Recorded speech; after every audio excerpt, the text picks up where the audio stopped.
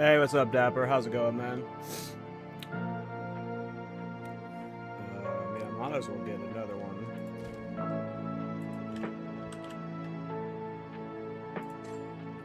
One of these has to be solid for it. Hey, what's up, Pilar? How's it going?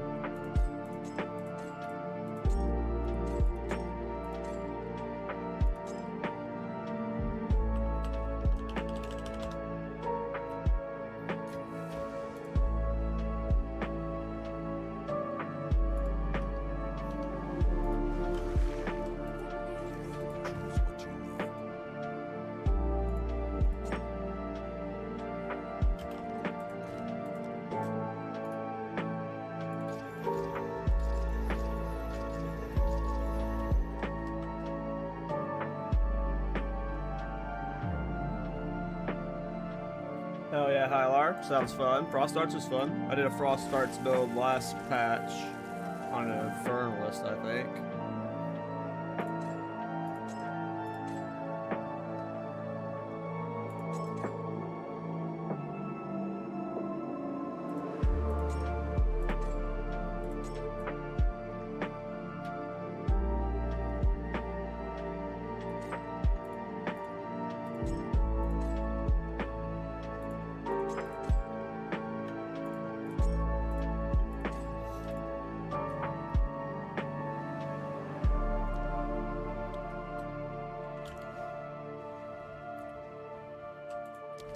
It's a chill late night stream. I will stream again tomorrow night before the podcast. Tomorrow night, an hour from now, so like 25 hours from now, we're doing the podcast with Rax.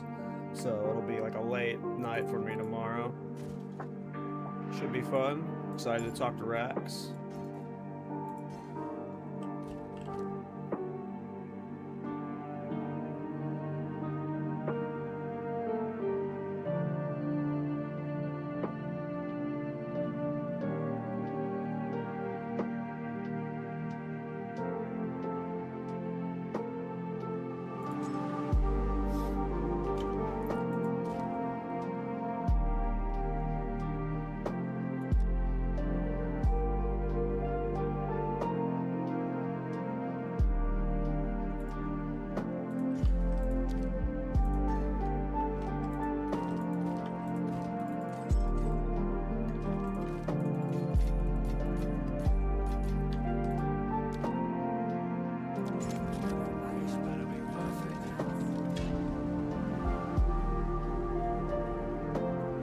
Nice, Dapper. Yeah, I want to play hardcore solo Self-Found too. Or maybe just solo Self-Found, I'm not sure.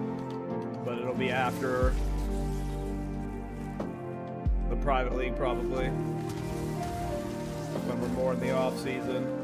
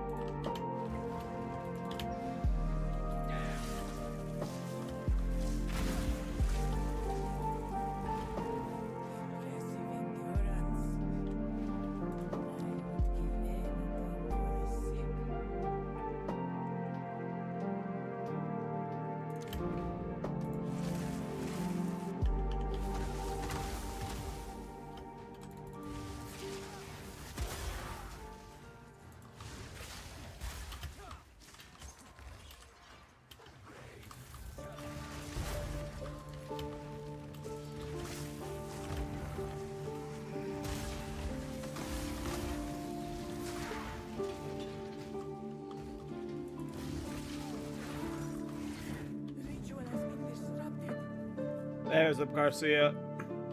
Doing good, man. How about you?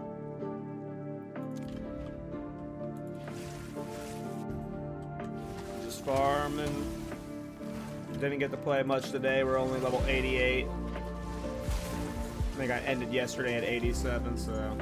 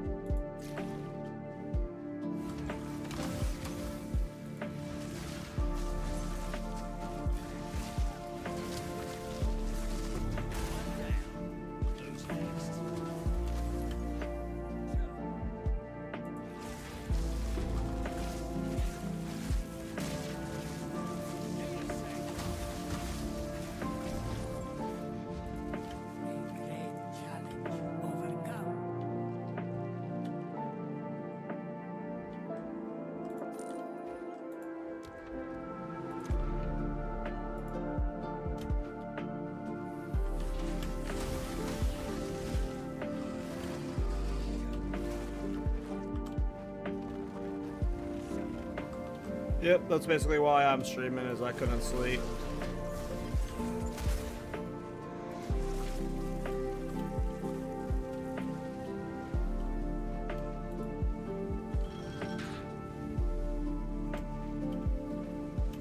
Yeah, I mean, Arc's okay for calling and stuff, but for single target it wasn't good.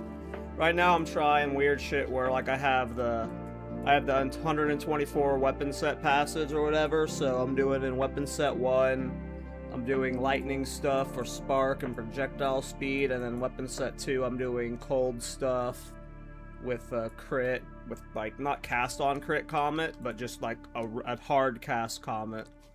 And it needs to be optimized better, but I'm trying different stuff.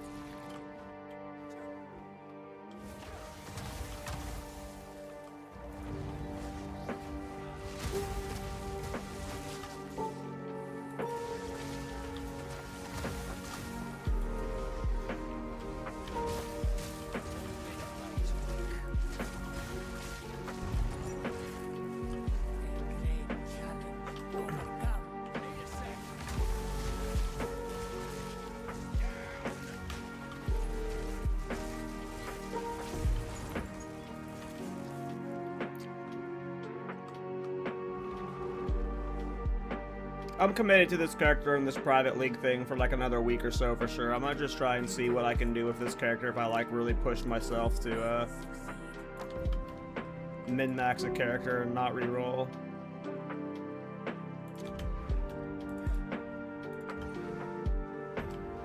See if I regret that.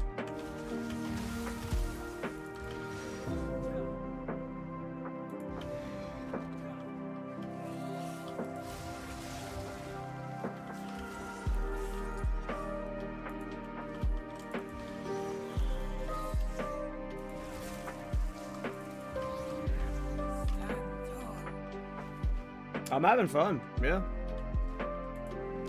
I wouldn't be playing if I wasn't having fun, so I am indeed having fun.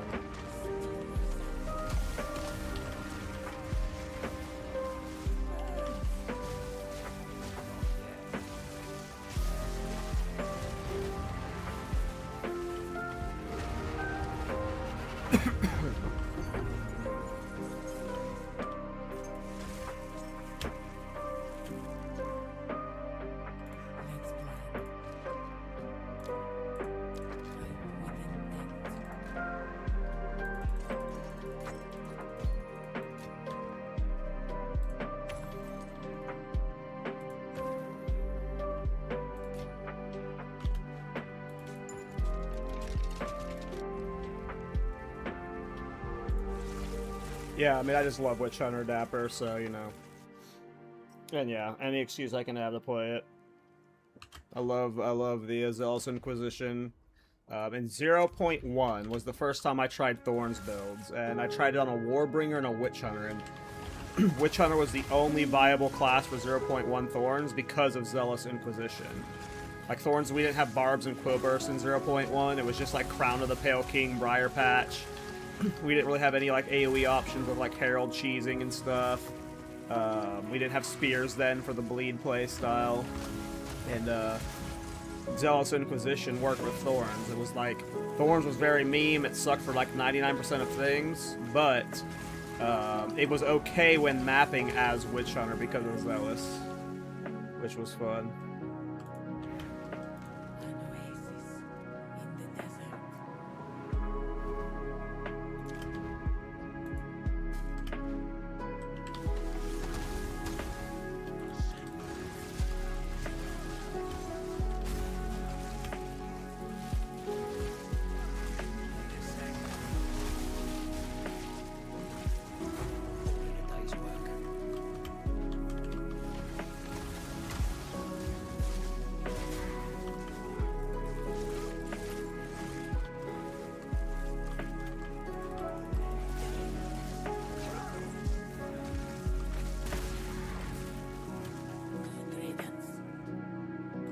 It was definitely a patch, that's for sure.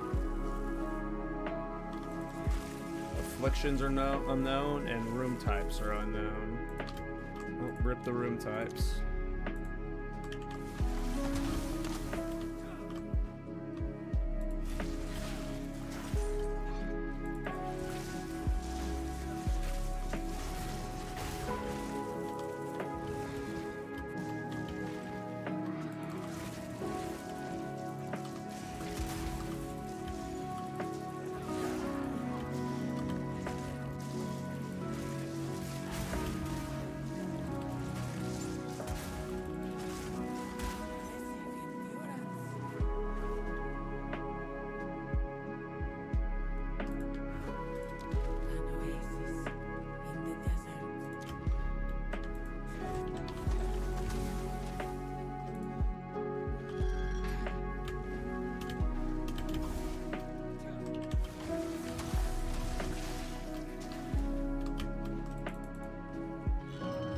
I already have my final ascendancy points. I just wanted to do a Sanctum run to see if we can make some currency.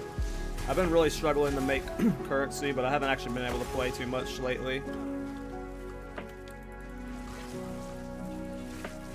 I need to get myself an Idolized Bloodletting. This is my next major purchase.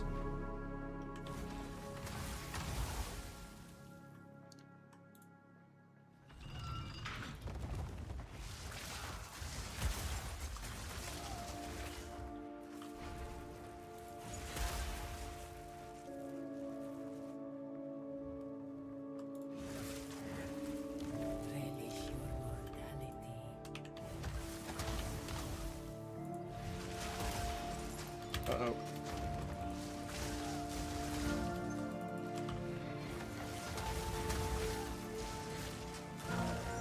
Nice work.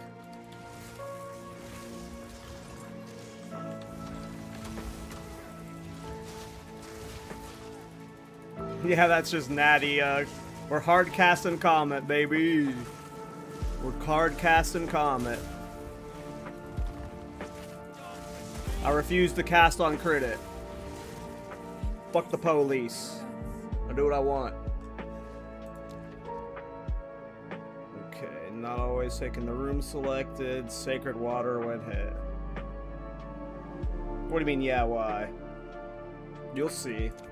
They'll all see.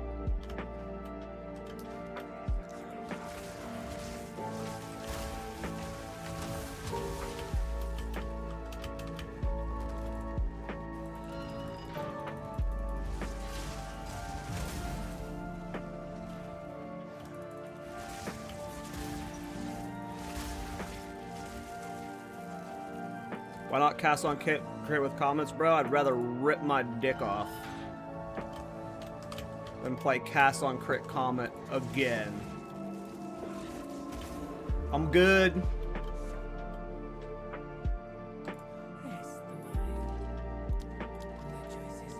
Okay, maybe I'd rather not do that, but I don't want to play cast on crit comet.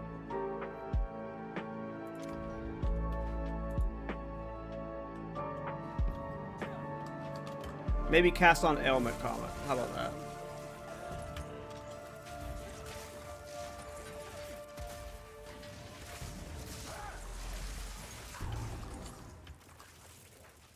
Yeah, I probably won't do that, Hylar. That would be a bit of an overreaction, I think.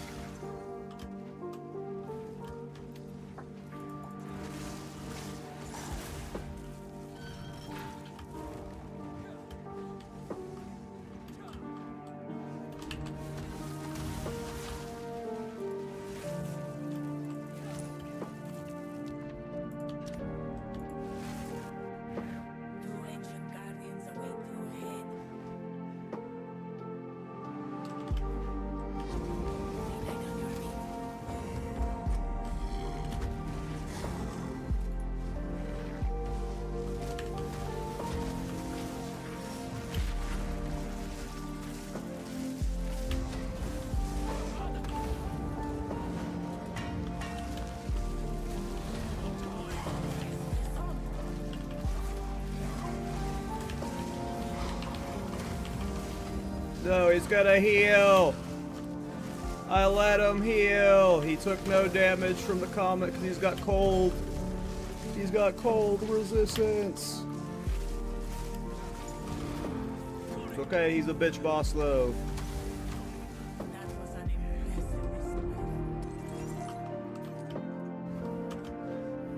Didn't get all that fire. Alright, please give me something good. Ooh, I'll take more damage. I'll take more armor. I'll take that thing. I'll take that thing. Alright, 2 silvers and a gold. I'll open both these Mysteriouses. That was worth. Do I want to open these Mysteriouses? Last time I mean, I got a Hinakora's Lock out of a Mysterious before.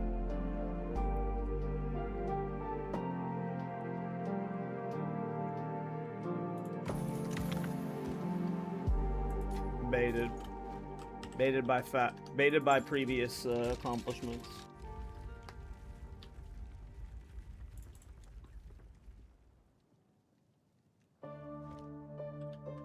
I still only have a 4 Lincoln Comet right now.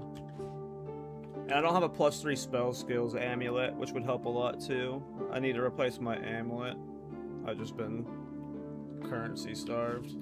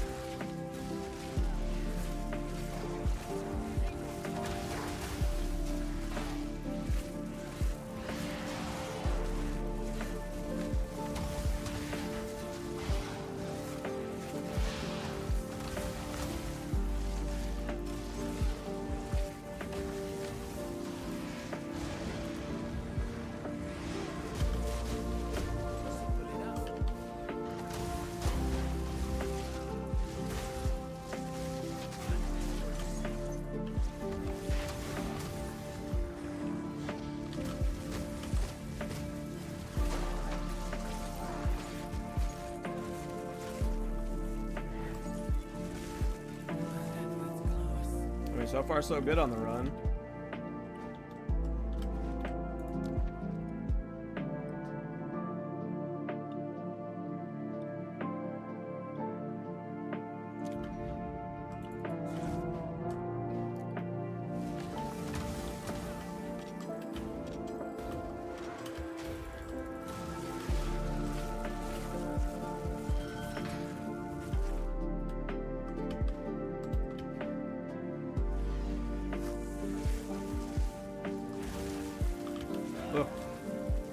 I think I got sprint stun there. I'm way down here. I was dodge rolling.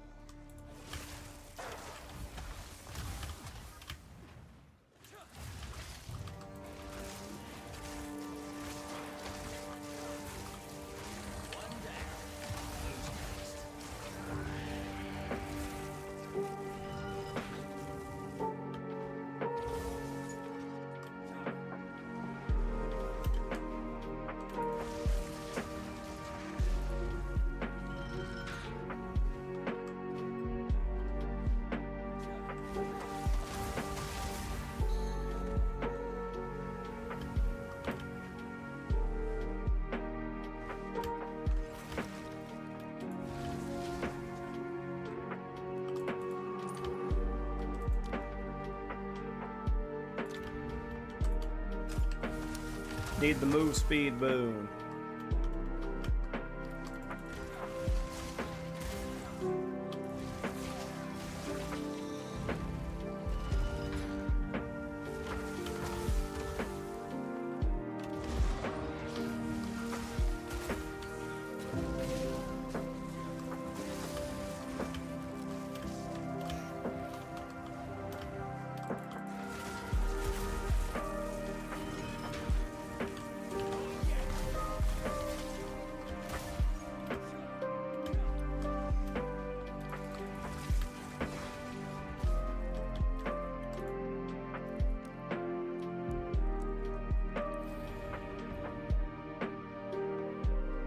You cannot receive any more minor afflictions. Well, that's nice. That's a nice major boon to get. I've done a Law of Sanctum. I don't know if I've ever seen that one before.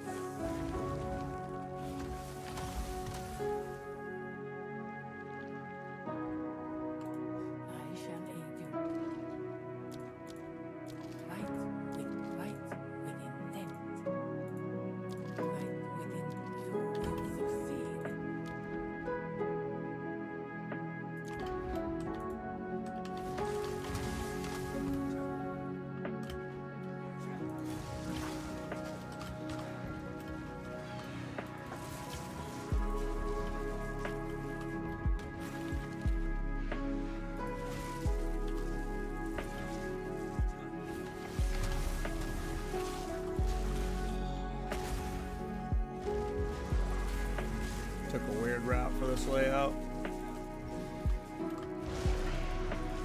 So this place basically backwards.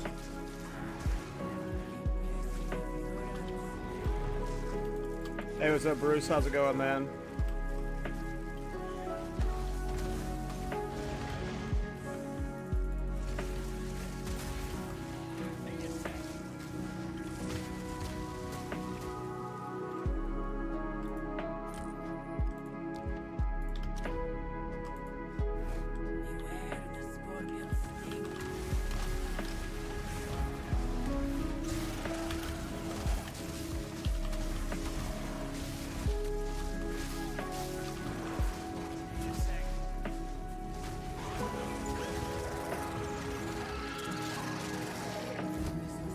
Someone reach 100 yet? I don't know. I actually haven't been really following like the leaderboards and stuff.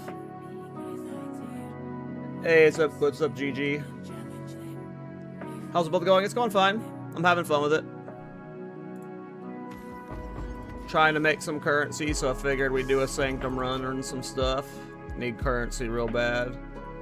I am a broke boy.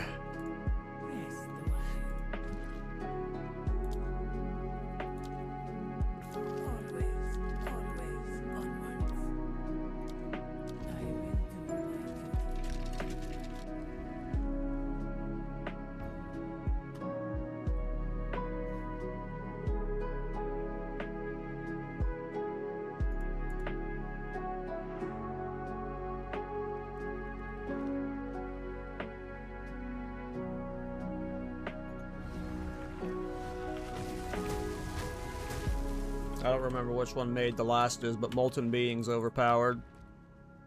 Especially on a shaman.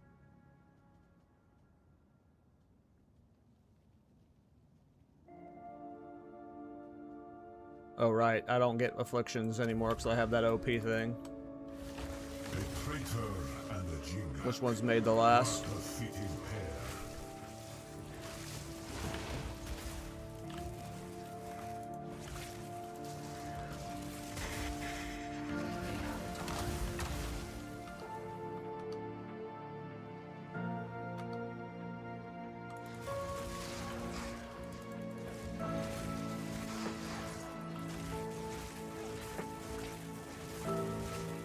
I'm glad you're enjoying the supporting fire build. Yeah, it was a very enjoyable experience for me. In terms of jewels, I'm really fried right now, and I've got like this build on my brain, so I can't remember exactly what. But like, if we're talking about just like rare jewels, like sapphires or whatever, minion damage and increased energy shield are ideally what you want. You can get like 15 to 20% minion damage on blue jewels, and then get some energy shield to get you tankier.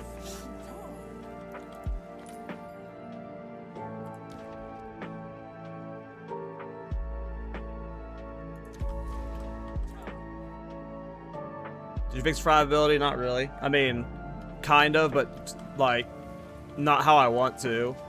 I've gotten more life on the build. I'm at 2600 flat, which puts me at like, you know, moments where I have over 3000 life. So, like, it's better in that sense, but I still haven't gone Mind Over Matter, Eldritch Battery stuff yet. I need Autolyzed Bloodletting before I can do the full swap. Which I cannot afford, which I'm trying to get currency for. I haven't seen a, one of the areas it drops in yet either on my Atlas.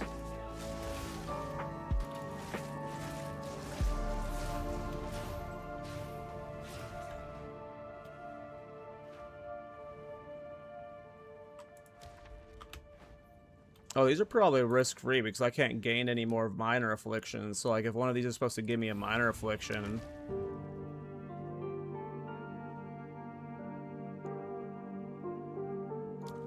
Like, I shouldn't gain that, so... Oh, but it did give it to me. This thing's a lie! This thing's a lie! It says you cannot receive any more minor afflictions. It just gave me a minor affliction! Not that I really cared about that affliction. But that could have been bad.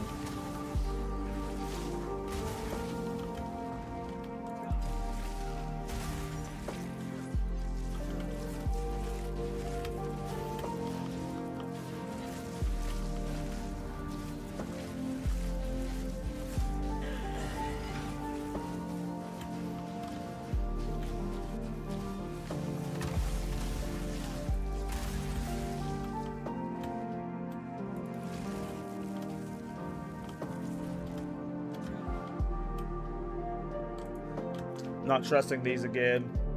They were a lie. What's your take on curses as a defensive layer? They're amazing. Temporal Chains is one of the best, if not the best, defensive layer in this game. I fucking love me some Temp Chains. Temp Chains is so good. Running Temp Chains right now.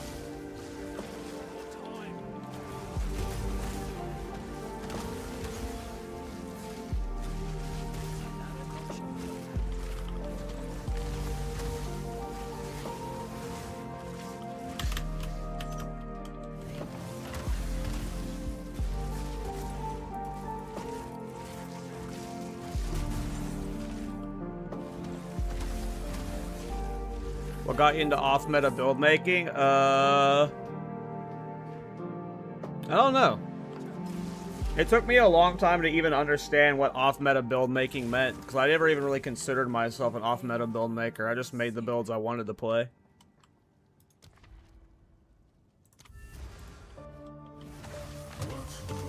It's all kind of a weird accident, I guess.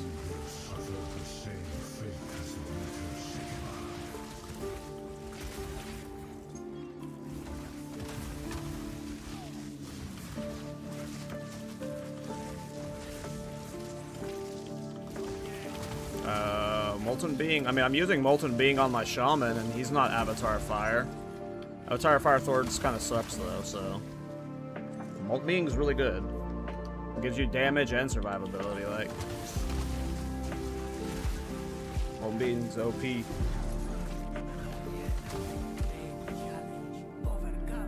Sorry, I'm fried. I don't know what I said.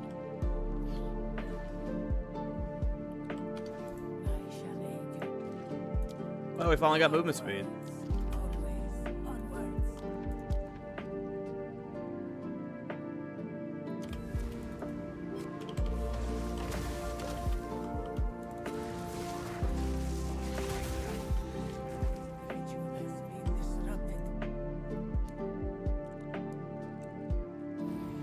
Oh yeah, my first PoE 2 video was just like kind of like a half-ass like, look at these thorns items I found video, and then it just kind of all happened weirdly after that, or just started posting weird builds I was making. Not even really understanding that they were like weird or off meta.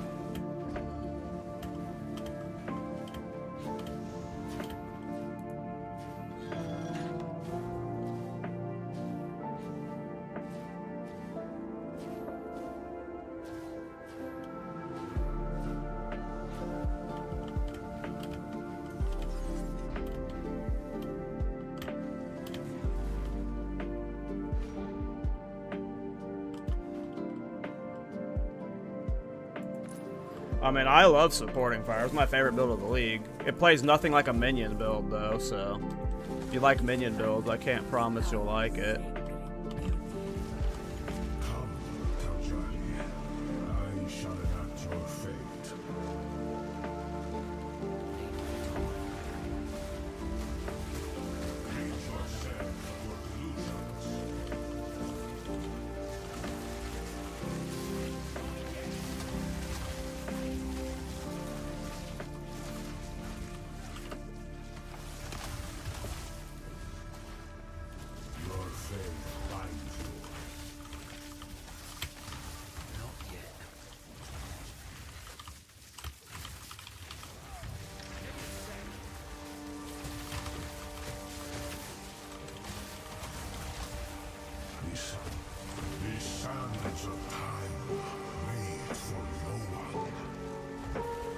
That should do a lot more DPS when I have a higher crit, better staff, +3 spell skills on my amulet.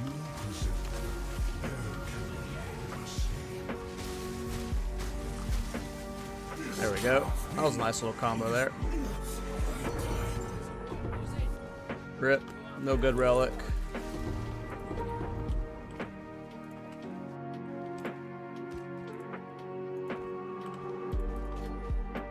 Alright, let's see if we got lucky here. 6 gold keys, 0 silver. Oh, crap, crap, crap, crap, crap, crap. Crap, crap, crap. Oof. Well, this was a shit dick run.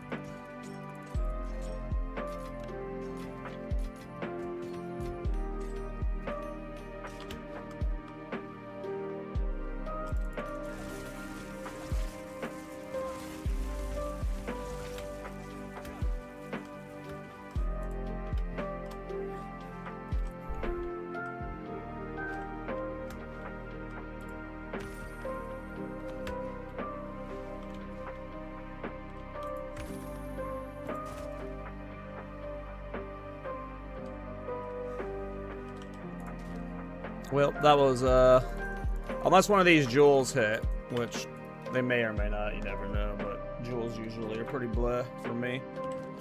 That was an L of a run.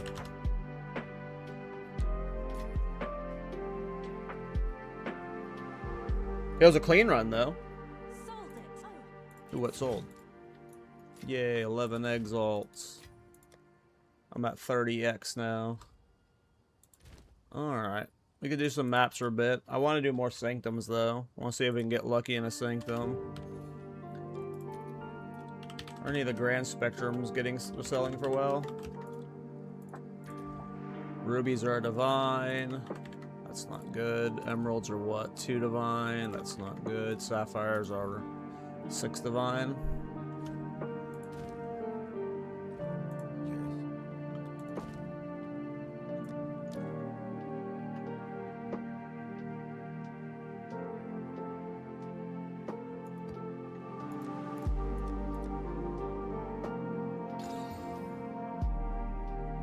It's a little scary. Might die on this map. Apparently I've already died on this map.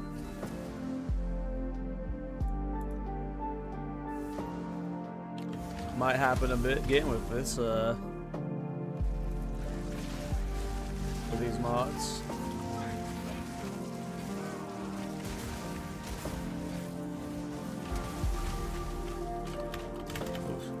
Those stuns. Oh, they're proxy. That's why they're able to get close and hit me. And they got multiple projectile too. There we go.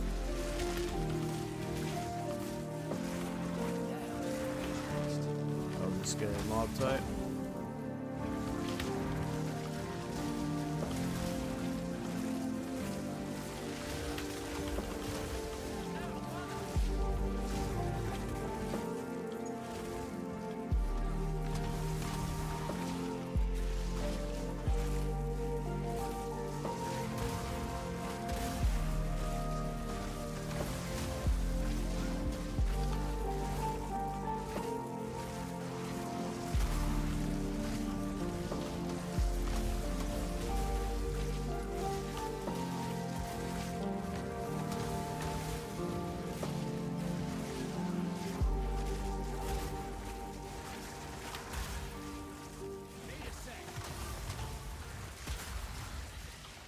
It depends on the build, Jester. Like, it really depends on the build. Like, obviously, I've revisited Thorns every league. Just see how it's improved and whatnot. It just depends. But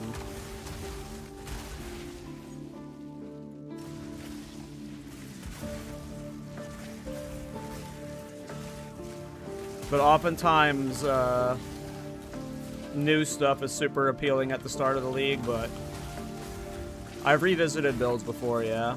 Like in 0.1, I played an Artillery Ballista Deadeye at the end of the league, and I had a lot of fun on it, so I league started an Artillery Ballista Tactician in 0.2. That was my league start. So I guess that's an example of a time I revisited a build. It wasn't Thorns.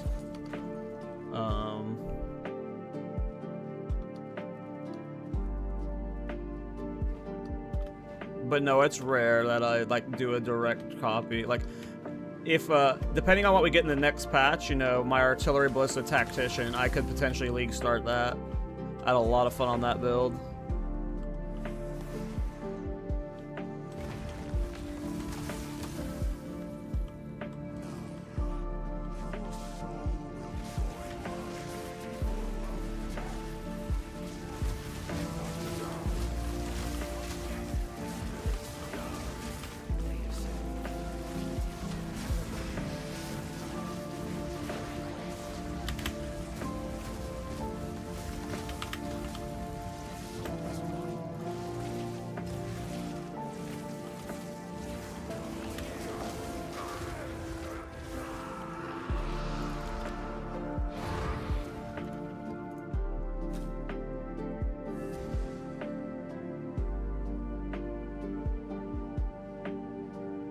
And there's nothing wrong with being a guide leech.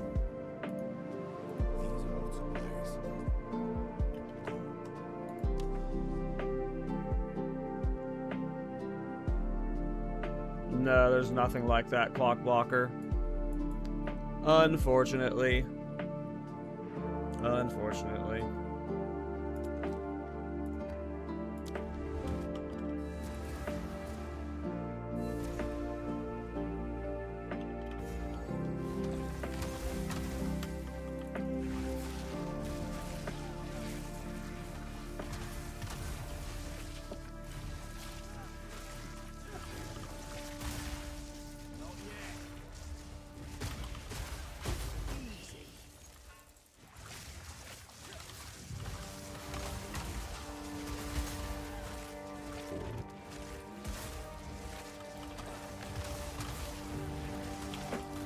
It's getting there, Sid, Vicious. It's getting there. I think it can be fixed completely. It's just like right now I'm just currency starved, and I just haven't made any currency today, so we're just like I've got my defenses a lot better. As you can see, like my life gets to over 3,000 whenever I have the life remnants, so that helps a lot when when I'm mapping.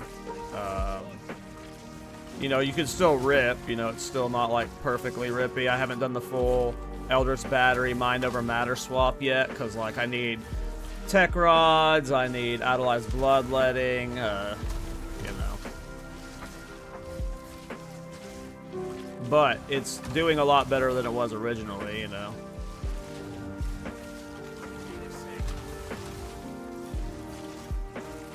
Getting a lot more max life on gear helped a lot. And then I have a layer of 700 energy shield now on top of that too.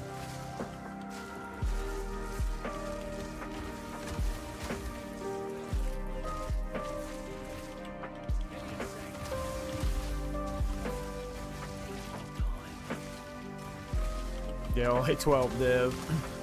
What's Autolized Bloodletting at? Because I need that probably more than Tech Rod. Like, Tech Rod would be secondary to Bloodletting. But yeah, I need quite a few things. Which means I'm going to be grinding this private league for a bit.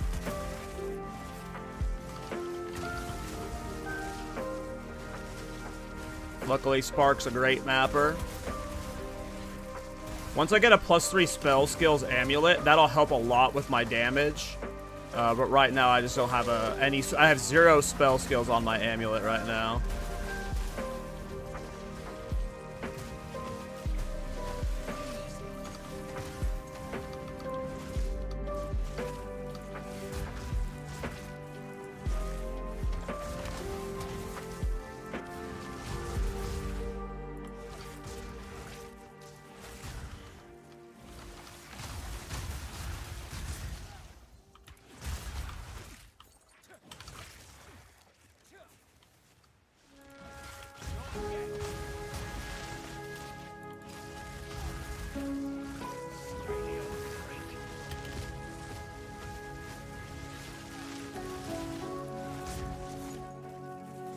Bloodletting is at 7. That's not too bad. I logged on the regular league earlier today, and I saw Rockiata was at like 130 divine. It's like, holy shit. So I also want Rockiatas on this build at some point too, and it's just like, well, wouldn't be able to afford it on the main league.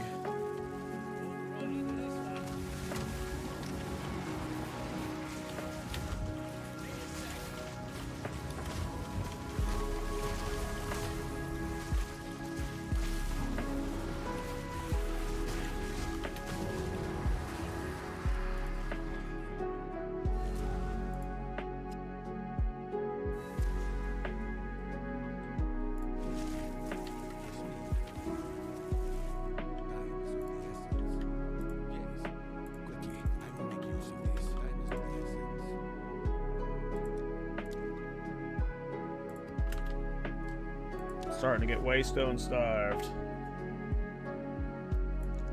I think I had a Grand Spectrum, not Grand Spectrum, Grand Project, what are they called? Yeah, Grand Project.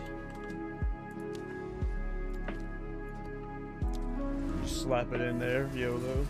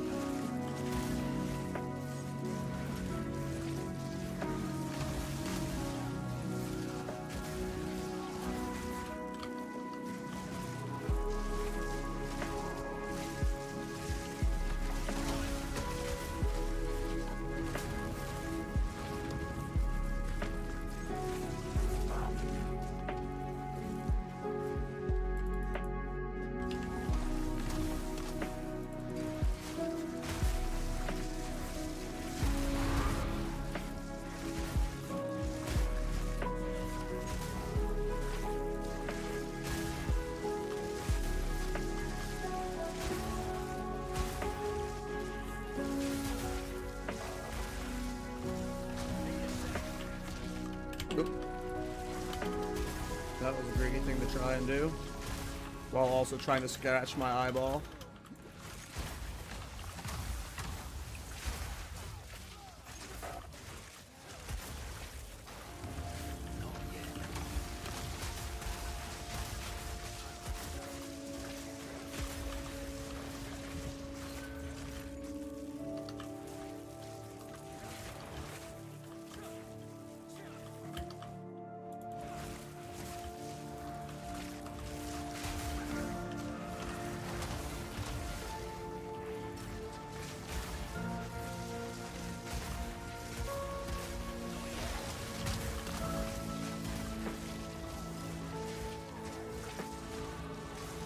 Hey, level 89.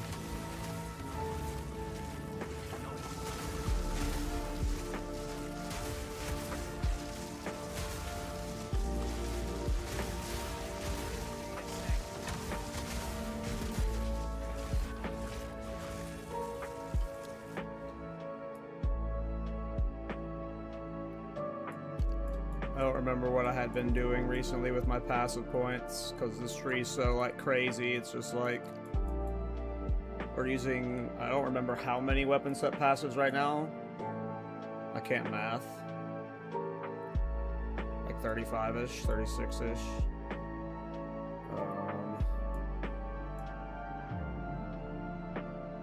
And this tree's just so split, where I don't know where I would just put a random point that's, like...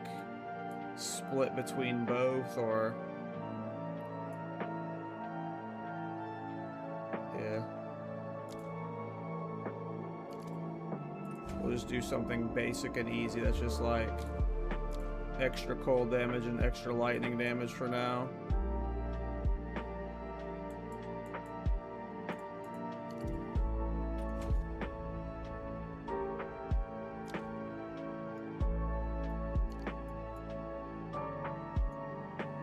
How do you feel about fusions now? Still last? I still don't like them.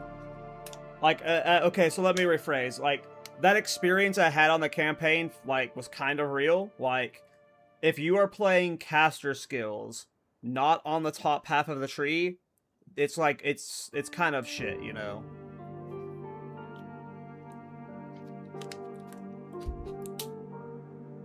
Now I have a better understanding of it. I have, like, some infusion passives and stuff. Like, it's a little bit better, but... What's up, Jaboozy?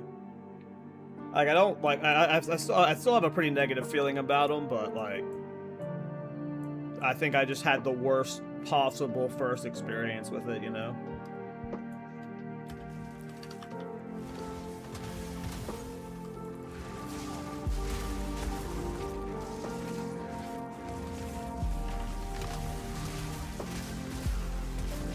Definitely feels like you can optimize just completely out of not using infusions in late game, though, so that's cool, but... yeah.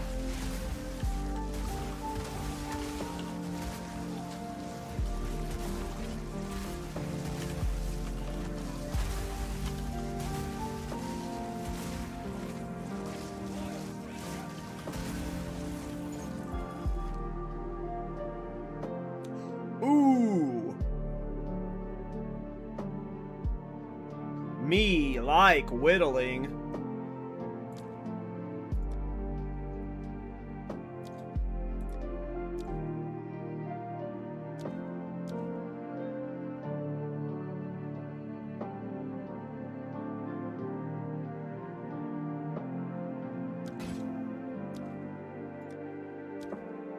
Gotta double the fur off on it. Nice.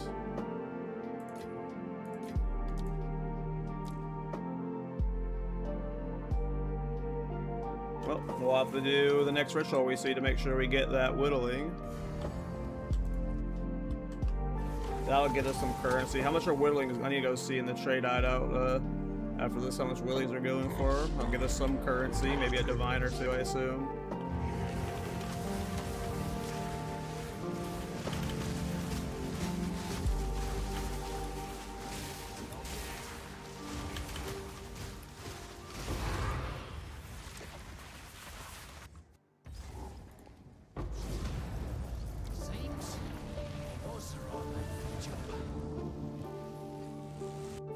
Let's see what a good old whittling is worth. I want divine orbs. I have whittling. 1.5, not bad. I'll take 1.5 divine right now. I have 0 divine right now. Ooh, Untainted Paradise. Hell yeah, some experience. Another Temporal Sandstorms. Hell yeah. Ooh, another. We got 2 Untainteds here. Get some good experience later. Taint. Taint. Taint. That's not a taint. That was a Citadel. Sandstorm. Citadel. We're gonna do this Citadel.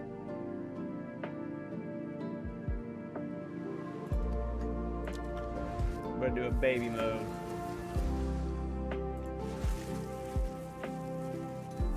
Because I just want to. This is the last fragment I need to kill Arbiter Ash. And when you kill Arbiter Ash, you can start making rare tablets. So I just need to get Arbiter killed at this point. So I can start making rare tablets.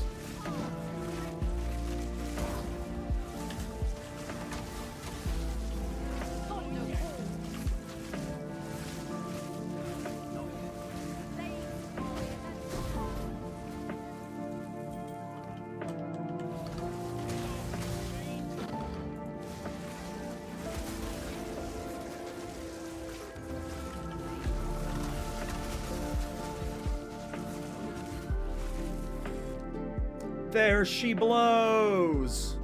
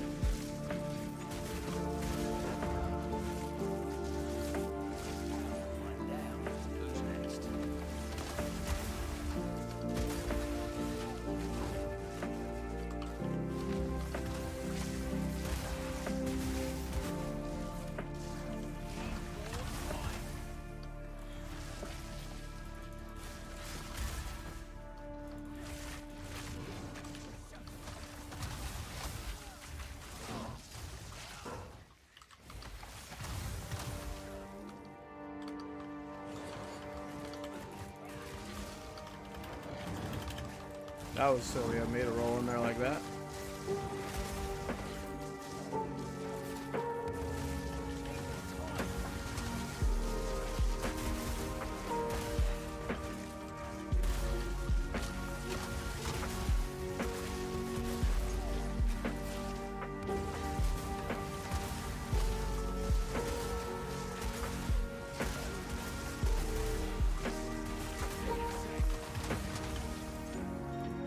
We got like nothing. We can barely afford to defer that. We ain't gonna be able to get it. We got Element Corruption at least. So deferred. Element of Corruption bot. Let's bust this joint. Let's see how hard this boss is to kill. If we can even kill them. Hope our damage is good enough for a baby count. I think it is, right? Well, maybe my damage is good enough, but my tankiness might not be. Citadel bosses can hit pretty hard sometimes.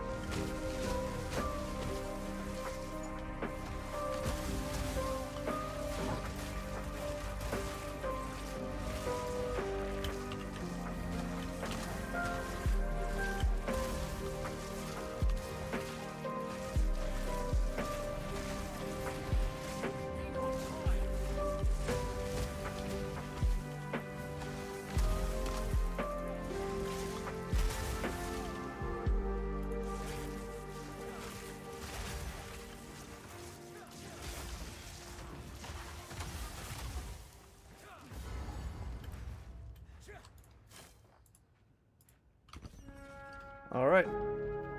I need to sit up, wake up a bit. Started the stream late and tired.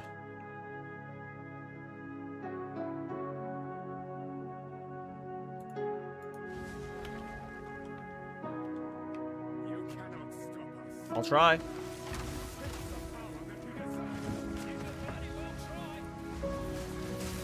Oh. I whiffed that first comment by casting it a second too late, and then it got interrupted. Could have probably one-phased him, but it was just a late cast. Can I get this cast off? Is he doing the... Oh, never mind.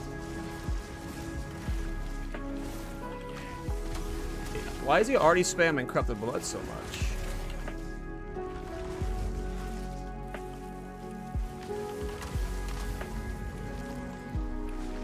I'd have cast that earlier. Rip.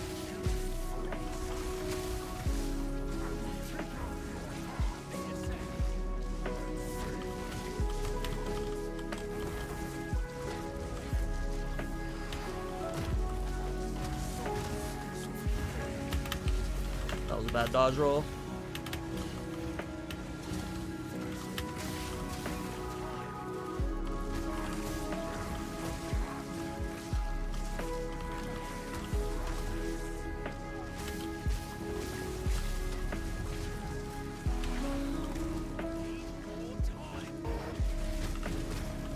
Nice.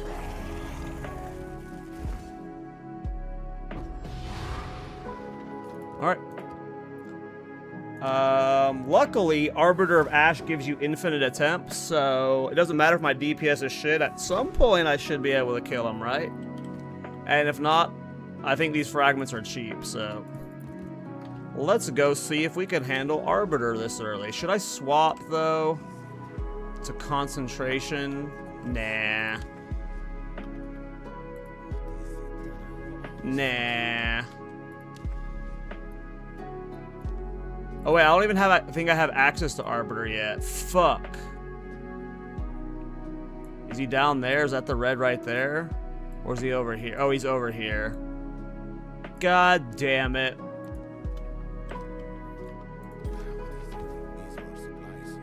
Well, we're gonna clear a path to Arbiter, I guess, and then we'll do them.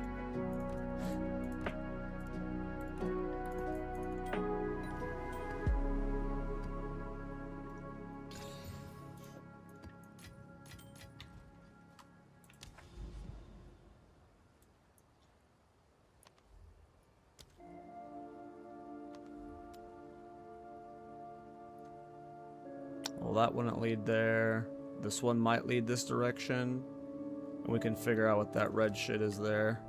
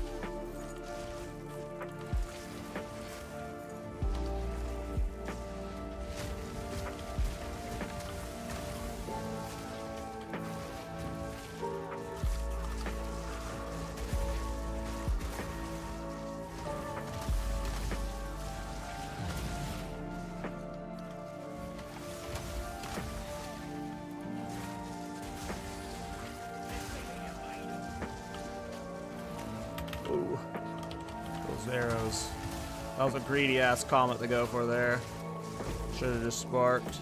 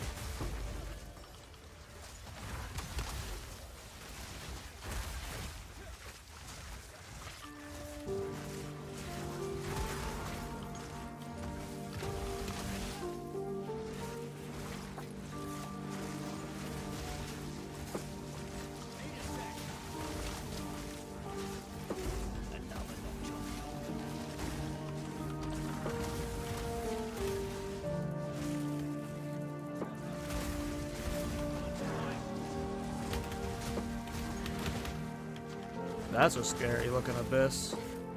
And I got temp chains as that one spawns.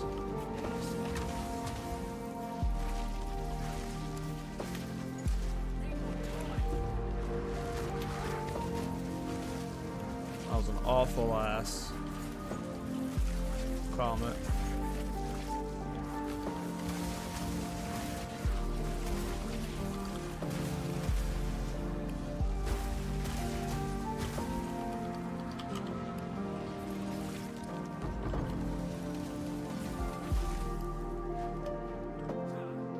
Tech Rod Graves 12 div right now. Yeah, it's gonna be a minute before I get my Tech Rod. Basically, I'm gonna just have to get like a big drop. You know, maybe one of these mini citadels will drop something.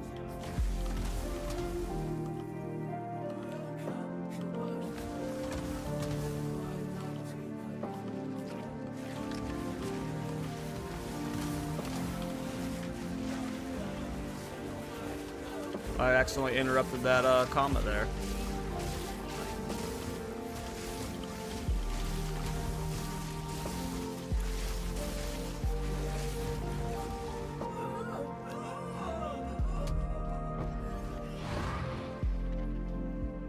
Hey, at least you got a div. Yeah, I think, like, in terms of raw div, I've gotten, like, 3. And then I've made, like, maybe another 4 or 5 via sales. I have not made an insane amount of currency so far. Not like I'm starved, but...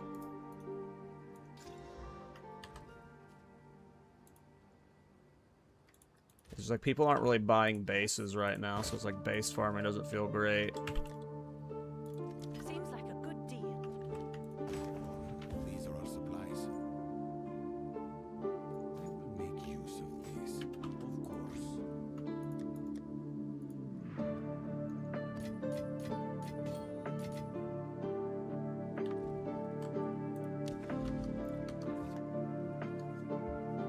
Loving it in the new private league so much more than the real league. I mean, so like we have the podcast in like less than 24 hours with Rax, and we're gonna talk about it. To me, like my enjoyment of the main league was never like hindered, right? Like I've had a great time in the main league, but this is like the first time I've learned how to make currency and started crafting. But I had a blast playing in this league. Like I love the community aspect of it. Well, I had nothing to do with it. All I did was like eventually ask Mobalytics if they could sponsor me doing a Thorns challenge, and then we helped promote it on the podcast a bit. But that was like all alcohol, Guitarholic, Try, and them. Dead Rabbit. I had basically nothing to do with it. But I had a blast with it. I mean, I'm gonna be playing it for another week or two, you know.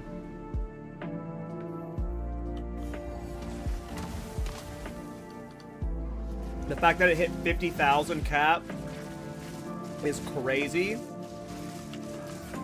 GGG first told them 20,000, and then they doubled it to 40, and then they said no more. But because it was so popular, it's like... GGG was like, well, I guess we'll try and give you a little bit more server space. Here you go, here's 10,000 more. Freaking insane.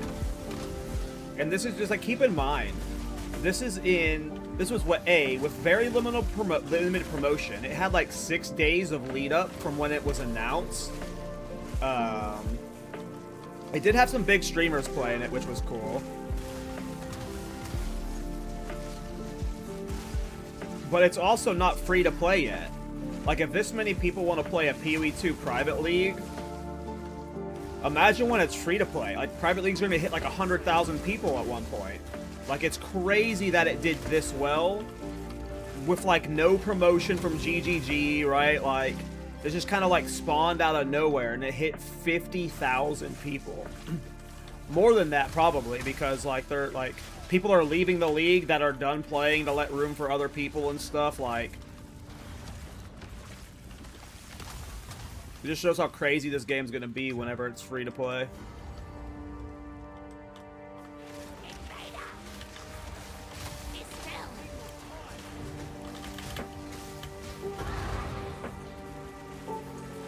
Well, that comet bodied her.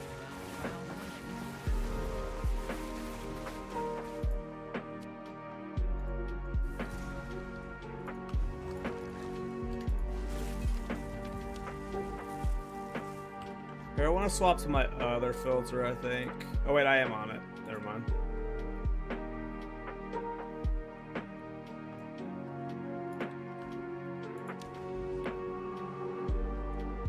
Alright, so I did have another mansion here. Alright, we'll keep carving our way to the... Oh my god, we're getting the worst maps on the way to fricking Arbiter. I think we have enough DPS for them. It won't be the fastest fight. We might die if we're bad. But I think we got it.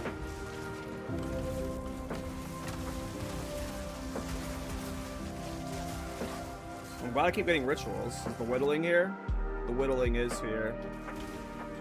Alright, we'll see if we can get the whittling on this map.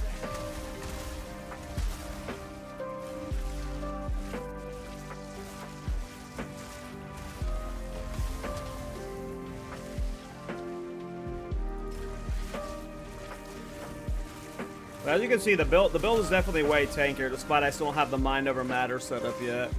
The 700 energy shield buffer with the 2000 life with the extra, you know, usual 1000-ish from the blood mage shit.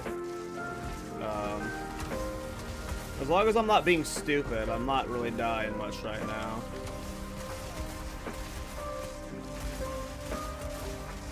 Chaos damage will kill me. I only have 9%. And like if I'm being, like I said, if I'm being dumb and face walking into shit. But with temporal chains as a defensive layer and this much life, I'm doing a lot better. With the spell leech, obviously. Just wait till I have Autolyzed Bloodredding and Tech Rod with the mom set up. I should be pretty damn tanky. I don't think we're going to be able to afford it on this map. We're probably going to have to defer it.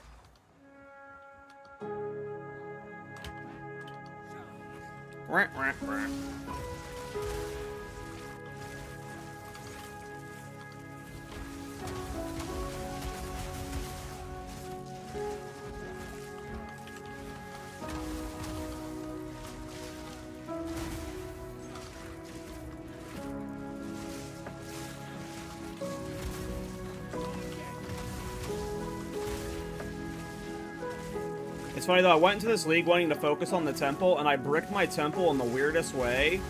I somehow got a really long room going, like, almost immediately, to the point that, like, I've just been destabilizing it at this point, trying to nerf it, because it's too strong. Like, it's just too hard for me. And, like, I just somehow got, like, 14 rooms chained, like, by level 40 or something. It was stupid. And now I'm just like waiting for it to destabilize. It's slowly falling apart. And then I'll start farming the Architect. Missing a ritual thing.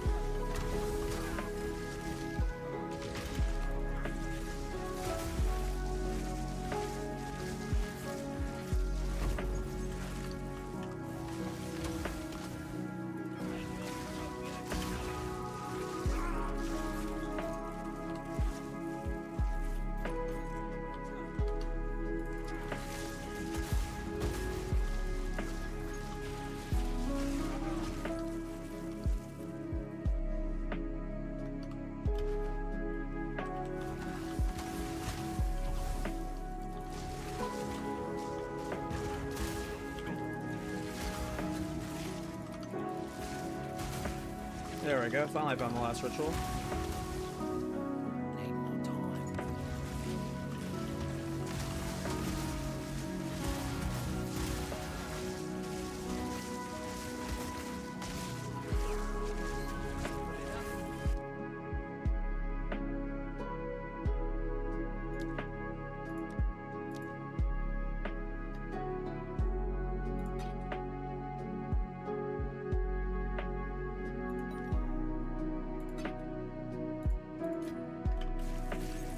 Alright. Let's go kill this boss.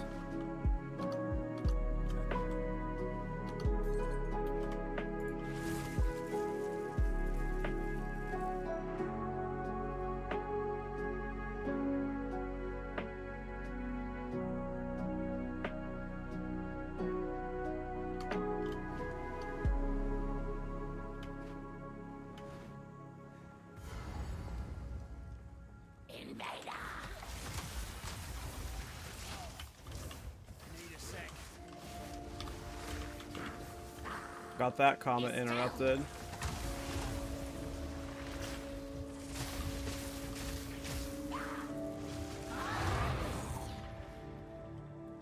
Hey, what's up, Ricky? I'm having fun with it. We're getting there. We're just currency starved, so we're just slowly making currency right now. I'm trying to get to Arbiter of Ash. I got the Citadel fragments to do this baby mode, so I can get the rare tablets going. So we're just carving a path to him to kill him. But it's going fine.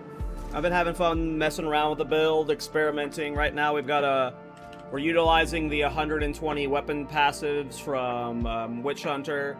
I've gotten weapon set 1. I've got a lightning staff with I'm doing projectile stuff, lightning stuff for spark for map clear, and then a weapon set 2. I have a cold staff with crit and cold damage stuff and spell damage, and it's pretty fun. Spark for mapping. We're not doing cast on crit comet, we're doing hard cast comet, which is kind of fun so far.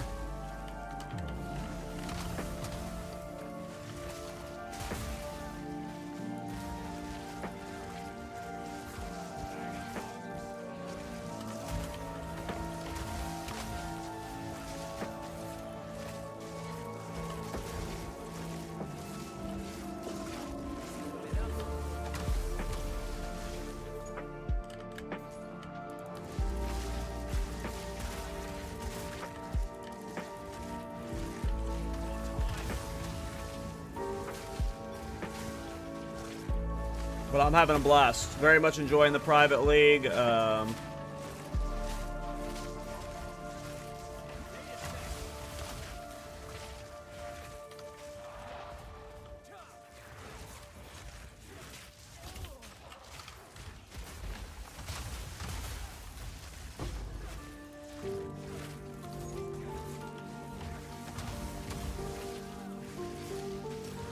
The Widow Handle stuff will work out later, potentially.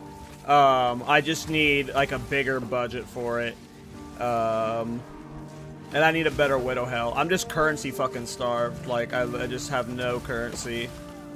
I think the Widow Hell stuff will definitely work in late game. I just need to swap to Tech Rod, Adeline Bloodletting stuff.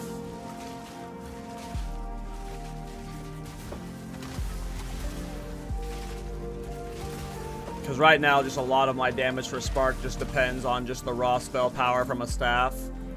But whenever I have, like, a high gem level mixed with Adeline Bloodletting and stuff, like, that'll make up for a lot of the damage. And it should map a lot better. And then, yeah. I think we'll be able to do Widow Hell then.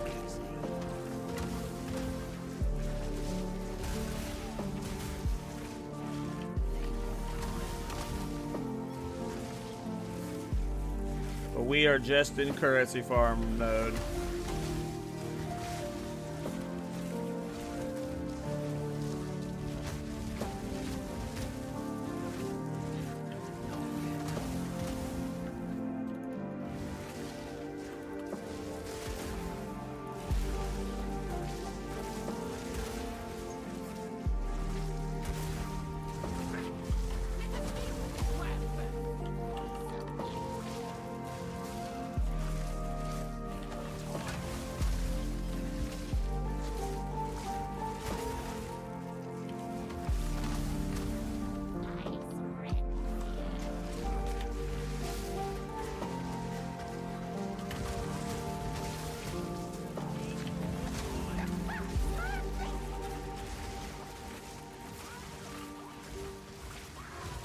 she's gone.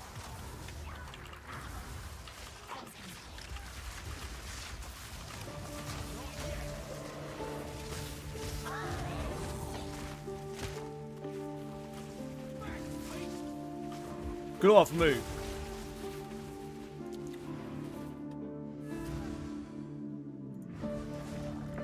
Logbook's a good currency farm in the private league. I have no idea. I haven't actually looked into like what's good to farm in the private league right now.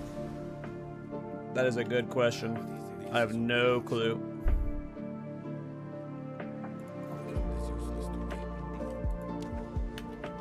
Let's see what logbooks are going for.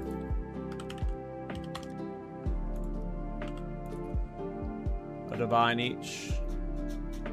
Oh no, cheaper ones are going for 40 exalts each, so.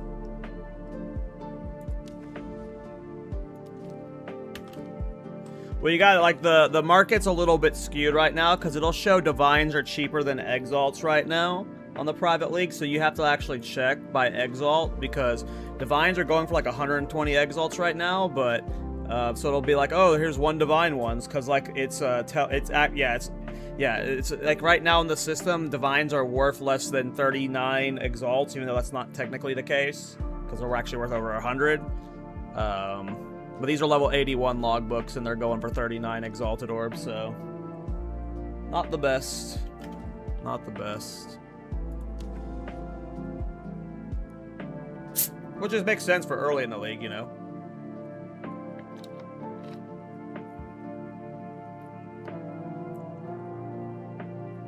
Now, in terms like that's for like selling raw logbooks raw. Is farming splinters worth it? I'm not sure. Could be. Maybe I farm expedition logbooks on this build. I need a map.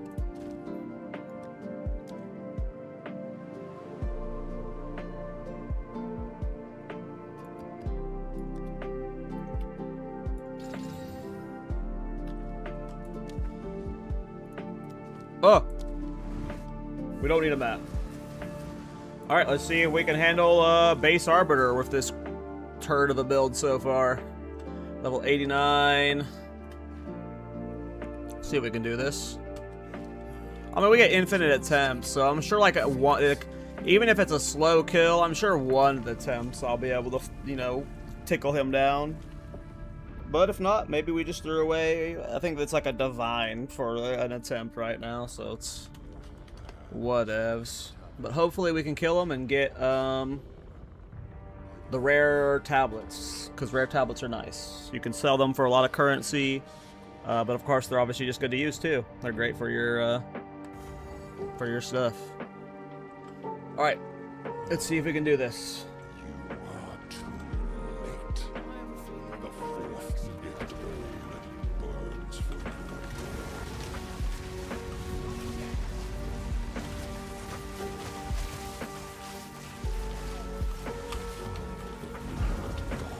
That was rude of him. Descendants of the floor cursed her son's flesh and wine.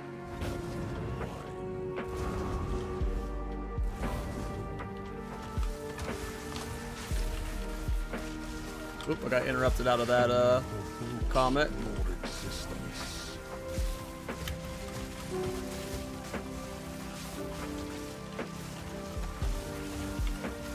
Scourge. Ashes to ashes.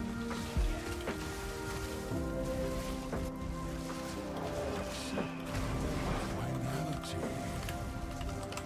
That was scary. Yeah, we got some poo-poo DPS. There we go, that was a good comment. I think we just phased them, but we have to go through this phase real quick, so... Oop, fucked that up. The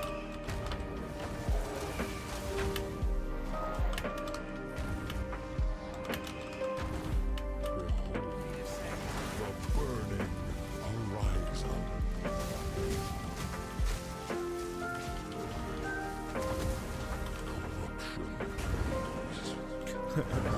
This is the slowest arbiter kill I have ever done.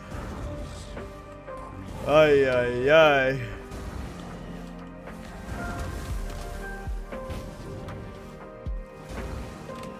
Whoops, I thought that was gonna be the last one. Holy shit, this phase went on forever. No way. Oh, there he goes.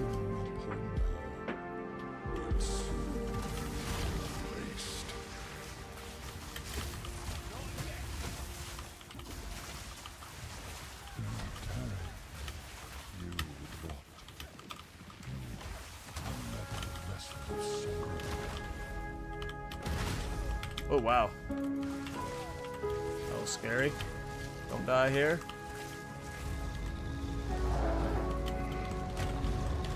Oh, died there. Try to get greedy for going for the remnant and died. My DPS is ass.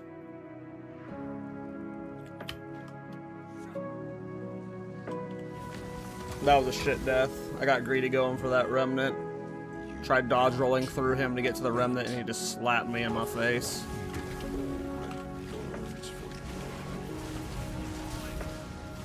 That might have been a mistake. Yep. That's danger.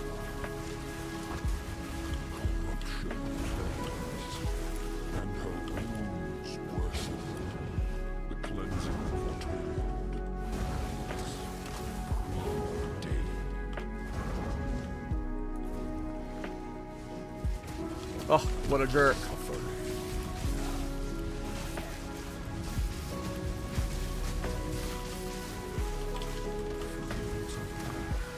Ugh. Chasms of flame shall restore.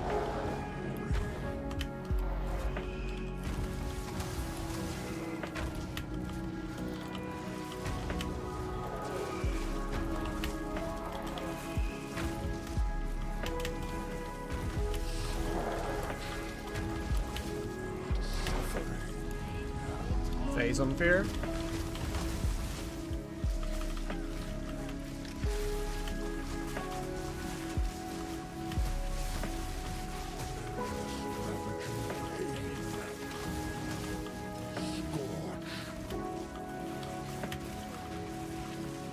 Please, phase.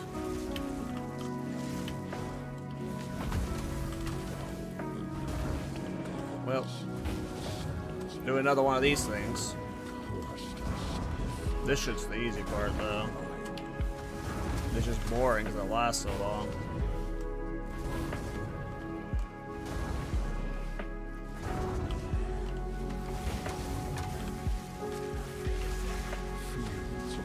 No way, he's doing another one of these! 0 DPS Arbiter is something else.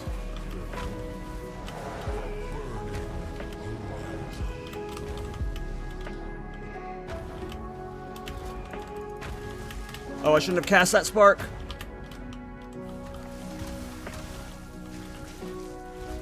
No way, you're not up phased yet. No way!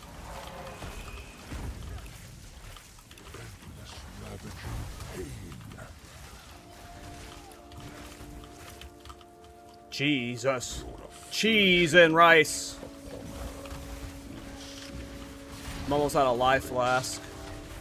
Oh my god. I hit that thing.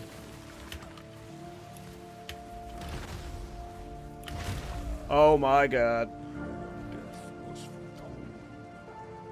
I'm bad.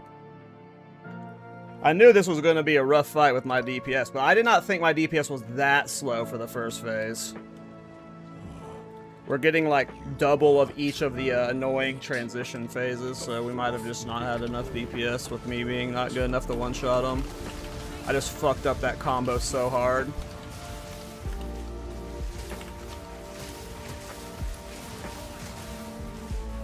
Where'd he go? Oh.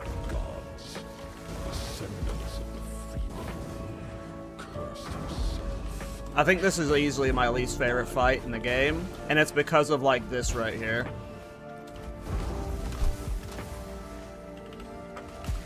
Oh my god. You're a rude boy, aren't you?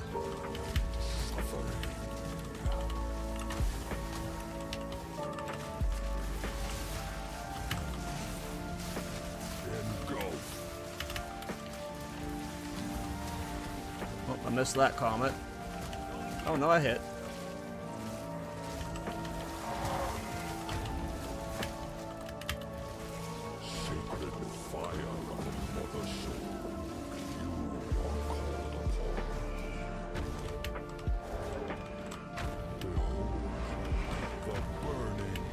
What?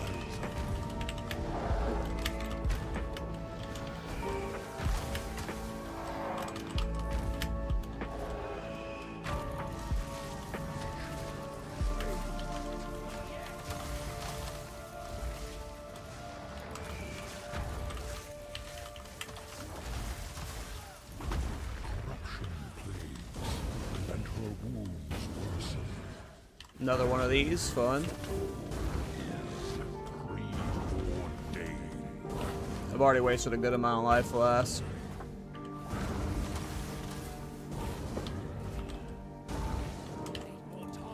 Can I get the comment off? Please face him.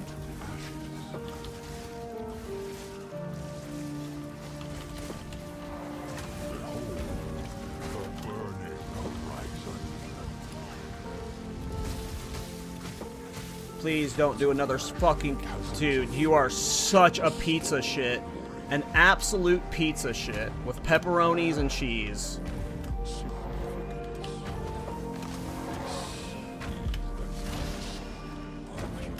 Now I gotta deal with him doing this shit while we're in the middle of this. Oh, I'm dead. I don't have enough leech right now. I might die here. I think we're recovering.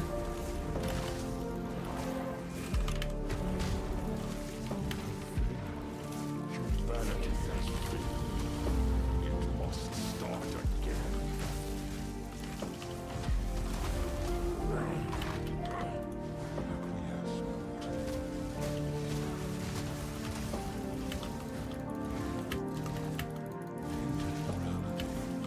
Causing the time to find you.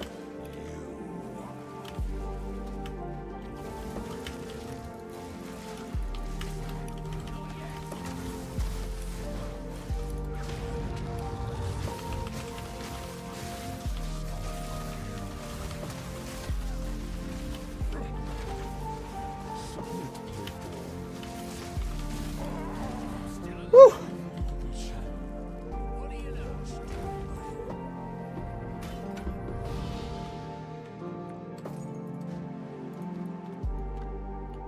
Wait, I didn't get the book? Aren't you supposed to get the Atlas passive stuff? Why didn't I get the book?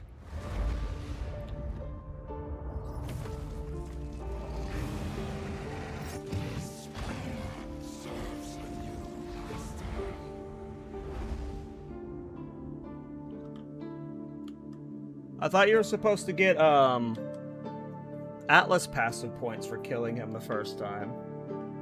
Maybe from Doriani? Good point. Good point. After you return to hideout? Cool, thanks. Thought I'd drop on the ground. Yeah, that was, I mean, obviously the death sucked, but that was a lower DPS than I thought I was gonna have going into it. Well, it's not that I had lower DPS than I thought I was gonna go into it. It was harder to do cast on comment. Not cast on, but like a hard cast comment on him than I thought. There were just quite a few times where I just kept fucking up the setup. I like either wasn't getting shock on or kept forgetting to do the living bomb. But like half the time he would just either like phase as it was going off or he would move out of it as it was going off. So that was just a little awkward. Chaos res, global defense, elemental res.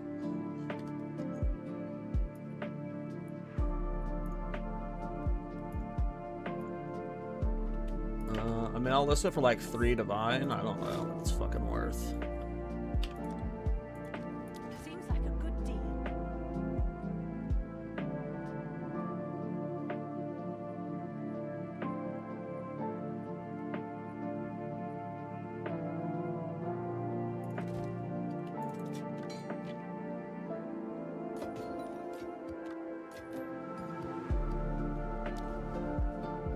No, these are my first boss Atlas passives are from fucking Doriani. That's so funny. I haven't gotten anything else done. Is this movie from the PoE OST? Sounds lo-fied? Yeah, it is. GGG tweeted about it like a few months ago. Someone made a lo-fi track of 3 of the PoE songs, and hey, what's up, Young? I did have a good weekend. Yep.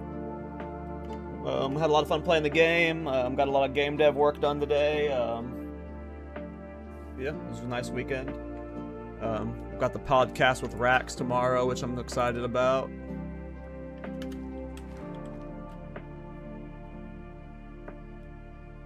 Are there any jewels I'm looking for? I don't think so. Not super important off the top of my head. Like all the jewels I have on my head are like expensive ones, like Tech Rod and stuff. Okay, so I should be able to like alch tablets now, right? Yep, hell yeah.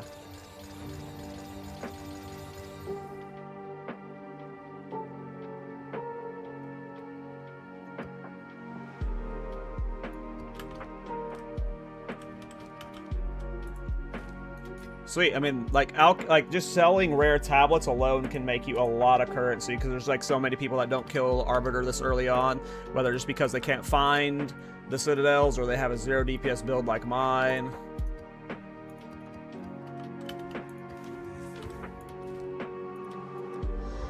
So getting access to rare tablets this early is nice. Alright, so I could clear out this mansion.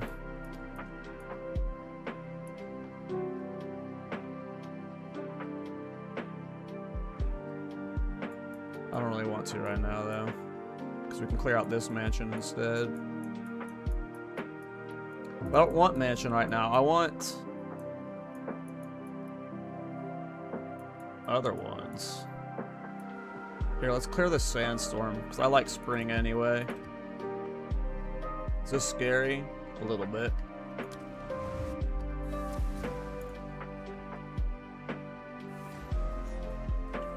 Ugh, I don't know if I want to do Delhi.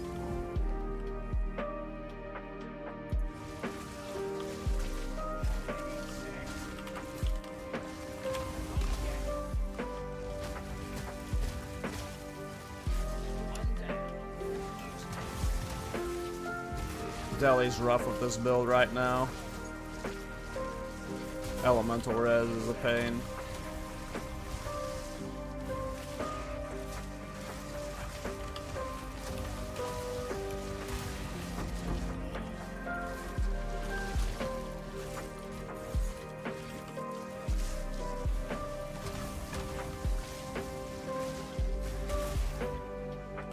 I should scope out my temple. I don't remember what state it's in. I'm still trying to destabilize it, but oh, we gotta kill one of these fuckers.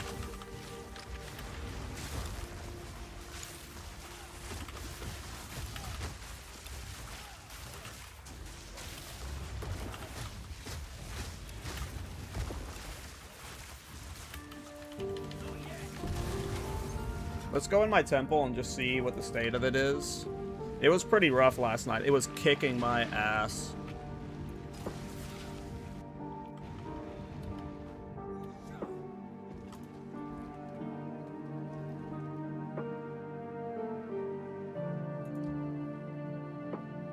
I want this whole row to stabilize.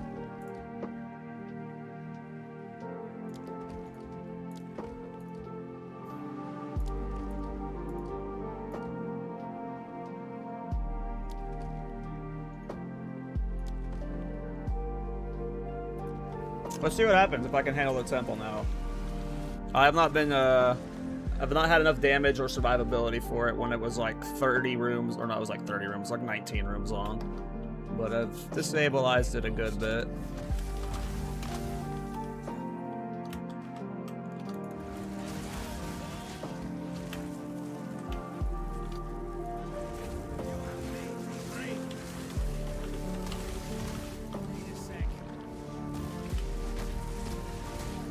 That was brutal.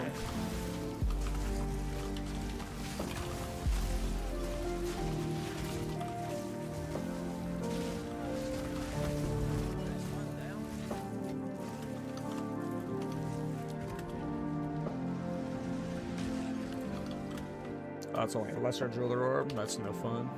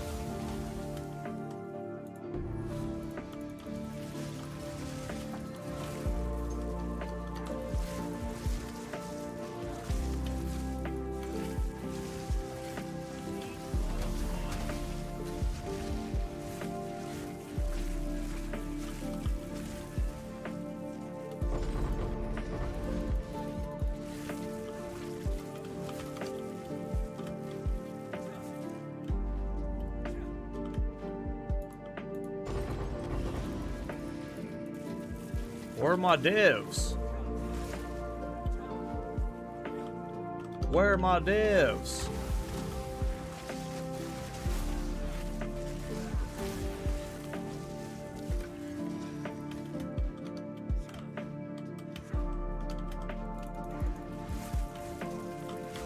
Oh, that's so funny. I thought I was safe because I casted Spark, but it got caught on the wall there, and like I just didn't wait to see if it was gonna kill them all. I just assumed it was gonna go off and kill them, and I like tried the dodge roll to get through them while they were gonna die. But the fucking Spark just got caught on the wall there.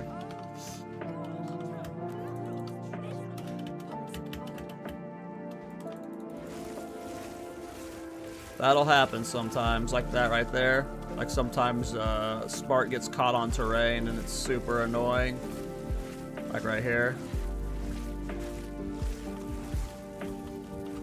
That's what happened there. Is I set my Spark into the wall and did not register that it was not going to kill them in time.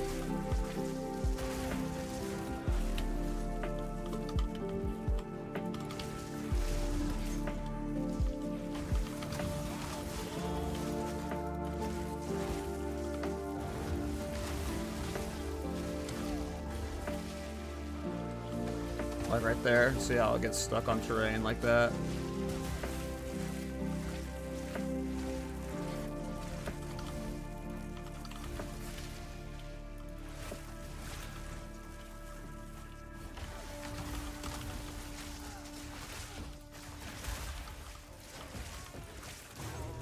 I don't think we've cleared enough room to get access to the Architect yet. I also don't even know if we have enough. Yeah, we need 2 more rooms. I also don't even know if we have enough DPS to kill the Architect. We'll see, though. That was a rough Arbiter kill. I don't know what's harder. Normal Arbiter or... How the fuck do I even get over there?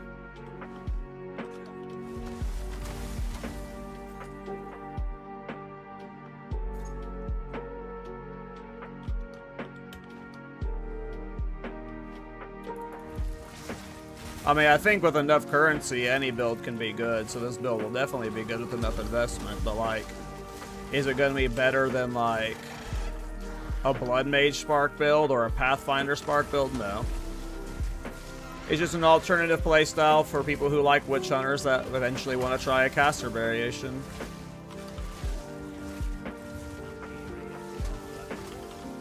But, like, will I think it, like, become, like, you know, good at some point? For sure. Currency solves all problems.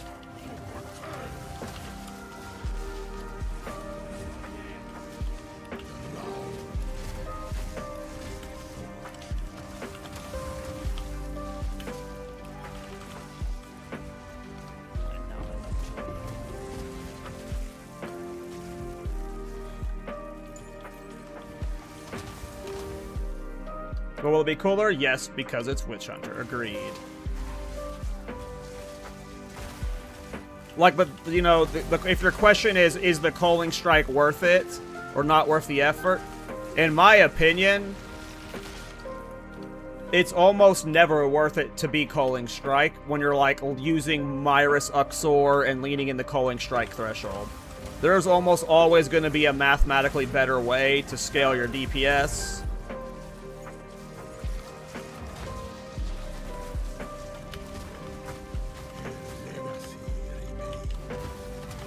But it's fun, so that's why I play Culling Strike.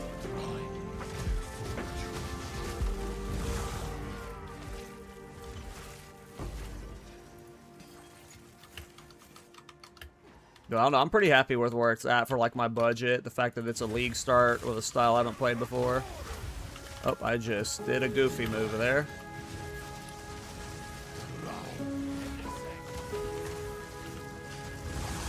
Oh, pay attention, please.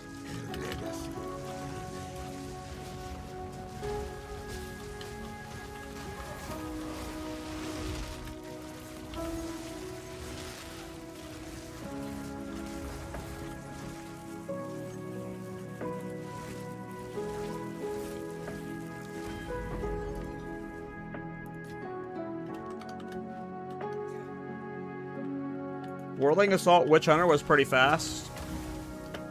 I don't know if you've played a Whirling Assault build yet, but I have a Whirling Assault Witch Hunter build.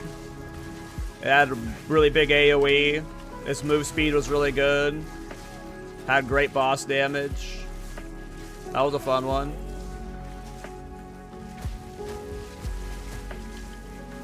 Definitely doable on a 500 Divine budget.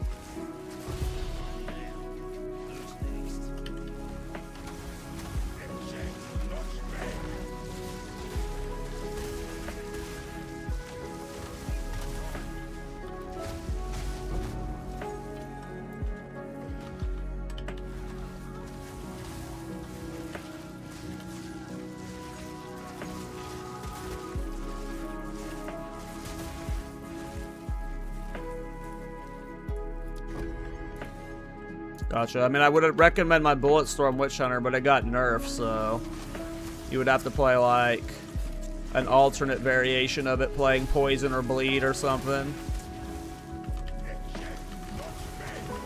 I mean, this build might become fast. It's just right now I'm on a super budget. Like, Spark's one of the best builds for like clear speed and stuff. Like, Rabbit plays Spark for a reason. You can get high move speed, high clear speed with it. Like, so this build could become a very fast build.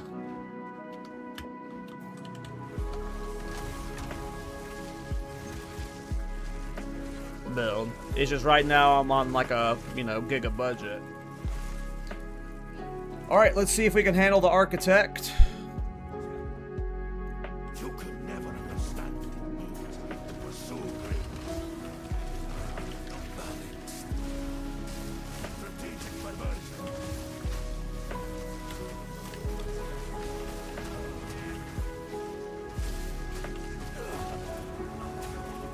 Okay. I was wrong. He's a lot easier than Arbiter. I don't know why I was worried about him. I have done it. We now have full access. Use Shibukado's console to open a path to the Royal Access Chamber. From there, we will be able to gain entry to Atziri's private chambers on our next attempt.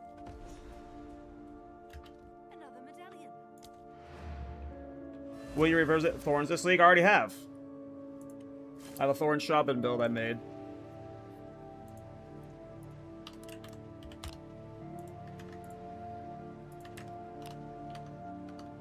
There you go.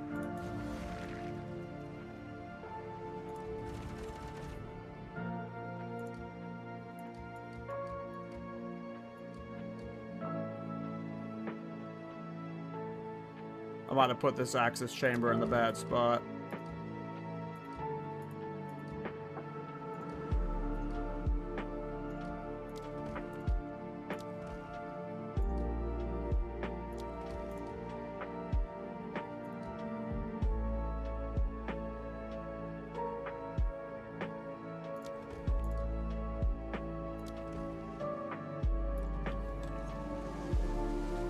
Oh, you mean in the private league? No. No. Probably not. I'm probably only playing this character for the private league, and then I'll move back to the main league, but I'm probably going to play this character for like a week or two. But no, I don't think I'll play multiple characters in the private league. I mean, we'll see. Like, it depends on if it's like super popular by like, you know, in a week or two, and like the economy feels amazing and stuff. Yeah, we'll see what happens, but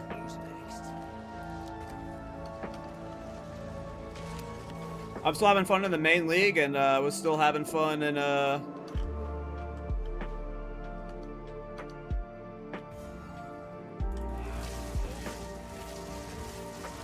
still want to play like solo self-found and stuff too, you know.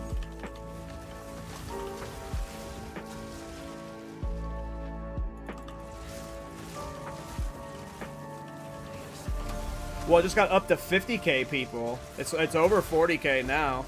GGG increased the cap by another 10,000 after saying they wouldn't increase it anymore. So that's cool.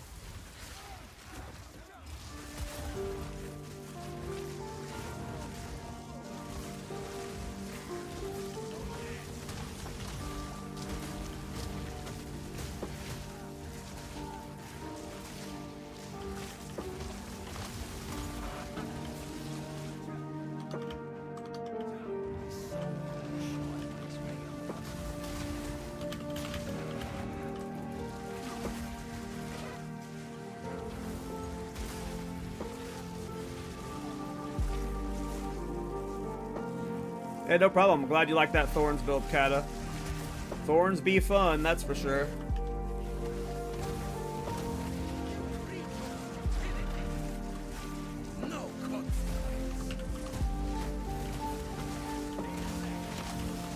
Oh, guys, I got a big energy shield.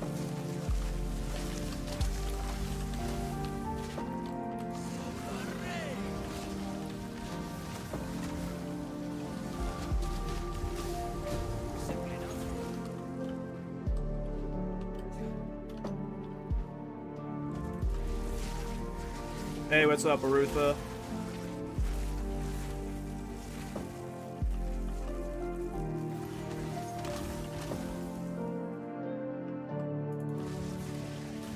I used to use the handle Arutha for a long time.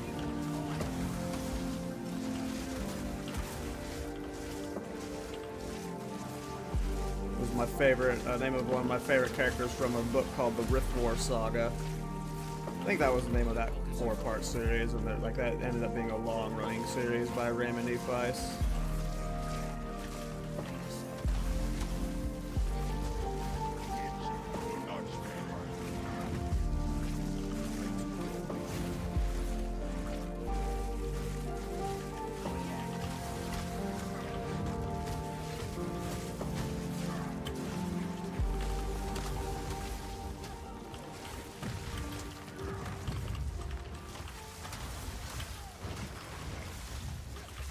Well, I mean, I feel like, you know, those kind of fantasy books kind of go hand in hand. So is it really that surprising to be a Feist and an Eddings fan?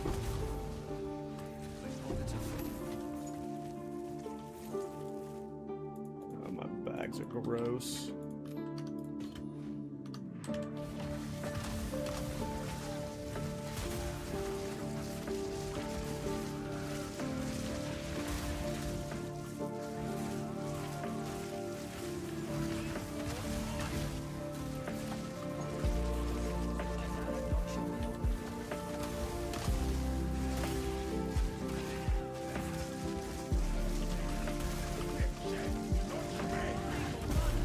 Ooh, that was scary.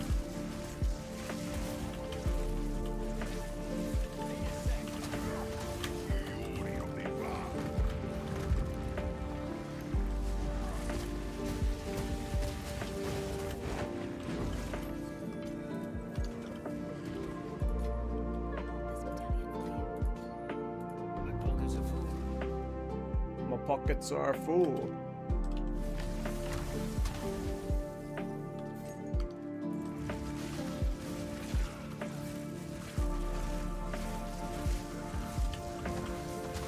Yeah. On my TBC server, my orc warrior was named Kal Torak, and my troll mage was named Belzedar.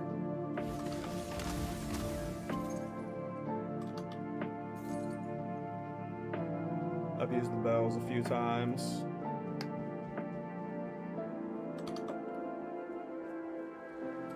Soul Require Storm for 10 div. Yeah, I mean, Breach is great. Breach has a lot of good hits you can get in it. You have all of the lineage support gems that are just really good. You have Choir of the Storms, all the catalysts so well. Well, that was a greedy comment to go for. Get them right here. Okay, I should just spark here.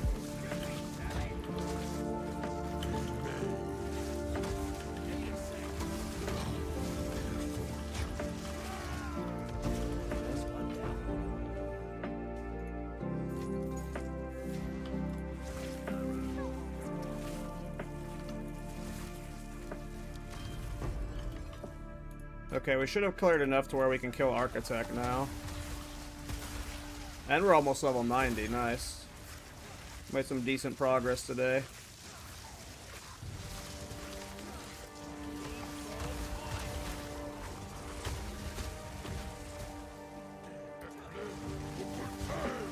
Okay, last one of these rooms.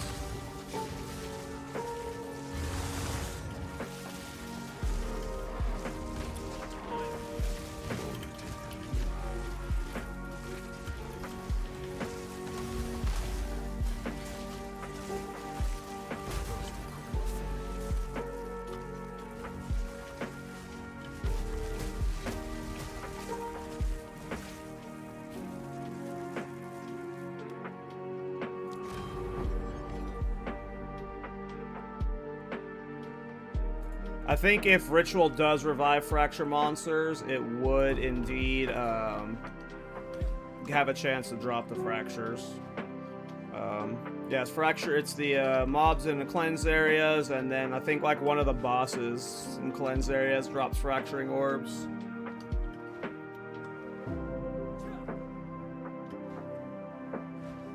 Does Anvil Weight override Armor Explosion not breaking armor? I'm not sure I understand the question, Miller.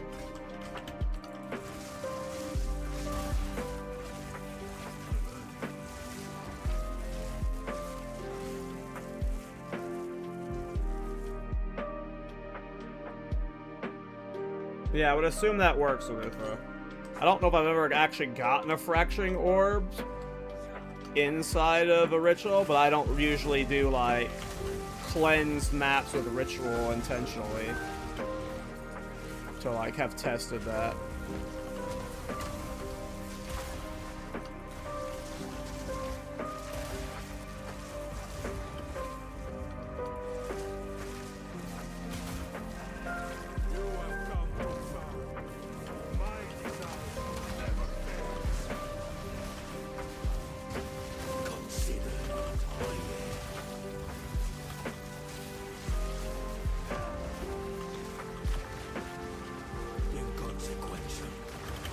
That's a cool attack. I've never seen that one before.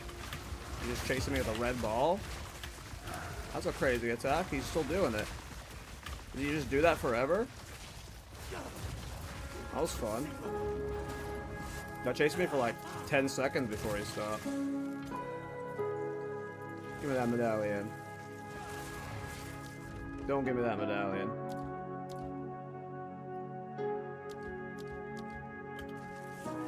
Now give me that medallion.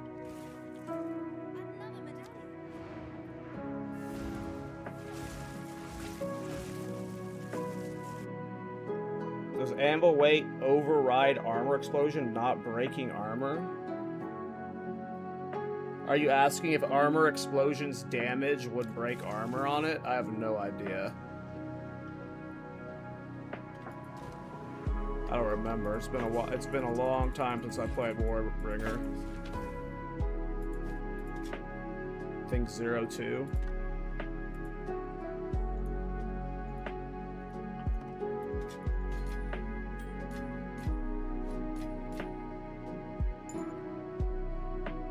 Yeah, I'm not sure if that overrides it or not. That's a good question. It's been a while since I played Warbringer. And I know effects like that used to kind of work in 0, 1, and 2, but they nerfed a lot of them.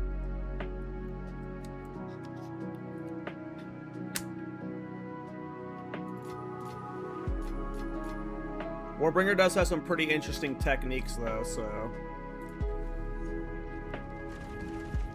It wouldn't surprise me if it did work, but... I can't say one or the other for you.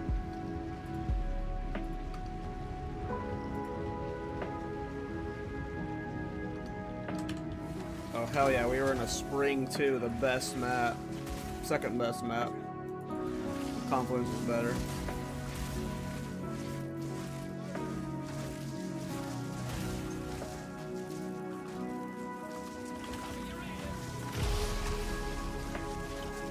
That was dangerous of me to be in the middle of that.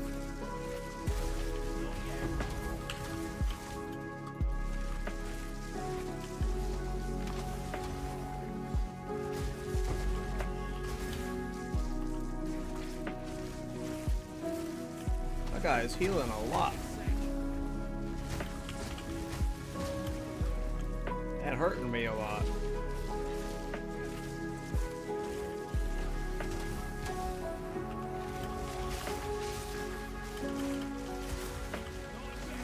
Hinder Aura sucks too. There we go.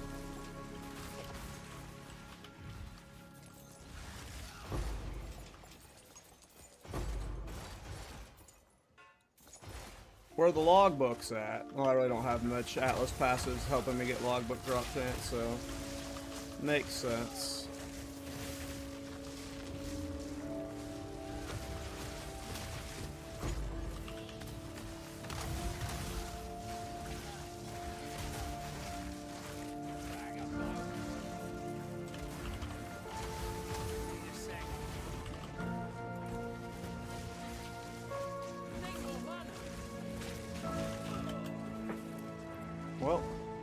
That was annoying. I still sometimes get that weird rubber band after I cast a Mana Tempest. And I was just getting that weird stutter there.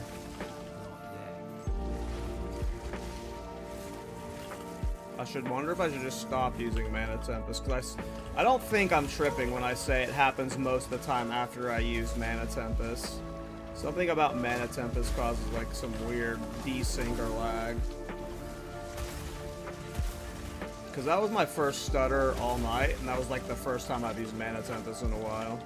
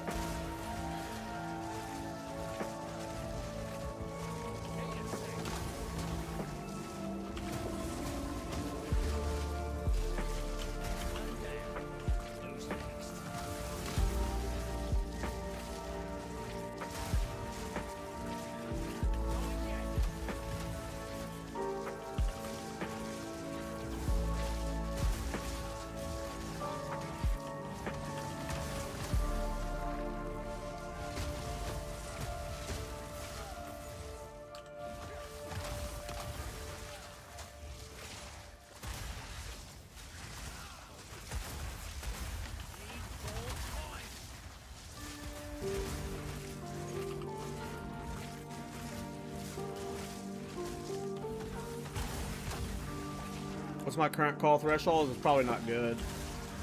I'll tell you in a second. Probably like 150 on rare.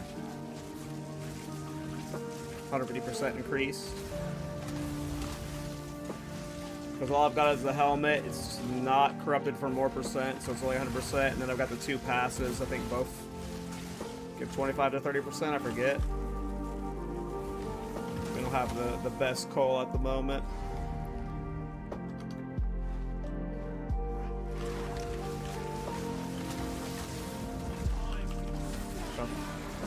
I got that combat interrupted. Did I get this one off?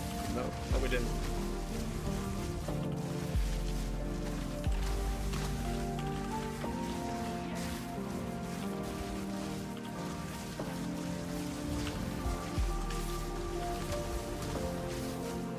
I'm really bad at getting common off. There we go, we got one off there.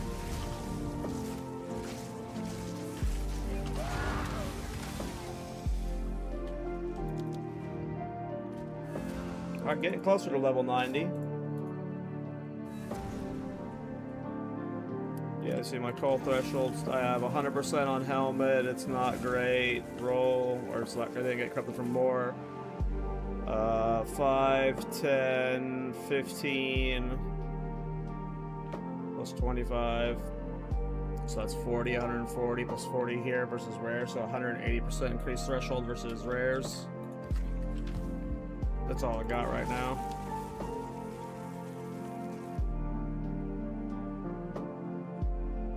Hidden Grotto. Ooh, I like Confluence.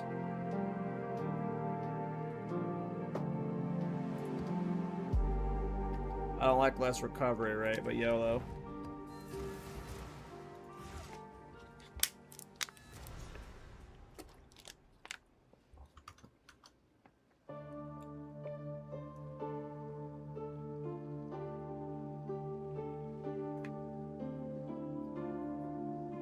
I have tried Widow Hell. It's not as good as my staff right now. I'm on the private league and I'm on a super budget. I'm sure Widow Hell's better when I have like a much higher level spark, but right now I need the staff. It gives me too much bonus damage. Widow Hell just, well, my current budget didn't compare. Plans to play Widow Hell eventually, but when we have a better budget.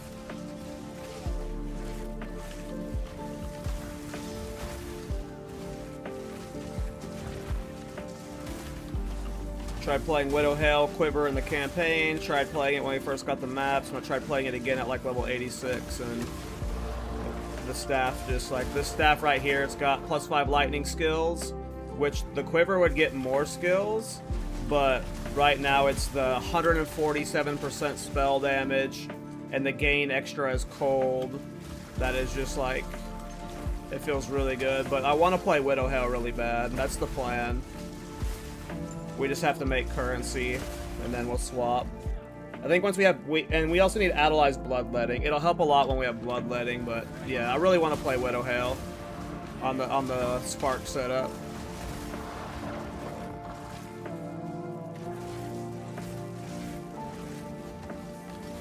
Hopefully by tomorrow we're playing Widow Hail, because it really helps. I'm sure you wouldn't have suggested if you didn't play it. Like, you know how much like it cares with like how far you can get Spark off the screen. So if I'm doing enough damage with it, it'll just cull from so far away. I just can't. Oh yeah, I can't wait. It's gonna be fun.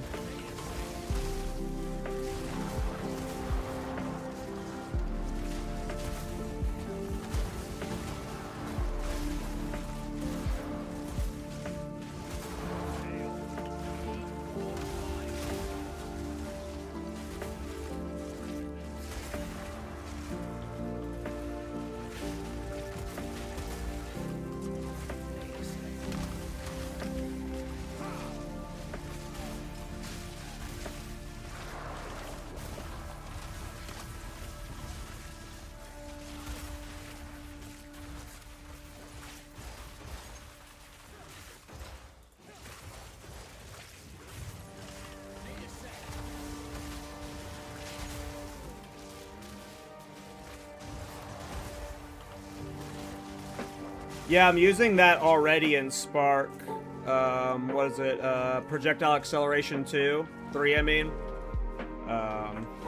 It's really awesome, yeah. Yeah, you get a Quiver with all the projectile speed on it, and then the projectile skills. You get like over like the 350 to 400% modifiers on the Quiver, and yeah.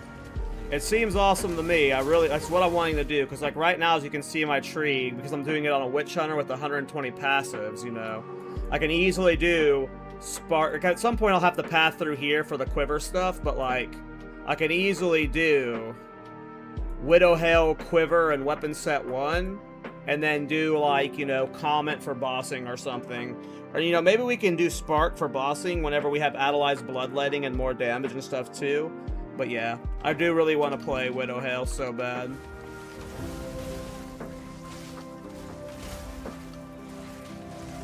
I just need, like, I have no currency, and I'm on the private league. I don't know if you're playing the private league, Zezada, but because, like, we're only on day 3 of the private league, so I just have no currency, and yeah. We'll get there, though. We'll get to Widow Hail eventually. The plan is Widow Hail, for sure.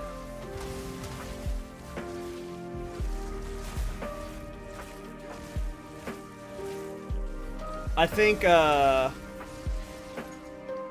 those are both great options. If I were to say, personally, I mean, those are both good options. Ooh, my Warrior sold for 3 Divine. Let's fucking go. So, like, Tactician and Pin would be awesome for a lot of reasons. One, the Pin doesn't really matter to me. The Pin is cool, right? But to me, the cool thing about Tactician is the Spirit Reservation. The 50% Spirit Reservation will let you on like Archmage, cast on stuff if you wanted to, Blasphemy, like the 50% reservation stuff is huge. The pin stuff's also obviously cool, but for me the 50% reservation is what's coolest about Tactician. However, of the 3, Witch Hunter, Gemling, and Tactician, my gut, based off how I've been playing this, would be Gemling. Gemling gives you the +2 gem levels for Spark, which would be fucking huge. The quality is also huge. And then, like you said, the move speed penalty stuff is also huge. So if you're not doing this on a Pathfinder, I would say Gemling, man. Like, Tactician seems cool, but I would say Tactician is comparable to Witch Hunter. But if you're doing like pure Spark Widow Hail, like my gut tells me Gemling. You'd have the move speed penalty stuff where you'd be zooming around the map. The +2 gem levels for Spark are huge, because that means you wouldn't need to depend as much on Prism of Belief. Like obviously you got the +3 Prism of Belief as well, that would be huge. But yeah. I think Gemling, especially when you look at like the tree for this, like this is like my tree looks like this because I'm doing some weird like cold in one set, lightning in the other. But if you were just to do only Spark, you could do like an Adorn setup where you're really like moving around the edge of the map, getting as many jewels. Like I feel like Gemling is the like if you care about min maxing and you want to do Spark on a mercenary, my gut tells me Gemling is the best.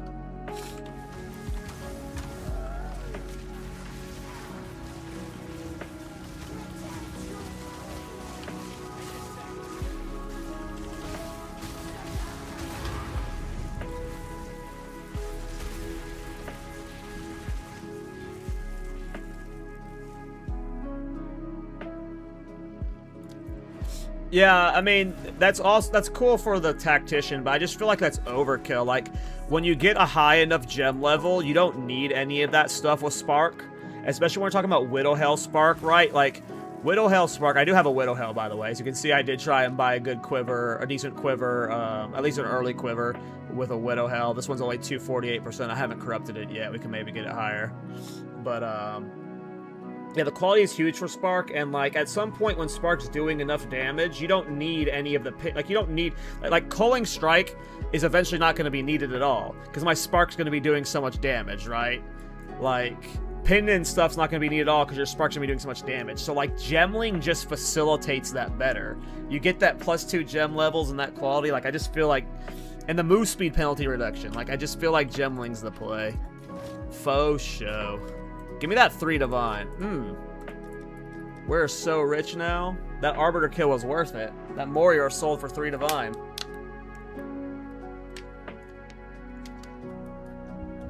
How much is Bloodletting? Is Bloodletting still out of reach?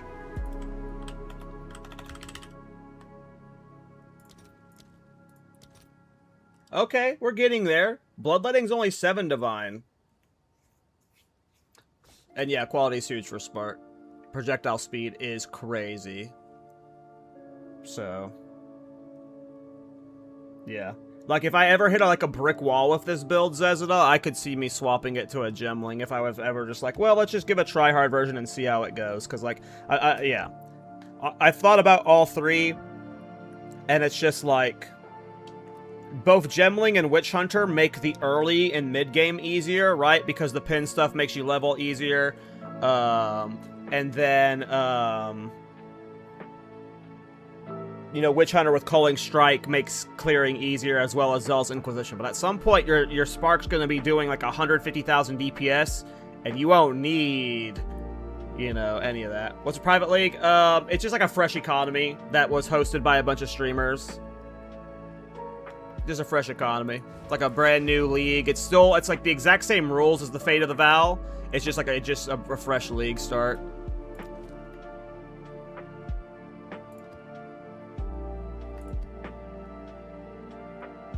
Hey, what's up, Vela? Oh, rip. Can spell totems trigger Decimating Strike? I don't know. I would assume no. But that is a good question. Maybe they could. I've never done totems on a Witch Hunter before.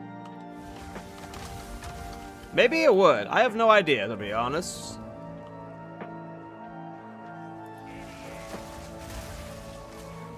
It's like a private server? No, because it's done through, like, the GGG servers. It's GGG owned, yeah.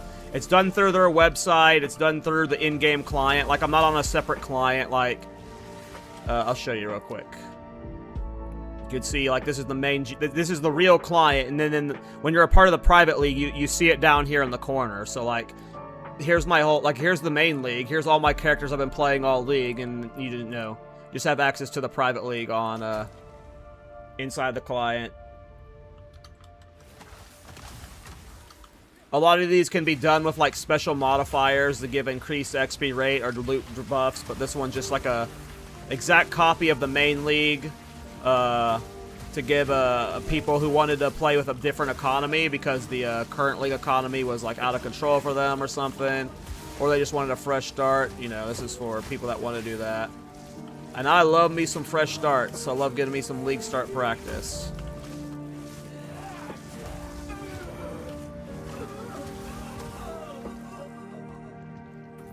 Yeah, it's a private server, but it's hosted by GGD, and it's not private in the sense that, like, it's private, but, like, anyone can join it. No, you didn't slow me down at all. The reason I stream is because I like talking to you guys, so, and answering questions about shit. But yeah, I'm hyped about Widow Hail. I really want to do it.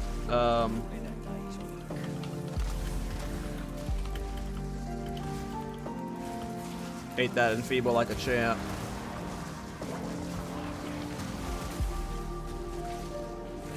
Well, you do apply via a website. It's through the actual GGG's main website, but they're accepting anyone who signs up until the cap is reached. Which it was originally a 20,000 cap, and we hit that, and then GGG increased it to 40,000 for us, and then we hit that. And then, now they've increased it to 50,000. And it's the largest private league in Path of Exile history, which is pretty cool.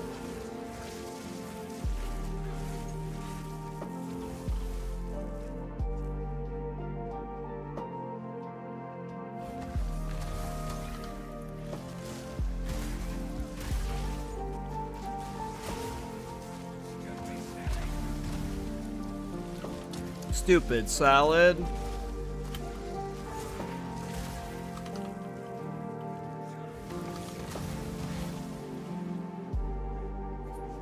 What's your gear currently? It's about the same as it was yesterday. I can show it after this run. It's nothing crazy. I'm still on a super budget. I did replace my rings, but I bought like 5 Exalt rings that just had more max life, and I think I bought new boots with 35% move speed, but they were like 20 Exalts. Still using Covenant Robe.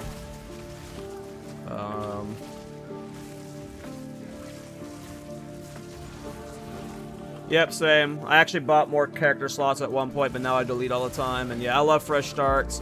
And then, yeah, I love new economies, too. Like, when it comes to MMOs and stuff, I love hopping between all the new private servers, I used to, at least, and fresh start realms, and, yeah, I love getting practice in new economies, so. This started on Friday, and, yeah, it's got a fuckload of people playing it, so there's actually, like, trade going on and stuff.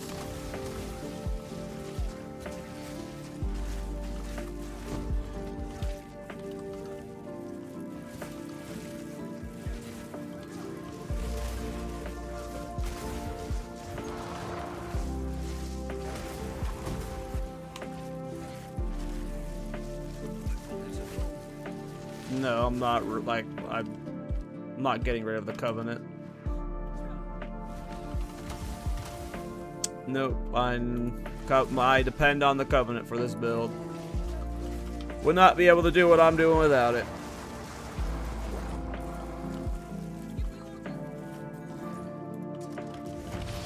We are locked in on the Covenant.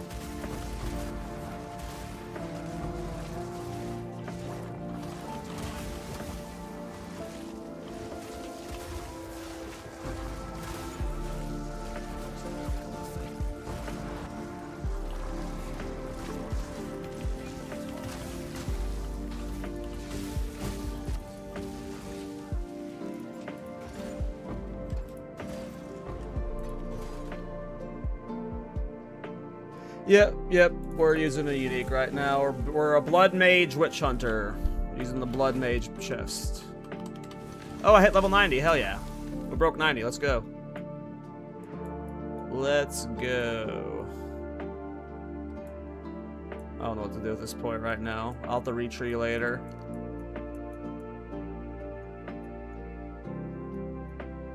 You know what, we'll go for the lucky hit shit down there.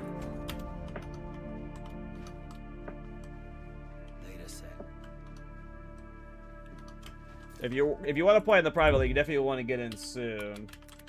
Because when it hits the 50K cap, it's going to be really hard to get in.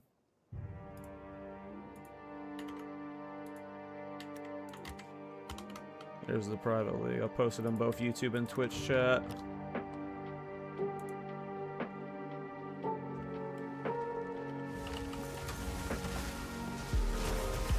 Nice, Dom, yeah. I need to find something I can just commit to and farm. I was gonna do bases, but bases aren't really selling right now because no one's really crafting yet in the private league.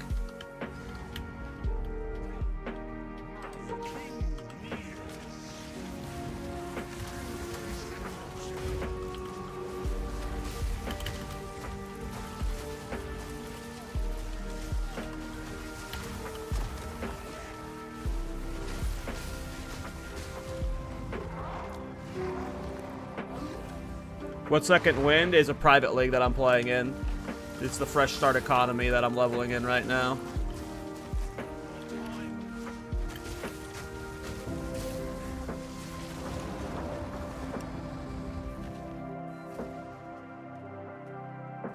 Yeah, there's already 49K in the list. Yeah, so right now it's got to get crowdfunded up to 50,000, which should hopefully be done in a day or two.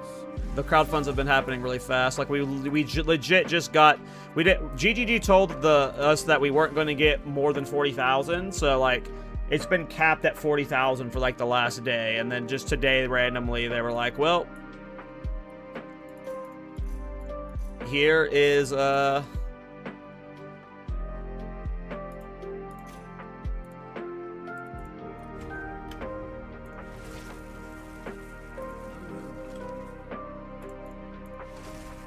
here's 10,000 more potential slots, but you gotta crowdfund them. It's the exact same thing as the Fate of the Vow League. There's no modifiers, nothing that changes it from the Fate of the Vow League, and when the private league ends, your character goes to the Fate of the Vow League. It's the exact same rule set. It's just a fresh economy for people who were upset over the state of the comedy in the main league because it was like so snowballed. It's useless.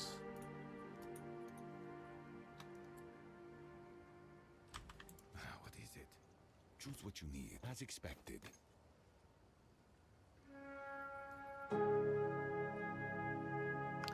I don't know if GGG will mention the private league in the official post or not.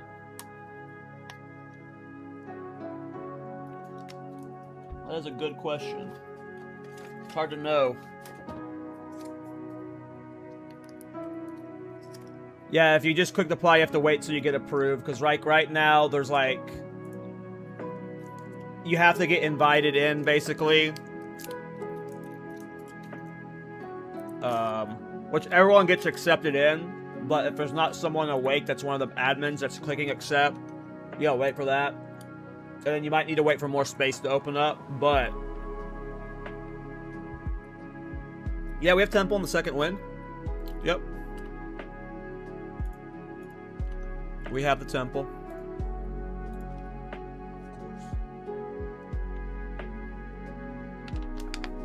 Six mirrors, Jesus. Yeah, I logged on the Fate of the Vow League, the main league, this morning, and Rocky Isles was like 150 divine. Nope, this is the exact like Fate of the Vow. It's literally the Fate of the Vow League, but it's a private league, so.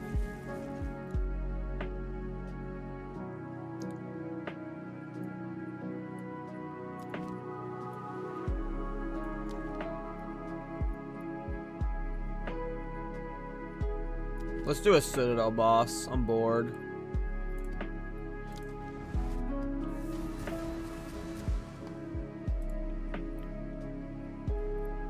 What time is it? Midnight. Okay.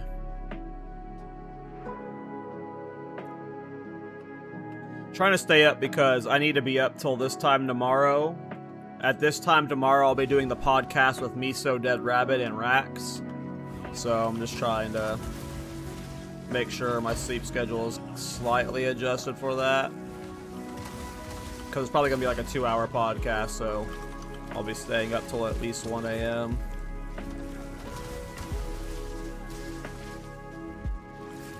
I did a Jade Isles today.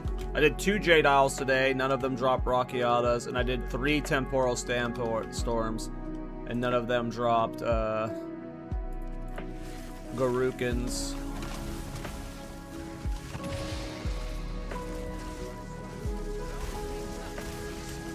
Uh-oh.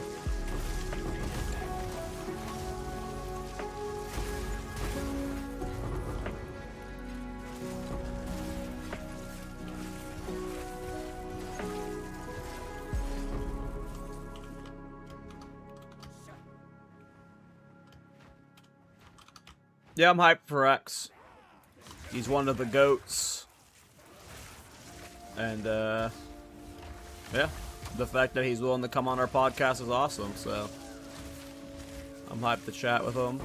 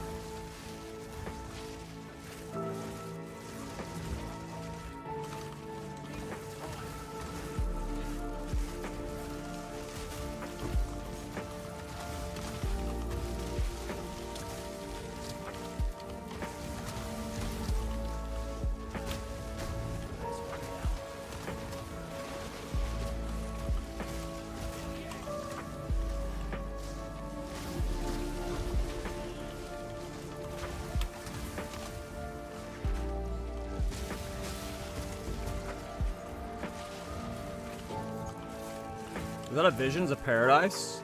I think that's Visions of Paradise. Visions of Paradise sells for a Divine right now.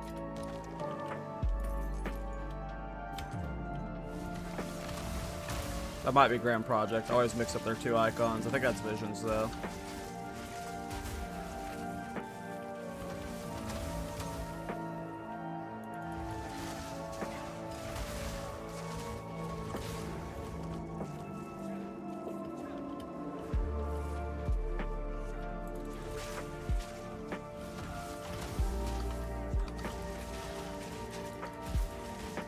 Guessing it's the other way for the Citadel boss.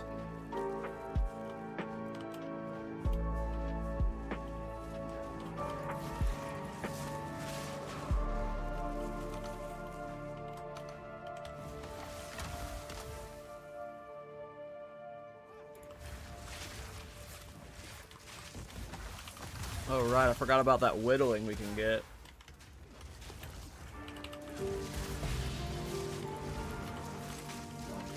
Hey, what's up, Swave? How you doing, man?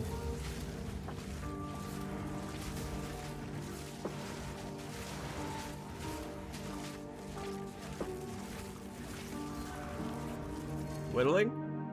Whittling! I don't know if we're gonna get enough juice from this map to be able to claim it, though. We might have to defer it again. Not might, probably deferring it again. Hell yeah. In the private league, Swave, or are you playing in the main league? I forget.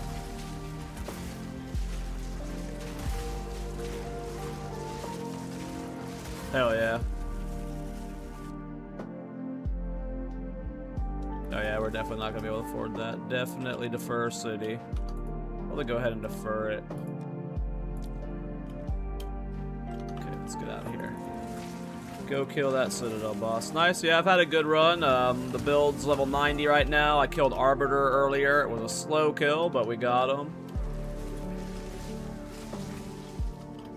Now we're just trying to farm currency to get some lineage support gems. Lineage support gems are probably the most important thing for me right now. Let's see if we can handle this idiot without dying.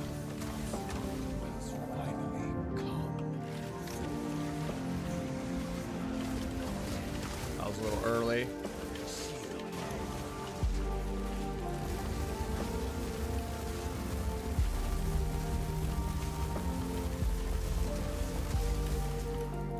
He should phase without doing the thing. Nice. Hell yeah. Yeah, I've been making money on the main league for 2. I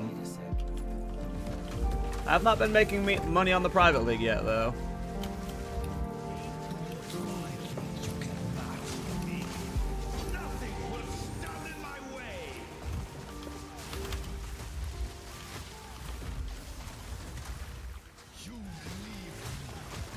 Alright, well, that was a lot easier than I thought it would be. My DPS is getting better, guys. We're still missing we have 0 spell skills on our amulet. So we're gonna go from 0 to 3 spell skills at some point on the amulet. And then we're missing lineage support gems. Can get Adeli's bloodletting in here, which would be huge. We're missing fucking potentially Rakiata's flow. Probably not, though. If we put Rakiata's flow and everything, it'd be uncommon. But yeah.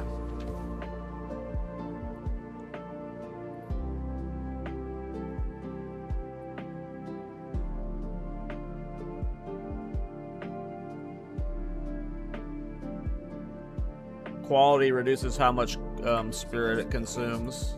Gold is useless to me. Take it.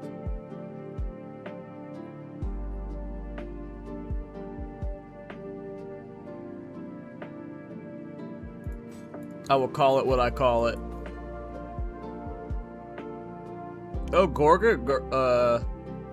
Girdle is freaking good. Isn't that the build that Carnarius used? To get really tanky.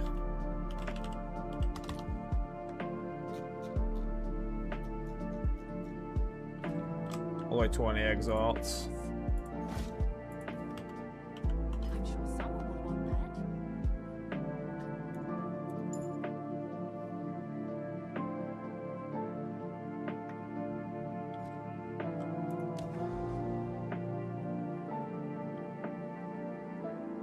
Do you think they'll nerf trigger comments at some point? I don't think so.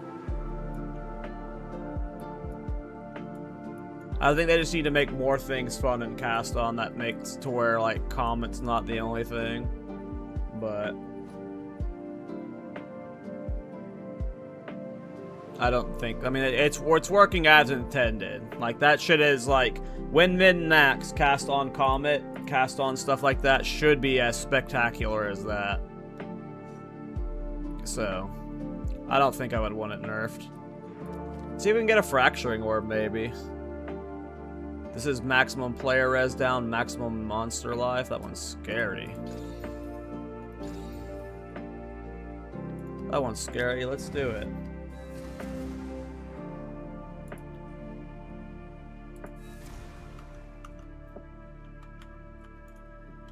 Oh, this map. Okay, I like this map.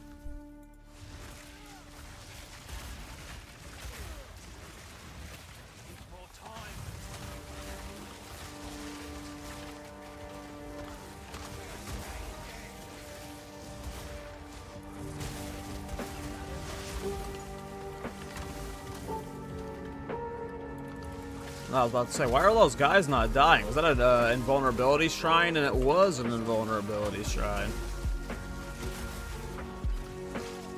Funny that Zealous Inquisition was able to kill them. Did you drop Widow Hell? I mean, it's just been temporarily paused because I need more gem levels for Widow Hell to be worth it. And we're just not there. You need to get like up to 400% quiver bonus and shit. And I'm at like 280. Widow Hell will be a thing. We just need the budget for it first.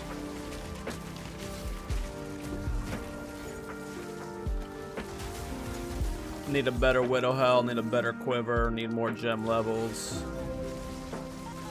We just hit level 90, but I have no idea what level 20 gem skills are.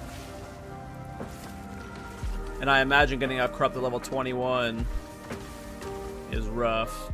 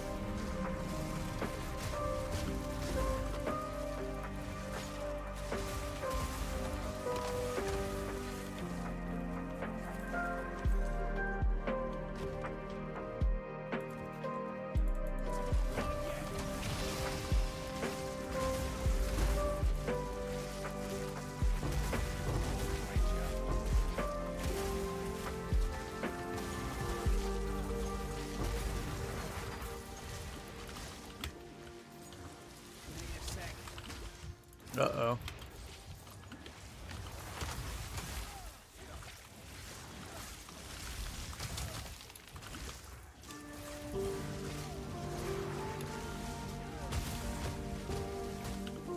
That guy was being a turd.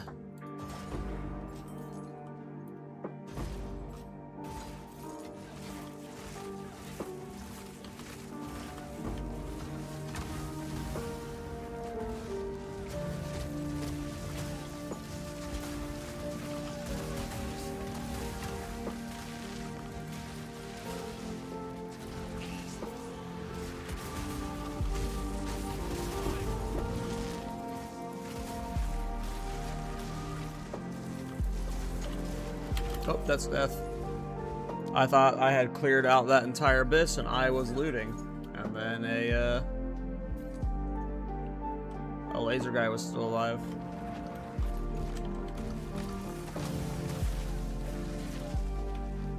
The chest even came up too, but there was just a sneaky, deaky little guy at.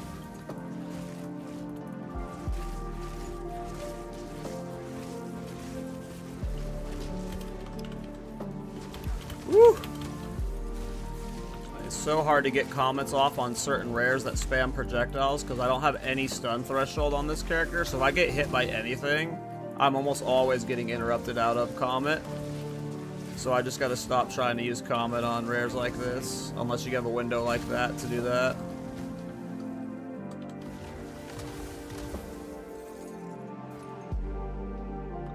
Yeah, like, I don't know, for a while, like, I'm always someone, especially on the podcast, I'm like begging GGG for more patches, more patches, more patches. And like, at this point, the comments on the podcast tell me to stop asking for patches. I would love more uniques added mid-league, but like, there's been like no communication from GGG at all. It's just like random hotfix after random hotfix after random hotfix. Like, I'm not even convinced we're getting anything else this patch. Like, I feel like they've already moved on to working on the next PoE 1 patch. Because, like, I feel like if we were going to get 0.4.1, we would have got it by now. Hey, appreciate it, Zezada. Have a good one, man. Thanks for hanging out.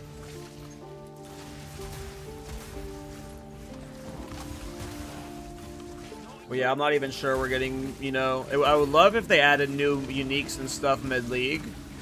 That'd be so freaking sick. I just don't think that's gonna happen.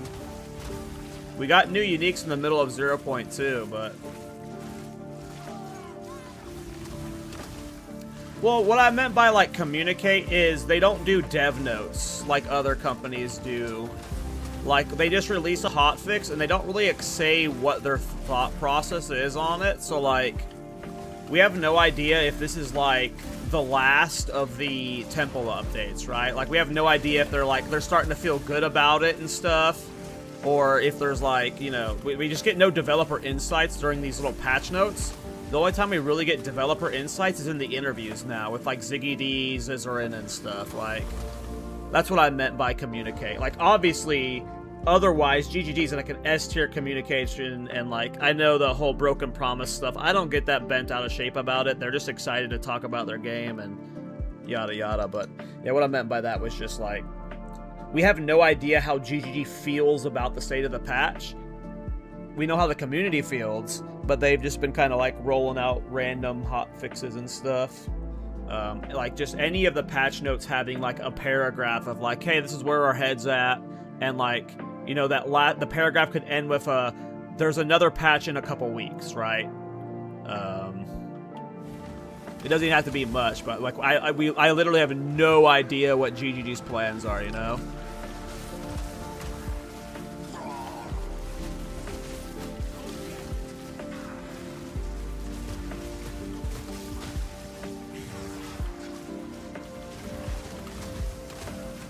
Oh. Can't be casting Comet during that skill.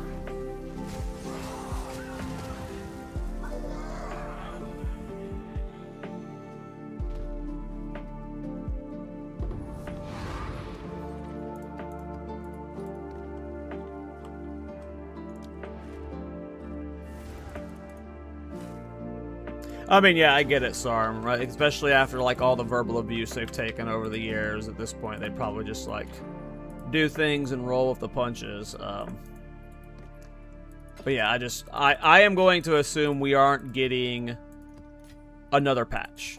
Like, another big patch. We might get more hot fixes, but I don't, like, if we got a 0.4.1 that had, like, content tweaks or, like, new stuff or anything, I would be shocked.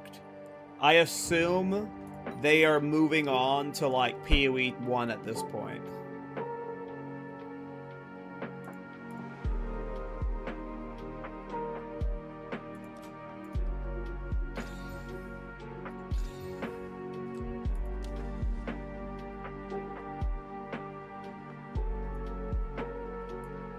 I like Rust Bowl. Rust Bowl's a favorite of mine.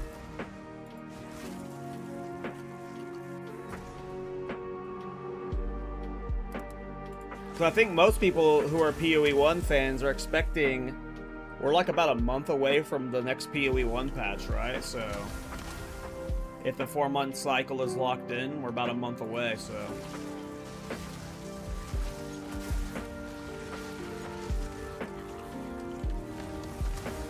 Well, back in 1.1 in January, they were not committed to the 2-month cycle of PoE 1. And while they're trying to get both of the teams fleshed out with, like, to where each team can stand on its own, they did confirm that most of the important people are still flip-flopping between both games, so... Just with the fact that PoE 1 League is in probably a month, like, if we don't get a patch this week, I don't think we're getting one. It would have to be this week, right? Like, obviously it can be whenever. I could be talking out of my ass, but... Assuming 3.28 or whatever it is in early February, that window of time is pretty thin.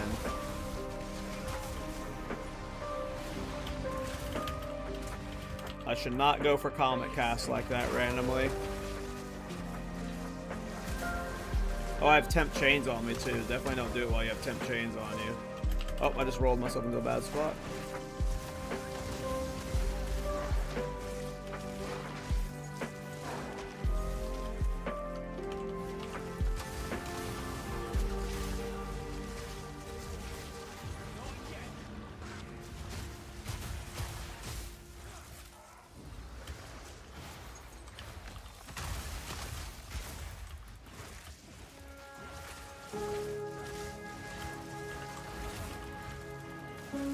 I rolled to a danger spot.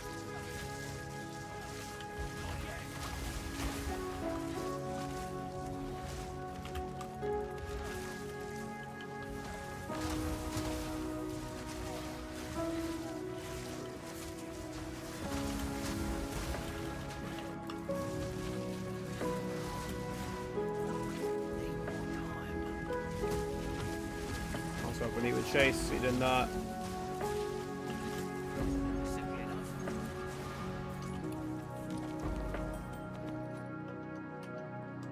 Beefy rare. Oh, I mean, I've said that many times, Bricky. Both me and Miso agree that, like, they were absolutely out of their minds for committing to this 4-month cycle for these games this early on.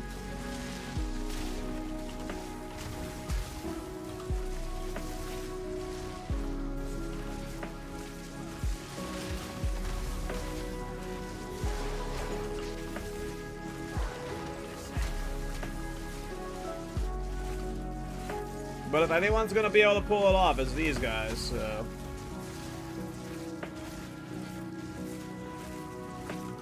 Despite them committing to this 4-month cycle and things being rushed with Christmas and all that stuff, despite the problems of the temple on launch, this is still my favorite league so far. And I would say by a good amount.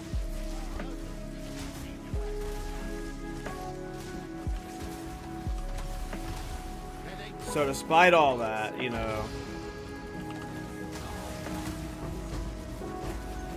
if it's still this good when it's this bad and this rushed, it's just gonna get better over time.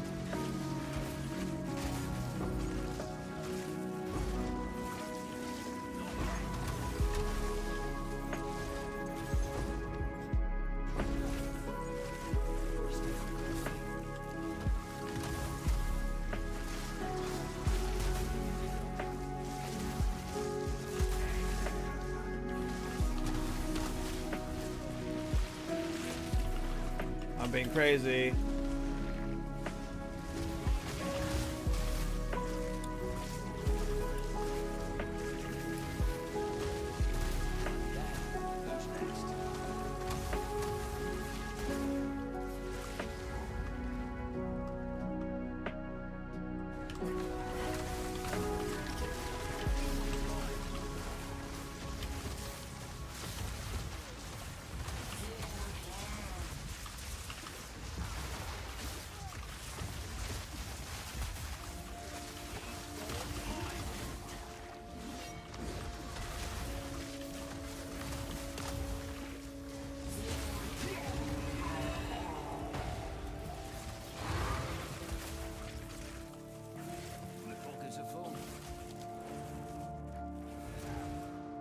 I mean, I definitely don't want slower leagues, but I would like quality leagues that don't risk sacrificing a good new player experience. Because I feel like if this was your first time playing PoE 2, this league's crazy to you.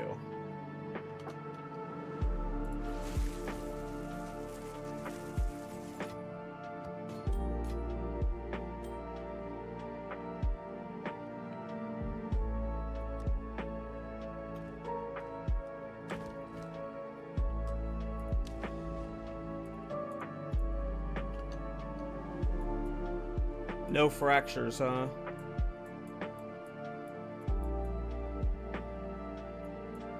Let's do the boss one, because I haven't done the boss spot yet for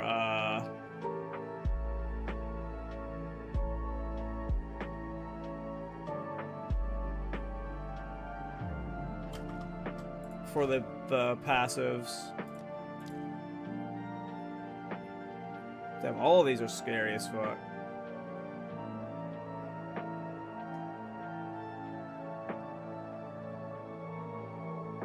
Maybe we can make that one work.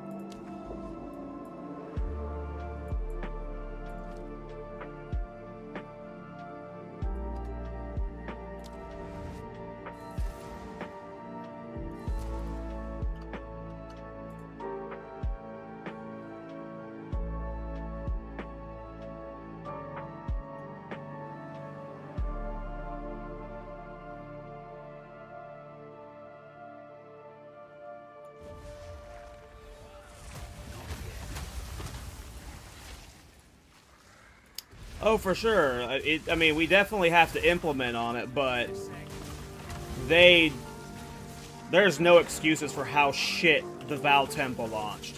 We're on hotfix 26, and the first 8 of them were like hotfixes that were like, you couldn't even scale at 0 to 81 and shit. Like, it was like, and the readability of it is like embarrassing. Like, if you have no idea what's going on in the temple, it's just...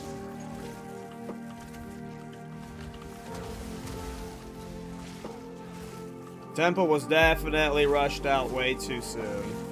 But it didn't help that, of course, there was the big holiday break that that prevented them from working on it as much as they wanted to. But this is definitely not the ideal scenario for, like, because this league had a lot of hype for it because of the free-to-play weekend and because of Druid. And then, like, this is your first league, and I'm just really curious what the actual blind first time playing PoE 2 experience was this league.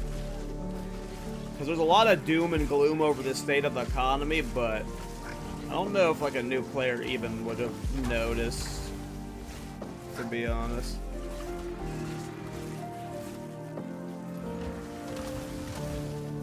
I mean, there's a lot more problems than that with the temple. It not being account-wide is, like, embarrassing. The fact that, like, every time you re-roll, you have to rebuild the temple from the ground up. There's so many ways you could have bricked your temple early on without understanding why. Like, the room placement was weird. Like, there was a lot wrong with the temple. Like, it's gone through 26 hotfixes. Like... It was a fucking stinky ass turd when it launched. It hasn't gotten this many patches because it was like kinda undercooked. It was like poorly cooked. I think it's in a great spot now, especially once you understand what you're doing with it, but on launch it was fucking really weird.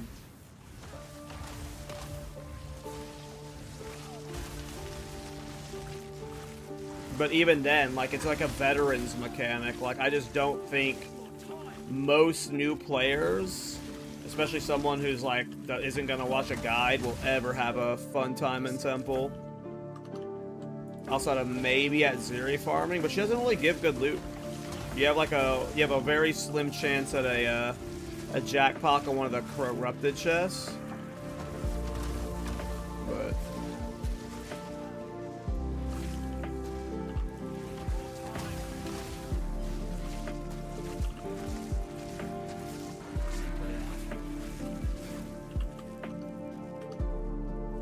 I mean, I don't engage with the temple because I make so many characters.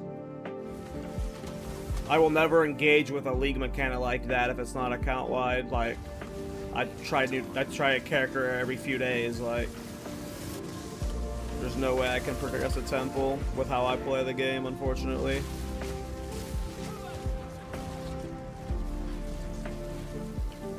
That's a very much of a me issue, but I feel like the temple not being account wide was just like they didn't have time, or it was like they completely forgot about it type thing. I imagine temples going forward will be account wide.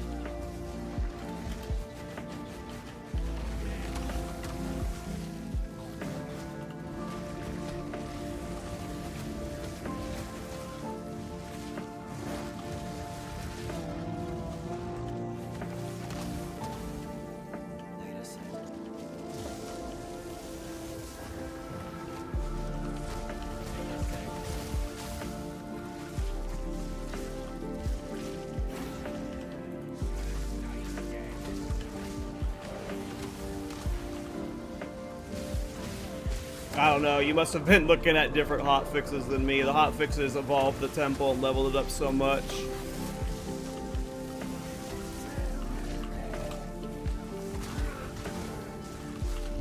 And 99.9% of players would not be enjoying Temple if it wasn't for these planners and these massive, like, guides breaking it down. Like, I don't understand how you can say that's like a good new player system when it's not telegraphed for you to be able to figure it out well.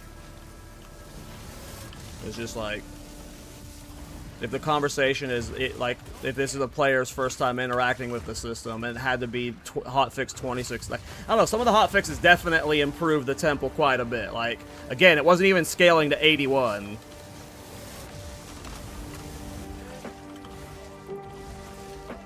Or 80, whichever it was.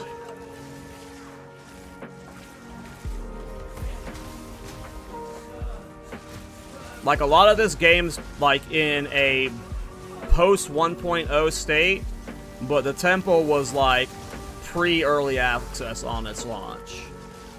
If you didn't know what was going on with it, you were never having a good time. Most people who went in blind bricked their temples and had a miserable experience. There was no way to, like, hard reset your temple. You had to just, like, slowly decompose it or whatever.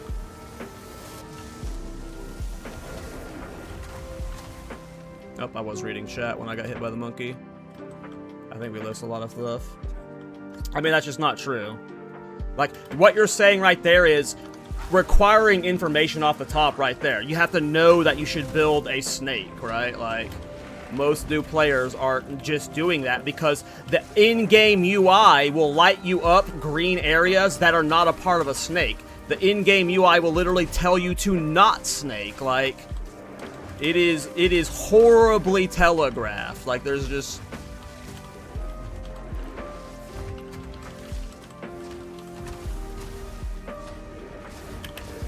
Oof, that was close. Like, the in-game UI doesn't even tell you you should snake. Most of the green stuff that's like, you should put this building here, is telling you to put it in really weird slots.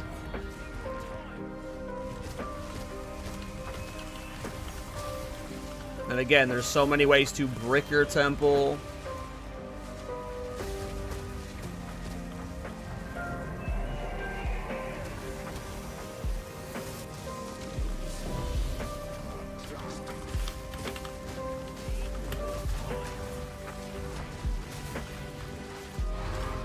But all the strategy that you're talking about that you use and abuse in the temple, you didn't learn on your own.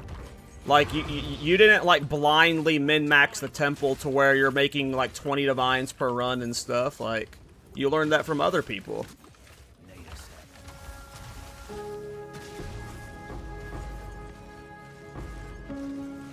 And just because you were able to solve the temple yourself doesn't mean that it's not, like, horribly read for new players. Like, constantly people brick their temple.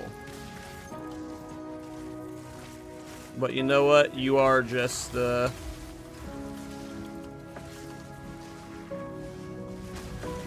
above us, mere peasants.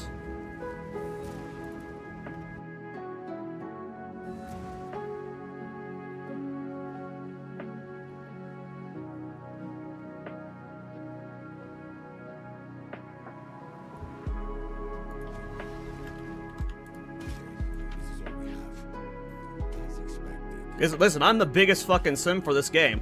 I absolutely love the temple, but you can't say it's good for new players. It was released in a good state. Like, it's gotten 26 hotfixes so far. And a lot of them were needed early on.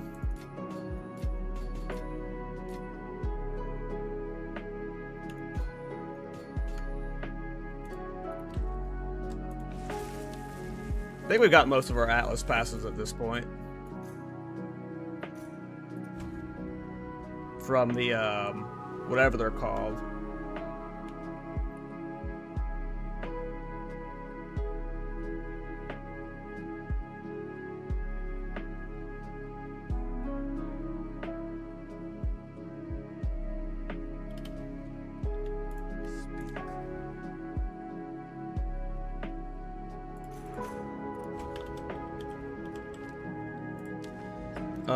I know I've done Tainted.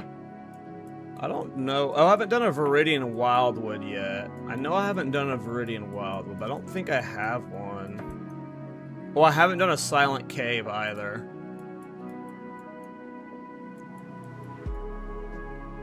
I know I've done a Fractured Lake.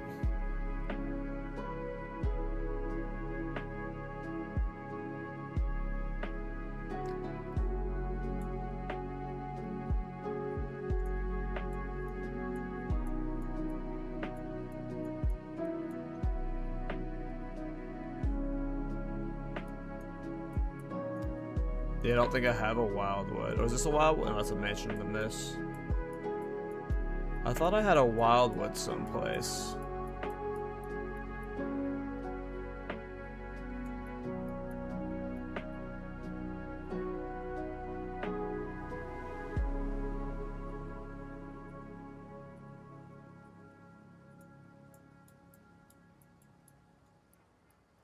I mean, at no point have I said we shouldn't have involved mechanics like Temple. That has not been what I've said.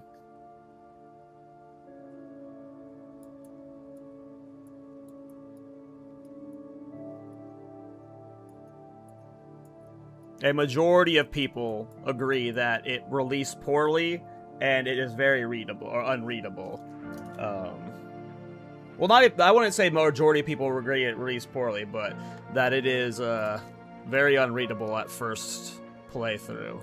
And the fact that you can brick it. I mean, again, I have loved the temple from day one. My only issue with it has been it's not account-wide. Having to remake your temple every character fucking sucks when you have 8 characters at this point. But it's very much a me issue because I reroll so much, not a, you know... That's just a me issue. I assume it will be account-wide in, like, a future patch. But, I mean, I can't know that for sure, right? Is every mechanic like that in PoE 1 account-wide? I know Delve is account-wide, right? But I don't know if, like, every single mechanic like that is account-wide in PoE 1.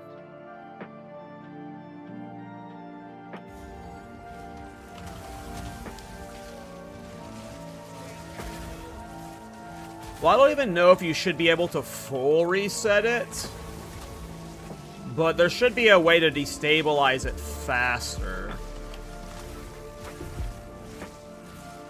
Or I don't even know if like you need a reset button. You should just not be able to like...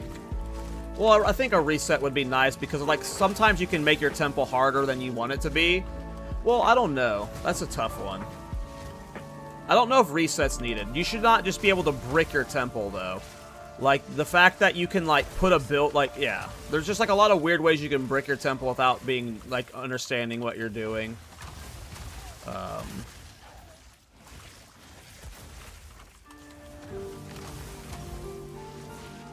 Yeah, I don't know if a reset button is needed, personally. Like, a reset button's like a bandage fix to, like, the issue is, in my head, that it's not a readable UI for the temple, and people get confused, and that leads to them breaking the temple. So, like, you just need to solve those problems. Like, a reset of the temple is like a bandage fix. Like, if people are bricking their temple, you should stop them from bricking their temple, and, you know. So, like, temple reset button would be, like, a temporary emergency fix for me, but they should just, like, oops. That was the worst time to go for a comment while sitting inside of a poison cloud. Yapping too hard.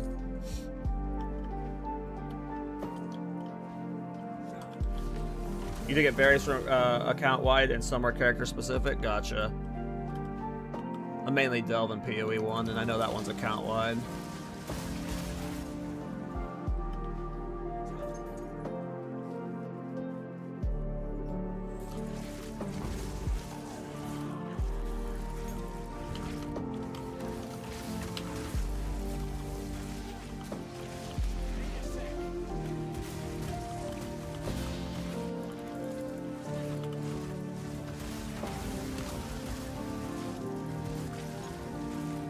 Yeah, that's a big problem, Sarm. Like, it is...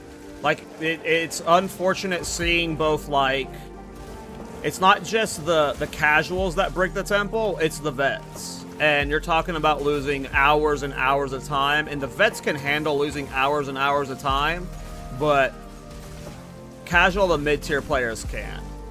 Like, there was very many people who were just like, well, I just put all this work into my temple, it's bricked, I'm done for the league, because this is what I've been working up for. One wrong misclick or one misunderstanding of how a room could be, and I just lost 16 or 30 or something ruined. It's like, oh, okay. That was days of progress lost. Like, that should not happen. You shouldn't lose days of progress because of a, you know, a click. That's not fun. I have not experienced that yet because I have yet to get a Giga Temple set up. But yeah, I mean, I've mostly set up at Ziri farms on my temples for that reason, right? Like, you don't have to do the Giga Juice temples. Like, I think doing, like, small little rows where you're focusing on getting buildings to level 3 to, like, farm the arms, and then doing it Ziri farming is fun. The problem is, Ziri farming just doesn't even come close to the value that snaking does. Most of the loot table from Ziri is not very great. And then her chest at the end, like, most of the time when I kill her, I don't even get a tink. Oh, that's danger. I think Ziri needs a better loot pool. I think some of the items that drop from temples should only come from Ziri to make her a more appealing, personally.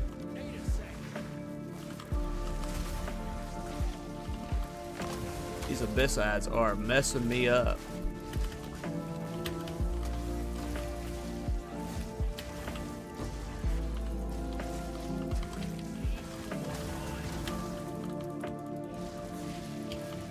Oh, that was annoying.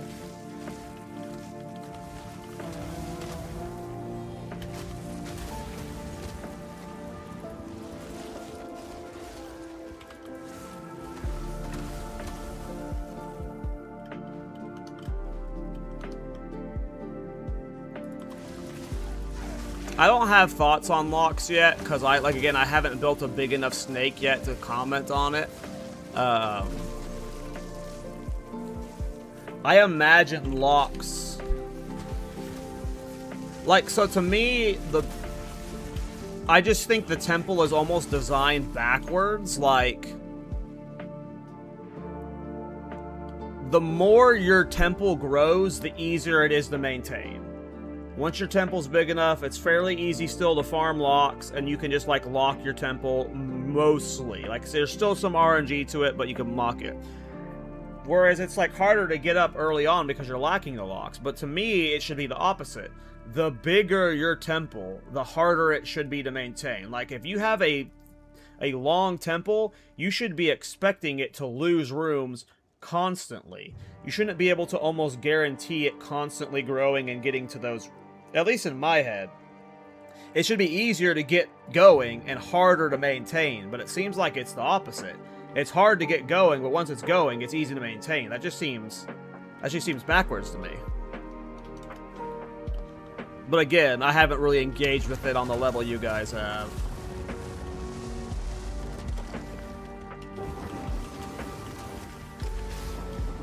That was a super low, or super late, comment. We got it off just in time, though. Can I get this comment off? Yep.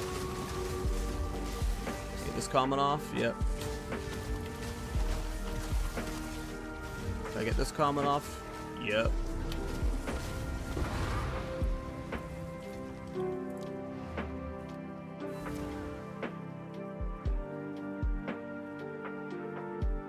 Yeah, I think paying to reset the tempo would be fine too. Like, I'm not against resetting tempo.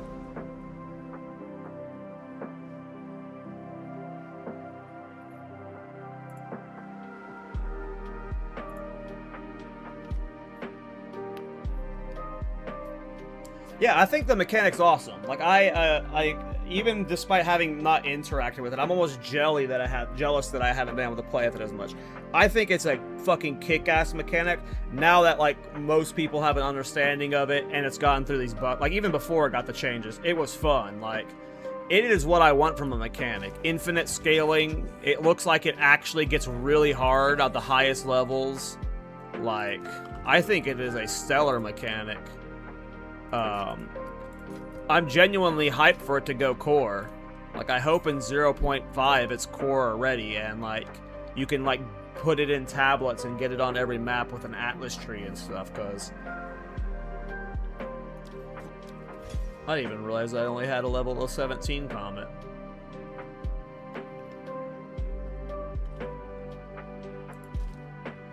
Yeah, it will be interesting. I assume, like, the tablets would be, like, obviously the tablets force the mechanic in every map, but, like, some of them be, like, you get more crystals or whatever. I'm more curious what the Atlas passive tree would do. And what an Uber at Ziri would look like.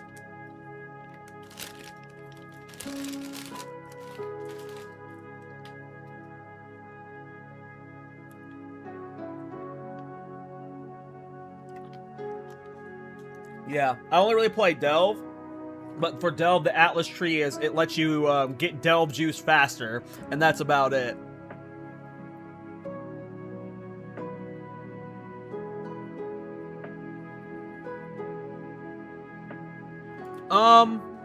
Well, for me personally, I don't think it is cool that the temple can be like an infinite snake where every single spot in the room is taken up. Where you have maybe like 2 different snakes going on or something. I don't like that. I don't think it should be able to be that perfectly mapped out and telegraphed. I think the bigger it gets, the more chaotic it gets, and it should just be falling apart constantly. You should be able to sustain 30 plus rooms, but like anything beyond that is like difficult and hard, and like, you know, maybe by the end of the league you're sustaining 50 plus rooms, but I don't think the way it is currently done, where you can just get these crazy not infinite chains obviously, but like these 50, 60 plus rooms, I don't like that. I don't like it to where it can be perfected, like almost like, you know, like like it is right now. I wouldn't say it's not perfected, but I would like it to just be more chaotic.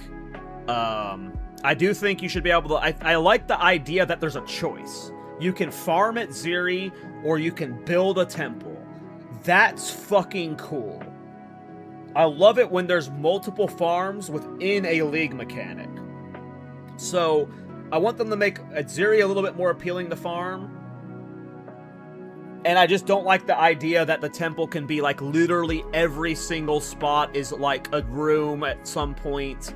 It should not be possible to where you can sustain a perfect temple in my head. You should be able to sustain 50 to 60 rooms in a really well min-max temple, but anything beyond that would just be constantly falling apart or something. Like, that's how I feel about it. Like, because no one really, like, does, like... yeah. There just needs to be more ways to build the temple out, I think.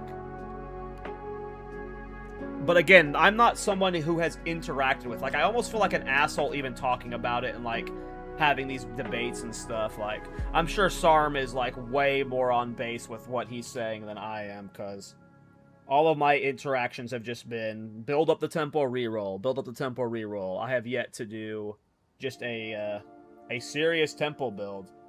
I have done some juice temple runs to see how my character's doing them and stuff, and then I've done it Ziri farming, but... I'm also, like, not the target audience for a system like this, despite how much I like it. Like, I'm someone who just, like, I hate looking up guides online. And I know Sarm says you don't have to look up a guide for this. You really don't, in a sense, but for this one, it definitely fucking, like, it helps to know certain things, at least early on. But for me, when I was just banging my head into it blind the first 2 weeks, that wasn't helping.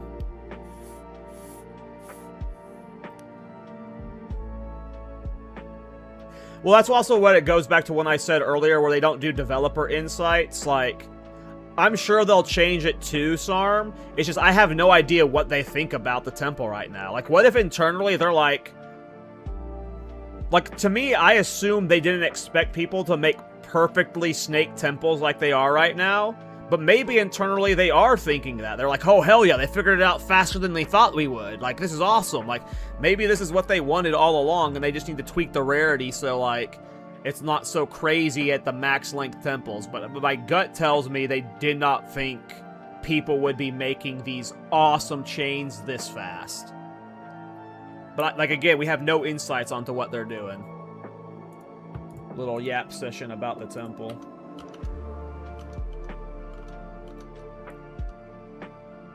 So that's what I thought, but when we had Ziggy D on the podcast, I asked him, and maybe I just phrased it wrong, but I asked him if he thought people would be snaking temples this big, and he said yeah.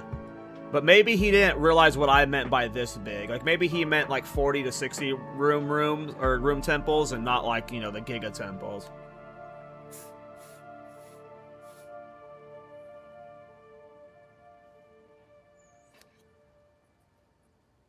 Yeah, I mean, I think the medallion change was goofball tier. They didn't think that through at all.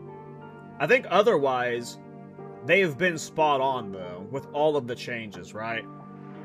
I think the medallion one, which they obviously reverted, was the only one that was,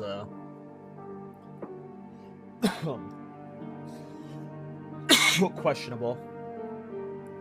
I look forward to see wherever it goes, however it goes. Same. I think it's awesome. I really hope it goes Corrin 0.5. If it didn't go Corrin 0.5, I would be sad.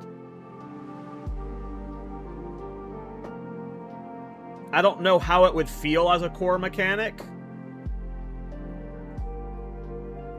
Because you would really only, like... So if it was a core mechanic, I guess if you weren't ever putting it in tablets, you would just, like, whenever you casually ran into a temple, you would just hit Ziri Farm, right? And then the snaking would be for people who tableted every map. I think it could work as core, though. I think it would be fun. I really like the temple. I don't know.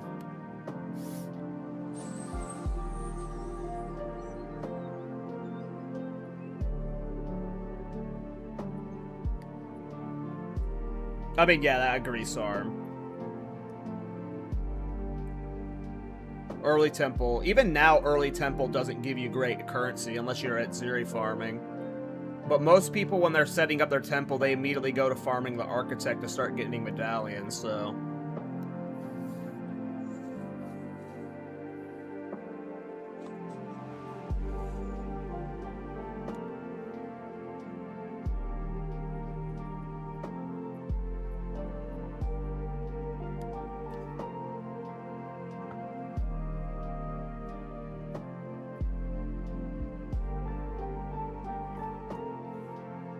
There are some people that actually think it's not going core.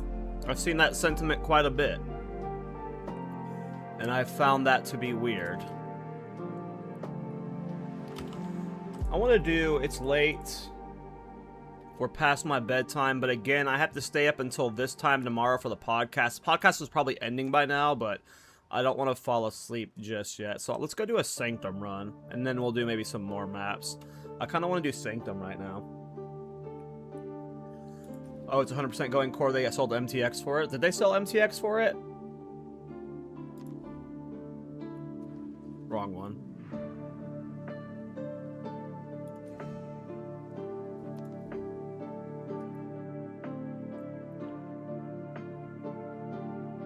Oh, there's a tracking scroll for it? Gotcha. I don't follow the MTX stuff that well.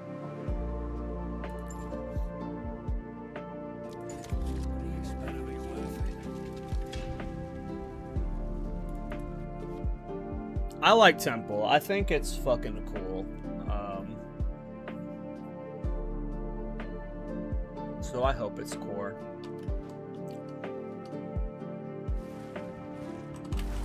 Oops, that was bad.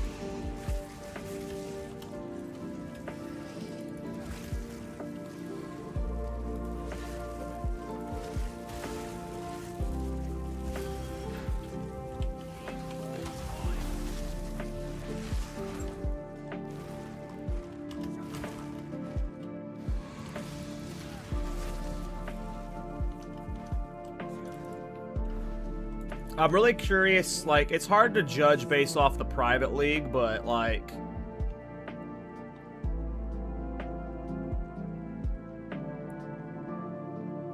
I just assume that if it wasn't for Holton being exploited, a lot of the chaos of this league wouldn't have been, like, as chaotic. Because people were just able to get these juice temples so solved so fast because of, like... the Holton stuff.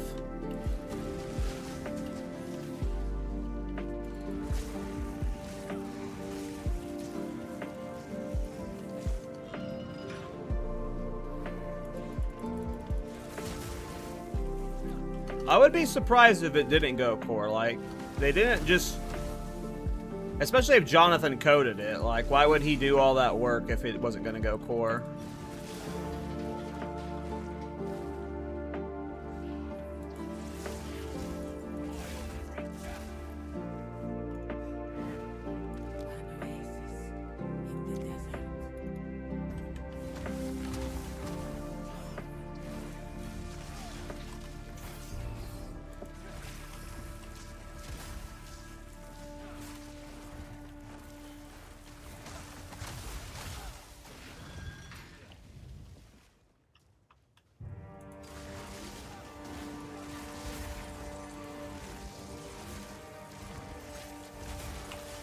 One of the big things I want for the temple is more room types. Like, I imagine over time they'll just add more room types and, like, it'll have a lot more diversity into how you can build your temple.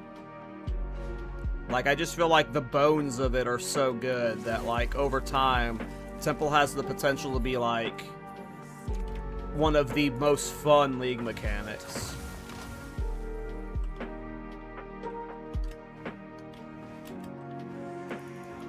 Original incursion mechanic, got 3 new rooms when it went core, that'd be cool.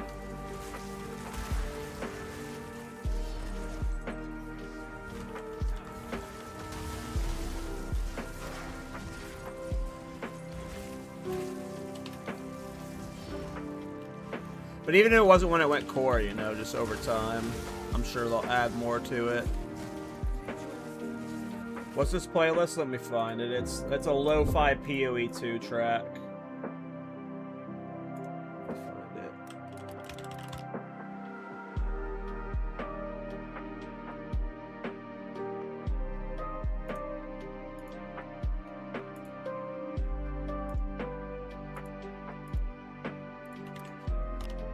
There you go.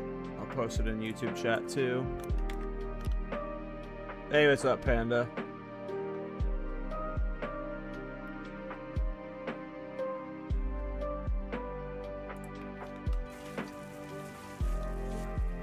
But no, like, even with, like, all the craziness with Holton and stuff, like...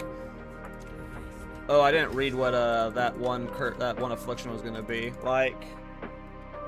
Not even in, like, an inflation sense, where it's like, you're only making more currency because it feels like it, but, like, proportionally you're not making more. Like, I feel like this league was just fucking awesome. Even with, like, the Holton stuff, like, as someone who didn't farm Holton, like... I don't know, like, the reason I'm playing the private league is because I like fresh starts. I was not upset over the state of the economy. Like, I did not feel like there was an economy issue at all. Like, yeah, Rakiata's being 120 divine sucks. That's like one of the like weird anomaly things, but like, you can just go farm Rakiatas, you know? So, and then it sells for 150.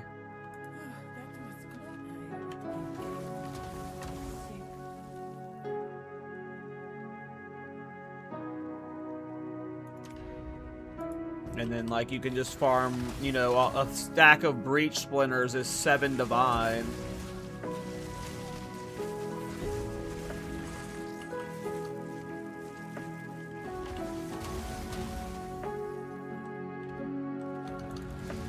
See, that's what I felt like.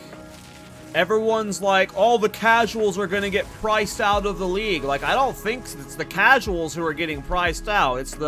It's the mid-tier sweats who barely can't afford a Vertex. Like, they're the ones who are upset. But I feel like for 99% of the player base, they fucking did, like, they were thriving this league, like, compared to any other league. Like, it is a very small portion of very specific, like, not good sweats that are, like, obviously the best at making currency, like the farmers, the fub guns and stuff, like those tier of farmers.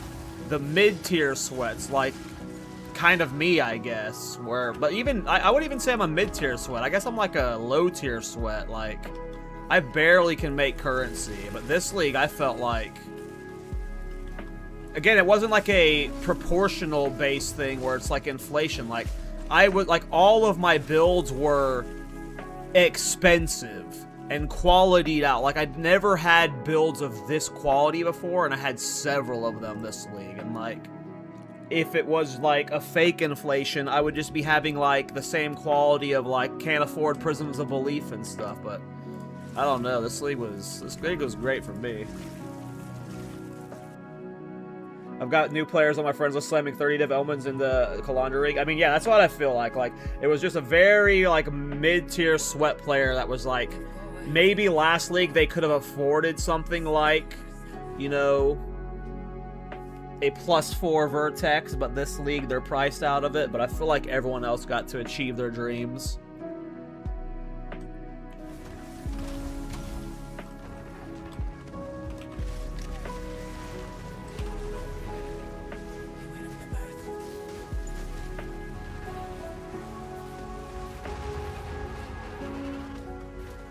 Yes, like, yeah. There's so many ways to make currency this patch. Let's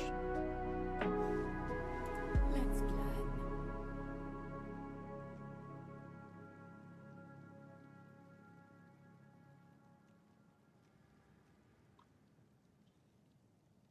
Like, everything makes... Oh my goodness. This is a great starter. Merchant prices. Sacred Water found. Reduce maximum life. Increase damage. Like, yeesh. Like, I would have loved to live in the temple again if it was account wide, but like as someone who was mainly doing like non-temple stuff, like every league mechanic made money. Like Panda got me into farming books. I made bank doing that. Prada got me into crafting bases. I made probably over 1,000 divine this league crafting bases. Like, Abyss. Like, doing the Aminamu fog technique. I printed Omens of Light. Just doing Breach. Catalyst and Splinters sell for so much. And then if you actually farm Jet, he's almost always profit. Almost always profit. Ritual is fucking... Omens are crazy value this league, whether you're selling them or using them. Delirium is... because it's not juiced in every map now, Splinters and Distillments are actually rare, so you have freaking Isolation selling for 5 divines. Which makes the value of, like, when you actually go and do Simulacrum runs and you get Megalomaniacs, those are actually... Ooh. We'll do rewards are unknown. Like, selling for, well, even the average ones. Nothing's changed about farming Expedition Box. He's always been profitable since last patch.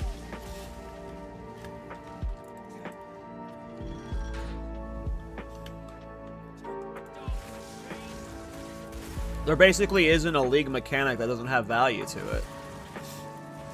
Which was not the case for all the other patches. At all. And then, Ultimatum is worth farming again. Even despite the Soul Core change. Because of the buff to, Adorned.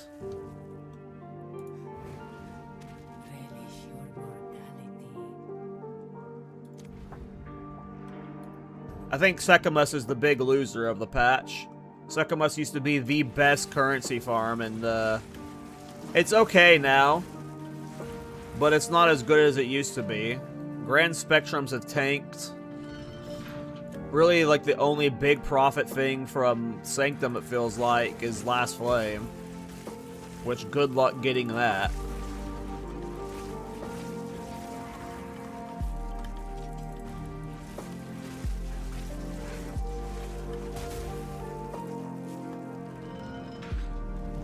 I mean, yeah, Timeless Jewels are basically my only profit from Sanctum this patch.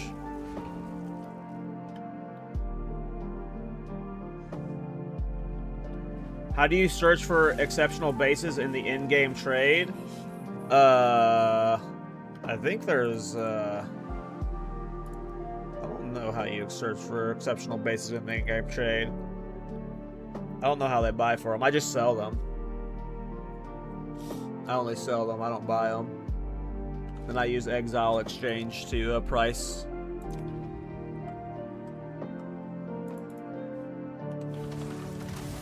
But I don't know how the people who buy the bases are searching for them.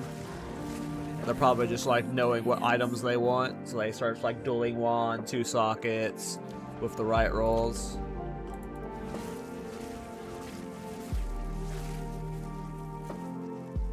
I need to play a Jin build soon. I just haven't been inspired by one yet.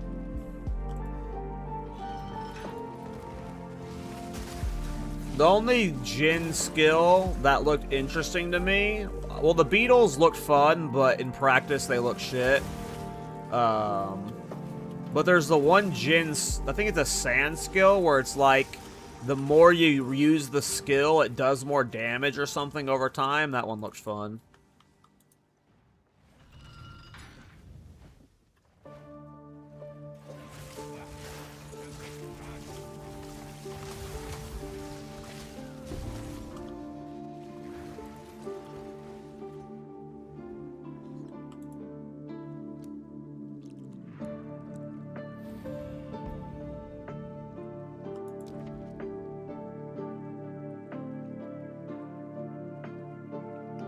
Oh, those two on the end suck, so we're going to the middle.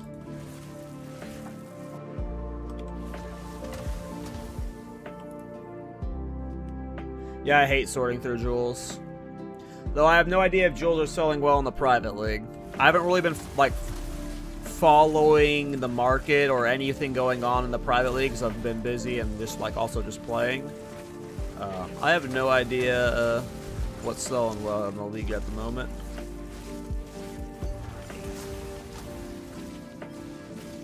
That's why I haven't messed with them, Panda. Is like every Jhin build I see is basically, oh, okay, that's how you set it up. So when I see someone do the Jhin build, if I were to go try it, I would basically be doing a 90% variation of their build. And it doesn't seem like Jhin are very, like, there's no, like, super creative combos. The skill you see is used exactly as you would expect. And there's not, like, these crazy synergies going on. You cannot get out of Act 1 in hardcore. Game's tough. I'm a softcore Andy for a reason. I die all the time.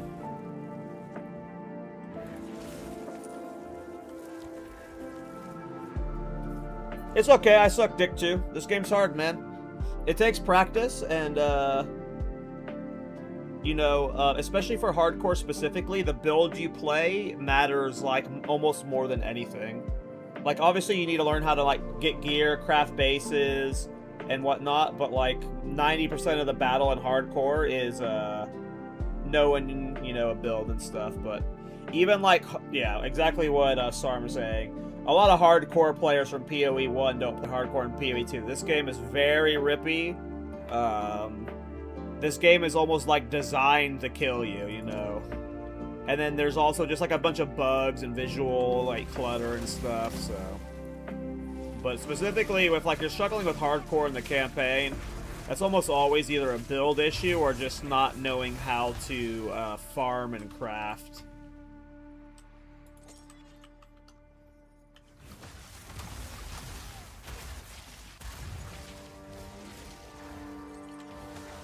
I mean, you also just gotta learn the fights, you know. A lot of the time, you know, most people don't learn fights on hardcore, right? You know, if you're learning the mechanics, how to dodge them and stuff, a lot of the time people learn that on softcore, because, you know, you only get one attempt when you're practicing a fight on hardcore, so you don't really get to learn the mechanics that quickly. But yeah. This game is hard on hardcore, that's for sure.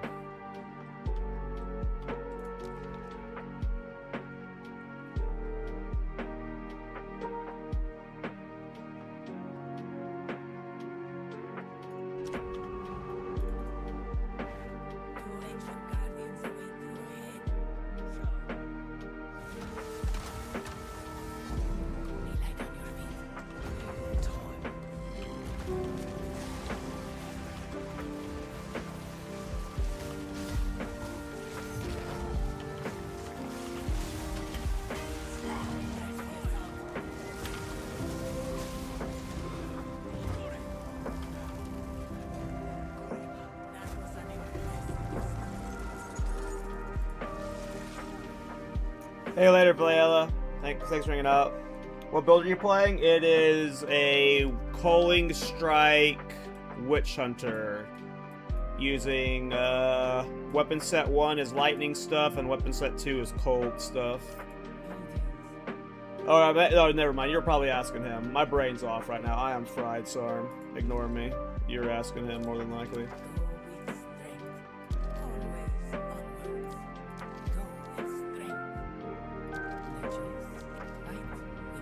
But yeah, usually if you're dying in the campaign in hardcore, it's like, it's either a build issue or a gear issue. Like, because you can go into basically every campaign fight with like a 100% chance to survive its hits, right? Like, you just gotta know, like, what survivability you're at, and like, what like, cause like, if you watch speedrunners, right, they'll be like, they'll know, like, Geonor can hit for at max 305 life. So if you have, like, you know, less than that, you gotta know which attacks you can hit and stuff. Like, it gets that sweaty.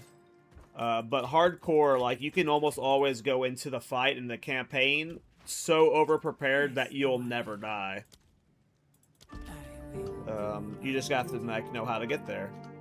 And usually that just comes with, like, having a good build you've crafted, or just, like, understanding how to get through the campaign with better currency. Honestly, with this league, if you're playing in the actual league in hardcore, like, you just, like, farm temple. Like, you just farm Temple, because Temple prints you so much currency. You get Alks, you get Exalts, and by the time, you go in the Geonor, make sure level 16, 17 with a good rare set, cold res cap, or like just a bunch of cold res, and then, he's a lot easier. But obviously, a build can go a long distance. Like, if you're using the wrong skills with the wrong support gems and the wrong weapon type, like, that can make you go from like a 7-minute Geonor fight to a minute-long Geonor fight. Like, there's so many variables in kill time and survivability, and it's always solvable. It just comes down to knowing how and what ways to solve it.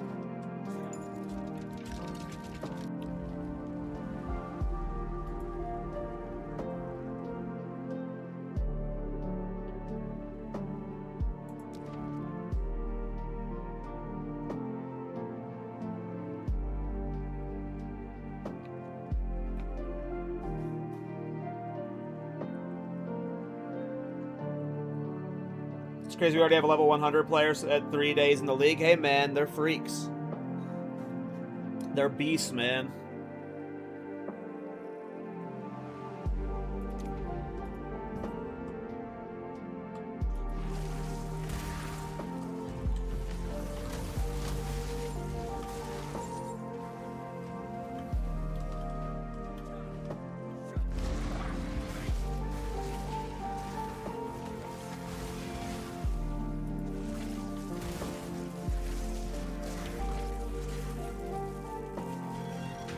Oh, they are using party play? I guess that would make sense.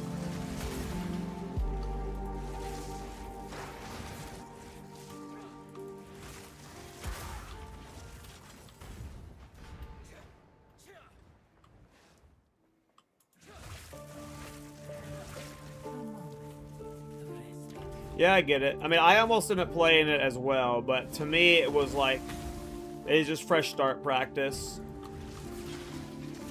I need to get better at my fresh start.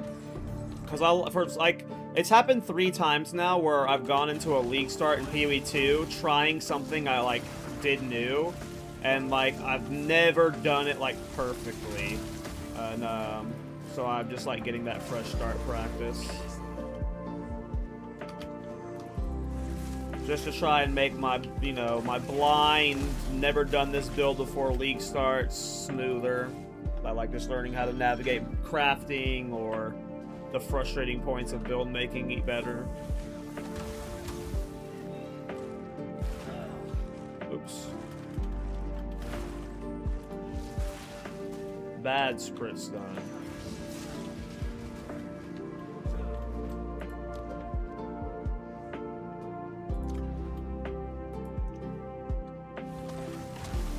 I mean, yeah, he threw out a $1,000.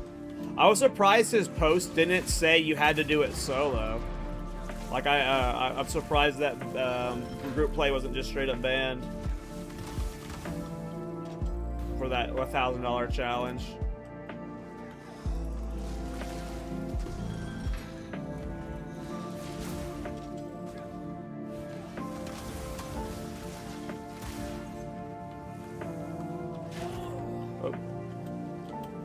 Where you tell I'm getting tired.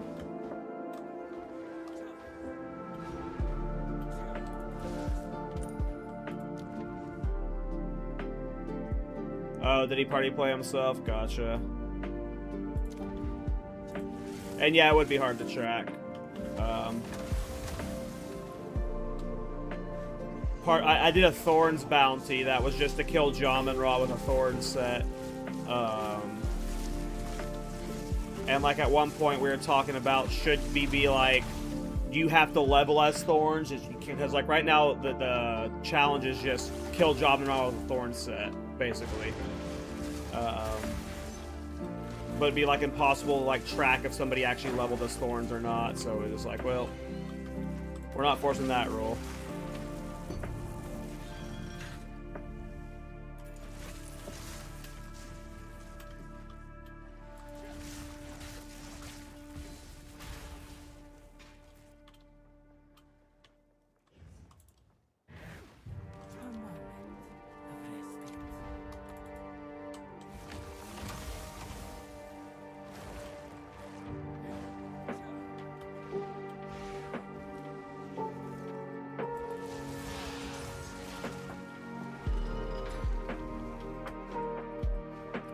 Yeah, but like that would require you to like have everyone upload their character to a ninja from a low level so they can be tracked like through the snapshots early on, because if they don't sync their character until later, it won't show the early snapshots. Like, it just becomes a whole thing.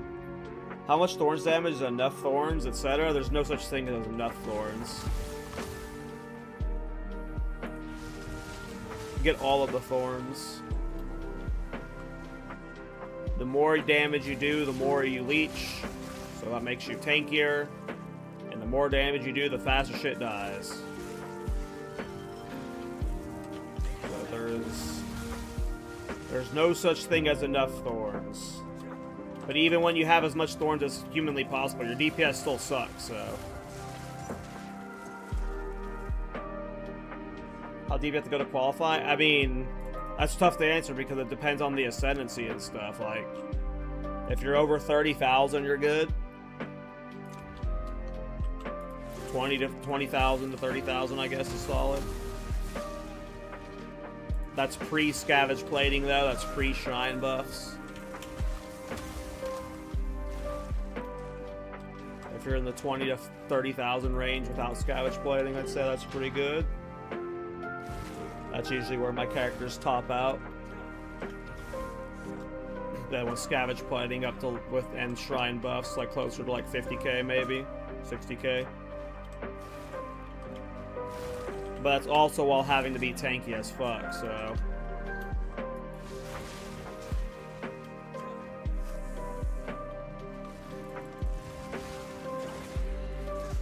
But yeah, you genuinely just want as much thorns damage as possible because of how leech works. It makes you so tanky, and then so especially since we like stack as thorns.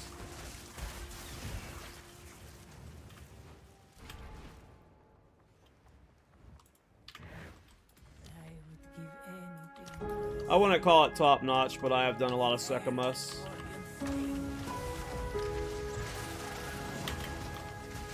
I did not get that comment off. You got bodied though. Maybe I did get the comment off.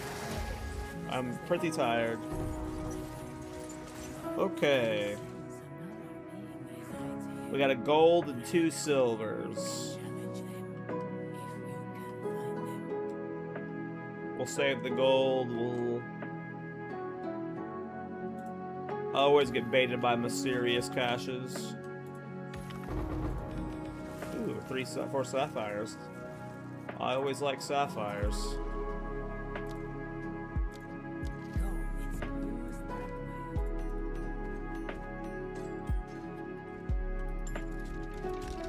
Alright. Let me sit up for the final floor.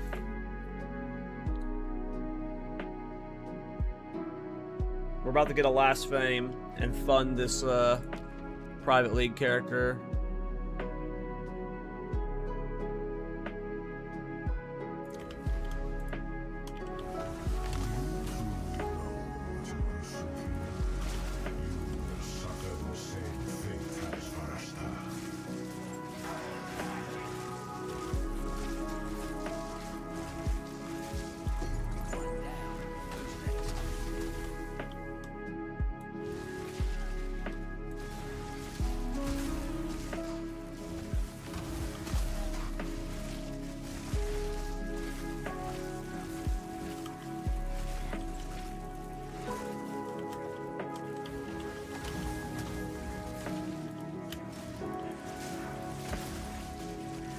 I did not get a single tink today in this 4-hour stream.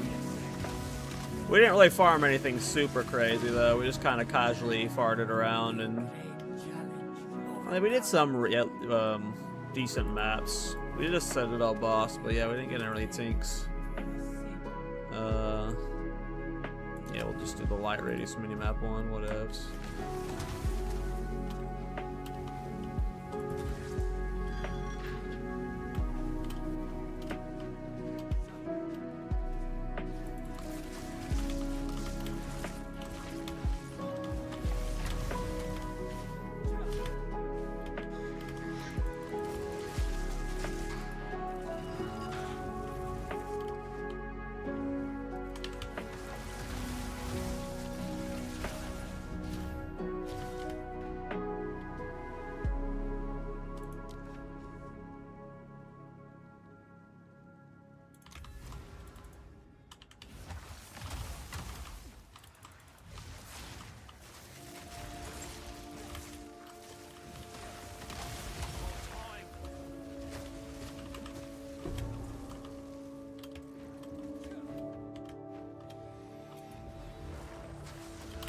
That was danger of me. Should not have done that.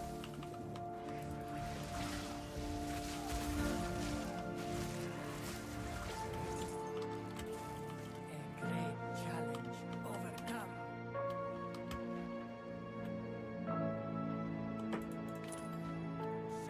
I don't know how many Sekimus runs I've done across all 4 leagues. Probably over 500.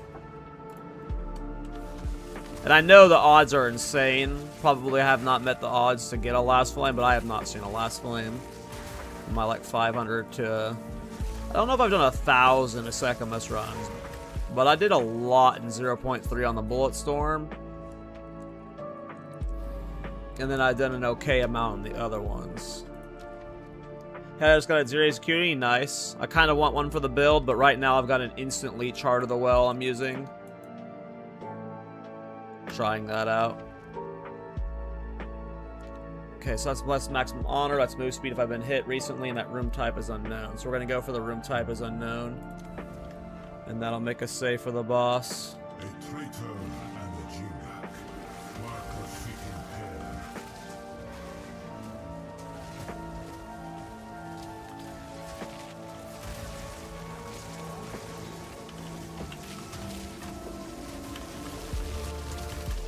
That's a scary area to be in the middle of.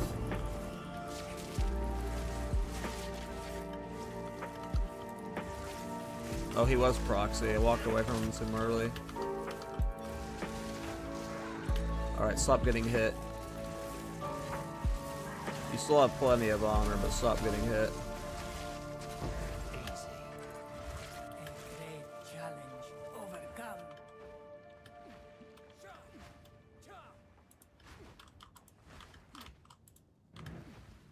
Relish your mortality. Alright, Ritual Chalice boss. Good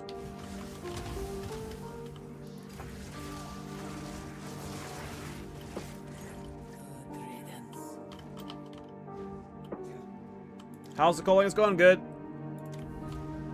Level 90. I'm still on a giga budget. My gear hasn't changed much. I got my life higher. I bought new rings and new boots. So I got 35% move speed boots. And then I got new rings. But otherwise my gear is exactly the same. My damage is like slightly better because I got level 19 Jills now. But just getting more life helped a lot with the survivability. I haven't done the full transition, the Widow Hail stuff, but right now we're farming up currency to get Adeli's Bloodletting and some other stuff. That guy's in an awkward spot.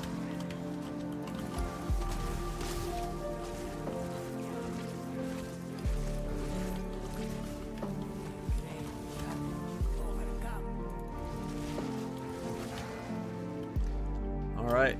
Hopefully I can kill this guy before blowing it. I got 5,000 honor. That should be enough. I can't be that bad at this game.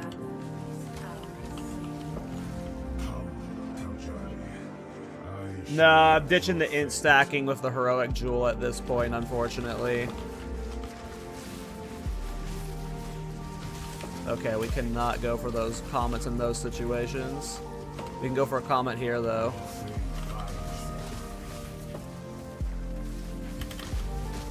Dodge rolled the wrong way. Go for a comet here. He's gonna phase. We'll get him out of the phase.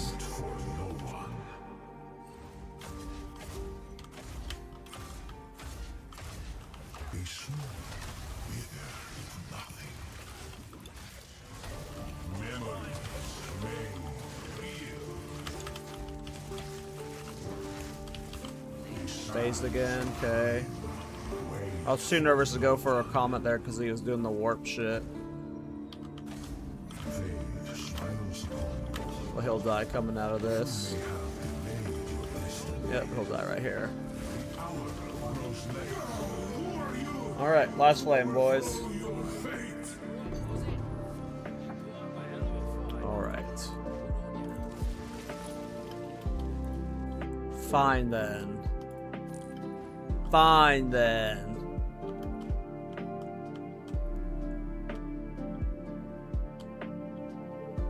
Well.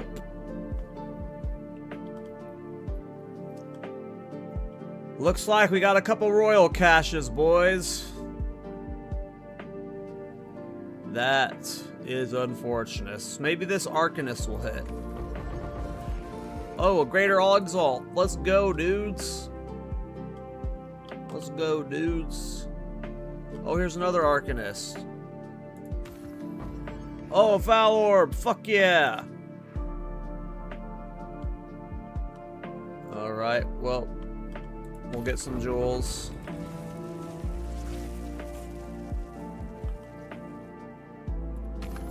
Where can I see the POB? I've got a PoE Ninja.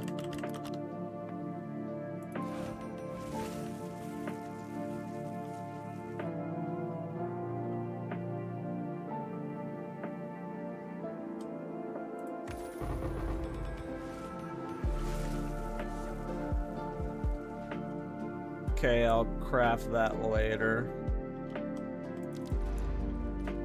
Or I'll craft those jewels later.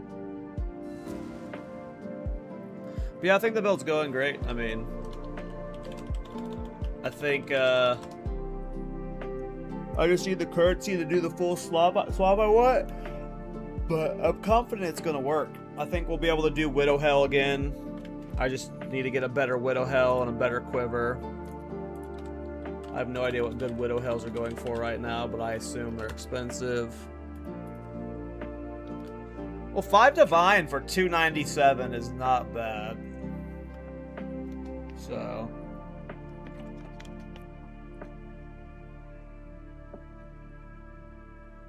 We'll see what they're like in a couple days. I'm not ready for the Widow Hell swap. We need Idolized Bloodletting.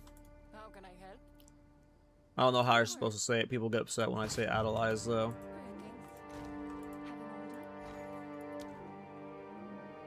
Altulis.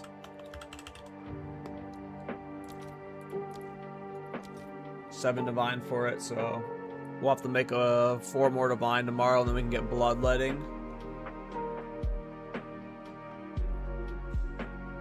Which will be really nice. There's a bunch of jewels. I'm sure some of them will hit. We'll put them in here for now. And I'll sort them tomorrow.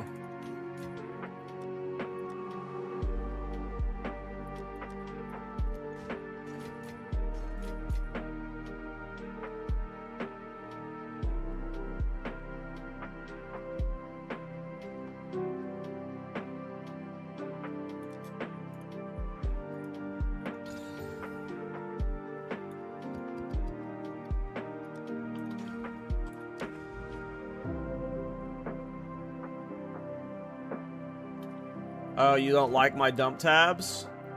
You don't like my dump tabs? This is ADHD brain at its finest. You should see what my tabs look like in the real league.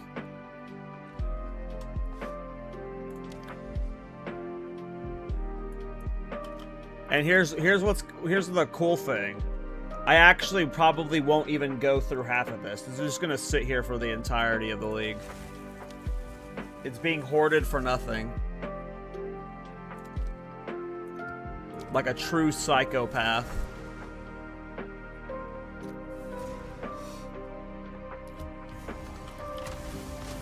Oh my god, instantly stunned.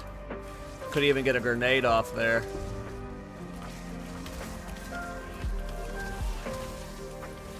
Ooh, that was scary.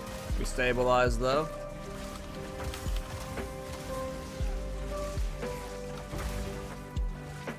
This is smelling like a dangerous map. I do have affinities for a bunch of my tabs, but not for my dump.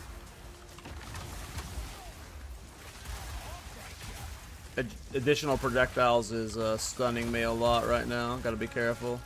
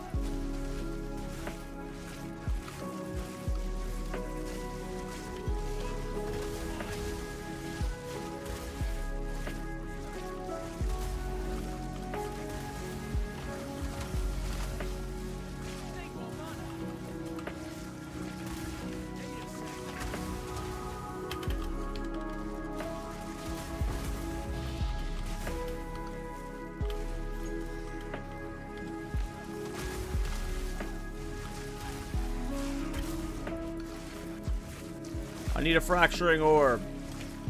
Give me a fracturing orb.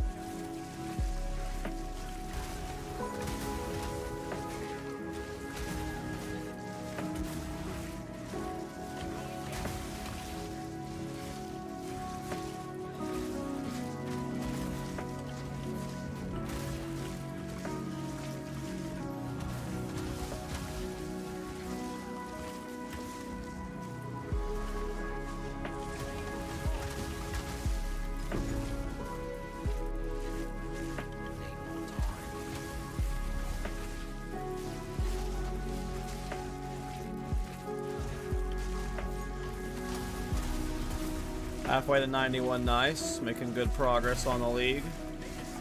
I'm probably the highest level Spark Witch Hunter in the league, who's also playing Culling Strike and also using the Covenant. What other things should I do to narrow it down to guarantee that I'm the number one of that? I think those that narrows it down enough to where I'm number one at that, right? We could add on with the name Witch Hunter Simp to guarantee it, though.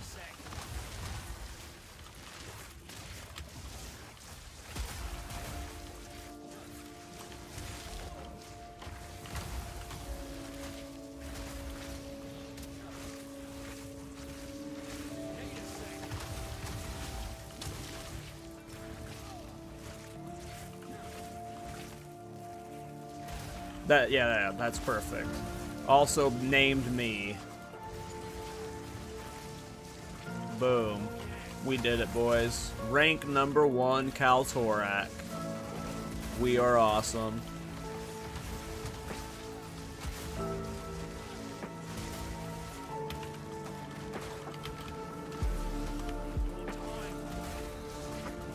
I mean, usually it's hard to tell with megalomaniacs. Like, a lot of the times you just gotta, like, throw out a price and pray, like, over a day or two somebody wants it. The way I do it, though, is, like, I just look at the price of each of the individual passives that are on it, and, you know, if they're both valuable or there's synergy, I'll, you know, make it, you know, a combination of the two prices. Potentially more depending on how valuable the combination is. But if it's like, you know, one's good and one's bad, I'll probably, you know, just put it at like the low roll of the good one.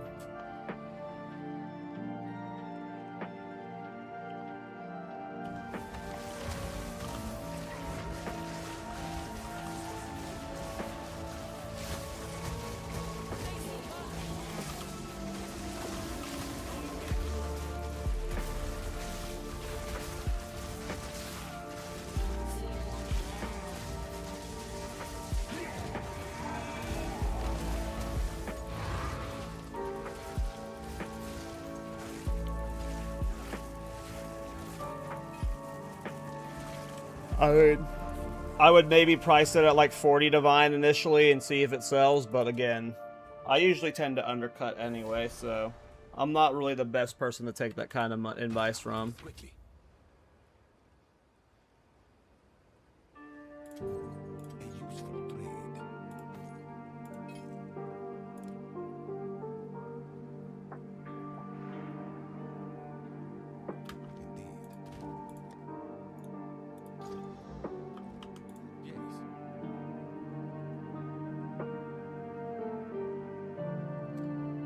Yep, pretty much, Dom. It's just like, the more money you make early on, it just is exponential value. It snowballs pretty hard.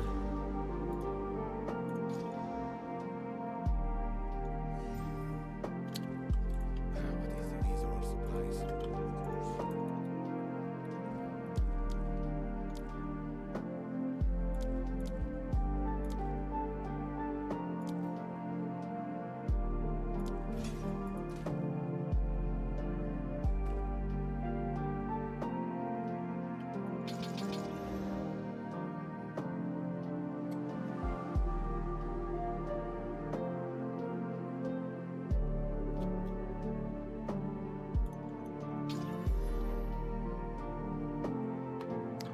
All right, thanks for hanging out with me tonight, guys. I did not expect a 4-hour stream. I actually posted in the Thorns Discord it was going to be a short stream, and we went for 4 hours. I just ended up having too much fun playing this. But yeah, I needed to stay up late tonight to get into the sleep schedule where tomorrow night at this time will be like right when the Rax podcast ends. So tomorrow night we're doing a Rax podcast.